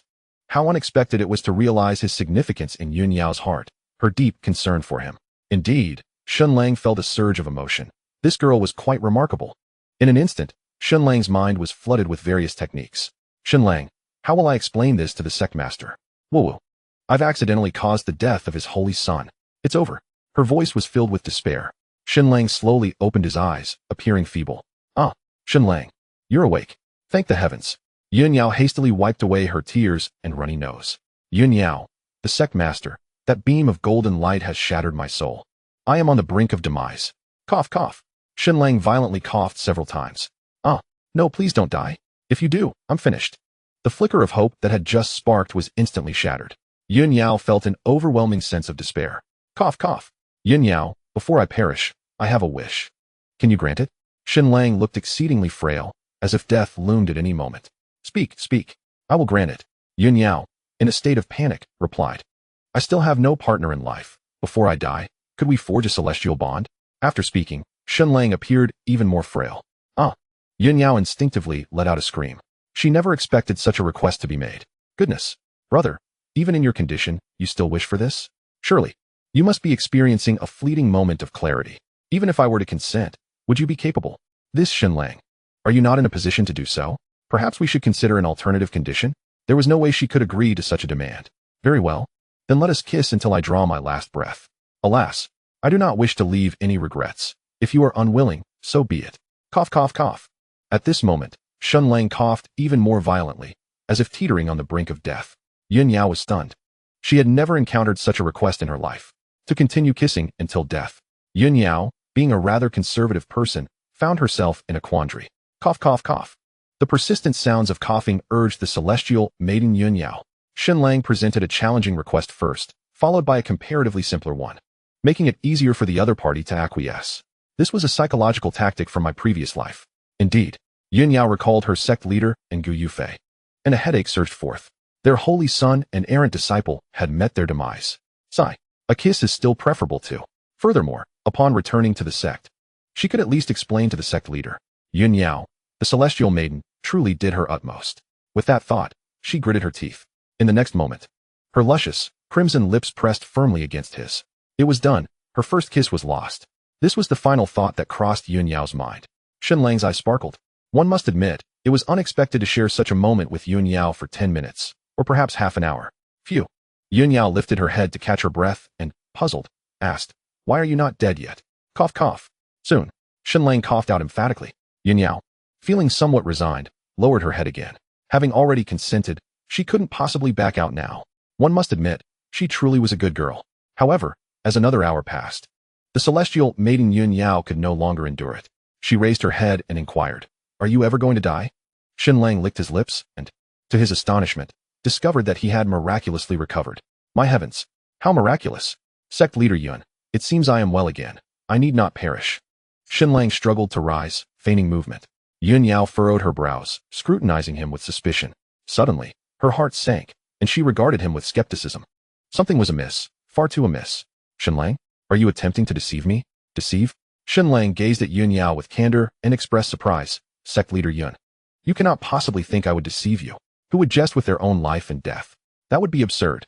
I assisted in searching for your senior sister. Yet you dare to doubt me. Shenlang, utterly aggrieved, gazed skyward with a deep sigh, pounding his chest in despair. Observing his demeanor, Yin Yao felt uncertain, unable to discern any anomaly, and thus remarked, "Well, it's good that you are fine. Just refrain from speaking recklessly upon your return. Naturally, I am a person of integrity." Shenlang asserted with utmost seriousness, "Let us depart. There is nothing more to be found here. Onward to the next realm." A slight smile graced Shenlang's lips as he waved his hand, retrieving all the martial arts and techniques into his storage ring. Upon a cursory examination, he noted that these skills were quite commendable, with dozens of heavenly tier texts among them. The rest were of earthly and mysterious tiers, while none belonged to the yellow tier, perhaps deemed unworthy by their master. A satisfactory harvest indeed. He decided to keep a portion for himself and bestow the remainder upon the esteemed sect leader, as her well-being would ultimately benefit him as well. Shenlang chuckled softly. A secretive character followed closely behind. In the second realm, there was naught but a scattering of spiritual artifacts, evidently having been rummaged through by others. Much like the first realm, it was a chaotic mess, yet the items remained plentiful. What a waste of time, indulging in such destruction.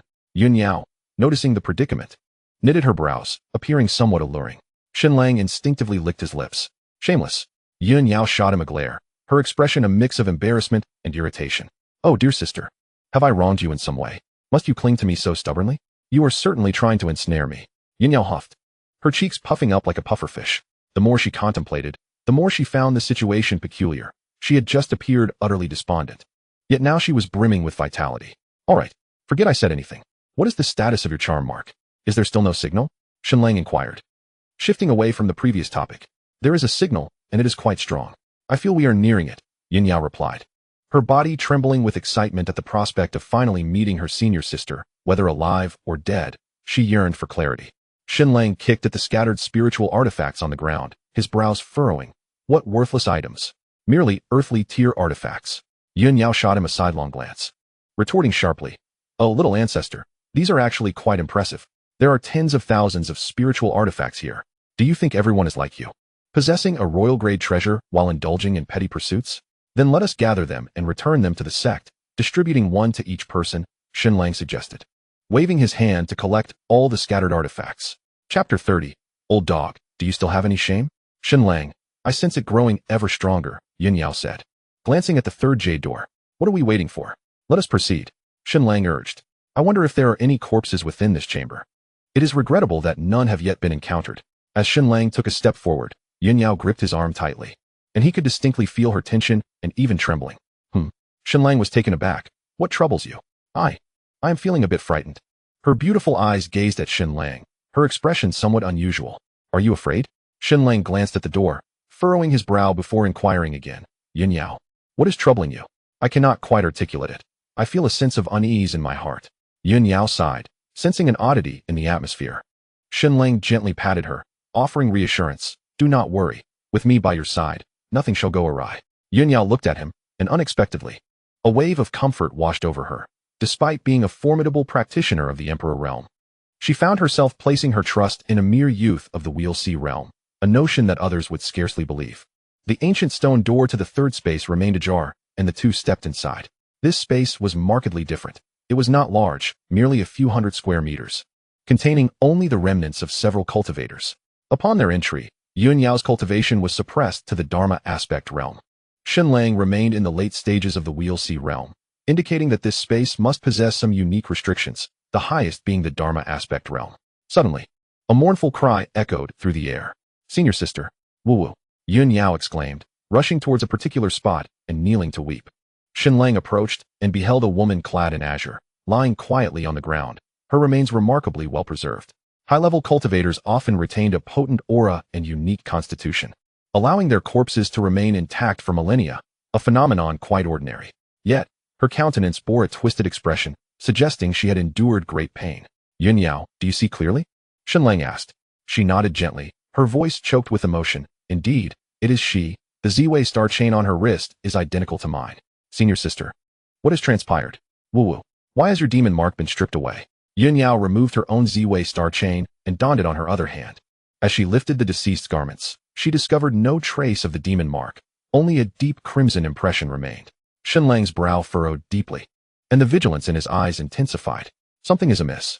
He discreetly activated his annihilation divine eye, and in an instant, a peculiar violet hue emerged in his gaze, shimmering with an eerie glow, as if seeking to pierce through all illusions, causing the very fabric of space to warp. Suddenly, Xinlang's gaze sharpened. He swiftly pulled Yun Yao behind him for protection, and before she could utter a question, he fixed his eyes on a certain area, his voice cold as he commanded. Show yourself. Yun Yao, bewildered, looked around.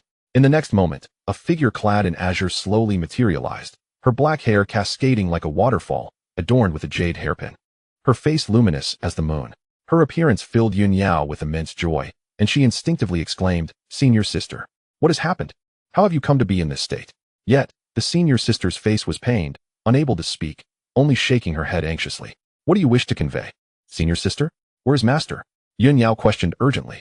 Your master is over there. Xinlang's divine eye discerned the figure, and he pointed casually to a corner.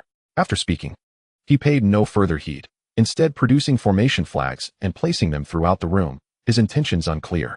After a breath, another hunched old crone materialized, her eyes clouded, her face a tapestry of wrinkles. Yaoer, she called out as soon as she appeared. It must be said that the old crone and the seventh elder make quite the fitting pair. Upon seeing her, Yun Yao was instantly overwhelmed with emotion, tears streaming down her face as she rushed forward. Master, oh, how I have longed for you. With that, she collapsed into the old woman's embrace, weeping as if all her grievances had come pouring out. The crone tenderly stroked her raven locks. Master, what on earth has transpired? What has happened to my senior sister? Yun Yao inquired, her eyes glistening with tears as she lifted her gaze. The old woman glanced at her senior sister, then turned to Yun Yao with a heavy sigh. Years ago, I was gravely wounded, teetering on the brink of death, when I inadvertently stumbled into this cave. Ultimately, I could not escape my fate, and now exist merely as a lingering spirit. But what has befallen your senior sister? Yun Yao, fighting back her sorrow, pressed on. When my spirit was on the verge of dissipating, I wished to impart the demonic arts to you both. By the time your senior sister found her way here, she had only a breath left in her. I do not know what trials she faced. Perhaps it was the doing of some formidable foe. Alas, she is unable to speak. With a resigned sigh, the old woman cast a glance at her senior sister, who kept her gaze lowered, lost in thought. Master, I wish to take you both away. Yun Yao grasped her hand tightly, her expression resolute. The old woman shook her head with a hint of self-deprecation. This place is bound by restrictions. We cannot escape. Your arrival has brought me solace, but your senior sister and I are nearing our end. What do you mean by nearing our end? Yun Yao's voice trembled. We are fading away, the old woman croaked with difficulty. Yun Yao felt as if struck by lightning, stunned into silence for a long moment before suddenly unleashing a heart-wrenching scream. No, master, I cannot bear for you to leave. Woe is me. Even as the peak master, you still exhibit such childlike behavior. The old woman caressed Yun Yao's hair, her eyes filled with affection and yearning. Xinlang paused his actions and turned his head. Yun Yao continued to sob uncontrollably. Yaoer, cease your tears. We must buy time. I intend to pass on the entirety of the demonic arts to you. Master. Yun Yao could scarcely form the words through her choked sobs. This is also the wish of your senior sister, is it not, Yinshi? Yun Yao wiped her tears and looked toward her senior sister, who nodded slowly. Her head bowed. Master, what must I do? Yun Yao, no longer hesitating, understood that if she waited any longer, they might truly dissipate. Lift your garment. I shall use the mark to impart the legacy to you. A glimmer of clarity sparkled in the old woman's clouded eyes. Yun Yao nodded and lifted her garment, revealing a cerulean demonic pattern that shimmered with light. Just as the old woman reached out to make contact, suddenly, whoosh, a figure, swift as lightning, wrapped an arm around Yun Yao's waist, pressing a palm firmly against her navel, and then retreated with her in a flash. It was so swift, like a streak of light. Her senior sister looked up in astonishment, her eyes brightening at the scene. The old woman's hand lingered in the air, and by the time she comprehended the situation, Xinlang had already distanced himself with Yun Yao in his embrace. Who are you? What is the meaning of this? Her eyes were deep and her tone laced with reproach. Young man, Xinlang, I have met the elder. Xinlang did not bow, but instead tightly covered Yun Yao's navel, vigilantly observing the old woman. Master, this is Xinlang, who will be bestowed the title of Holy Son upon returning to the sect, Yun Yao explained to the elder, then turned to Xinlang, frowning and asking. What are you doing, Xinlang? Haha, the old woman can still gaze upon our sect's holy son. Truly, there are no regrets, she remarked with a hint of nostalgia. Xinlang paid no heed to Yun Yao, fixating intently on the elder, inquiring. Have you been here all these years and still know that Yun Yao is the peak master?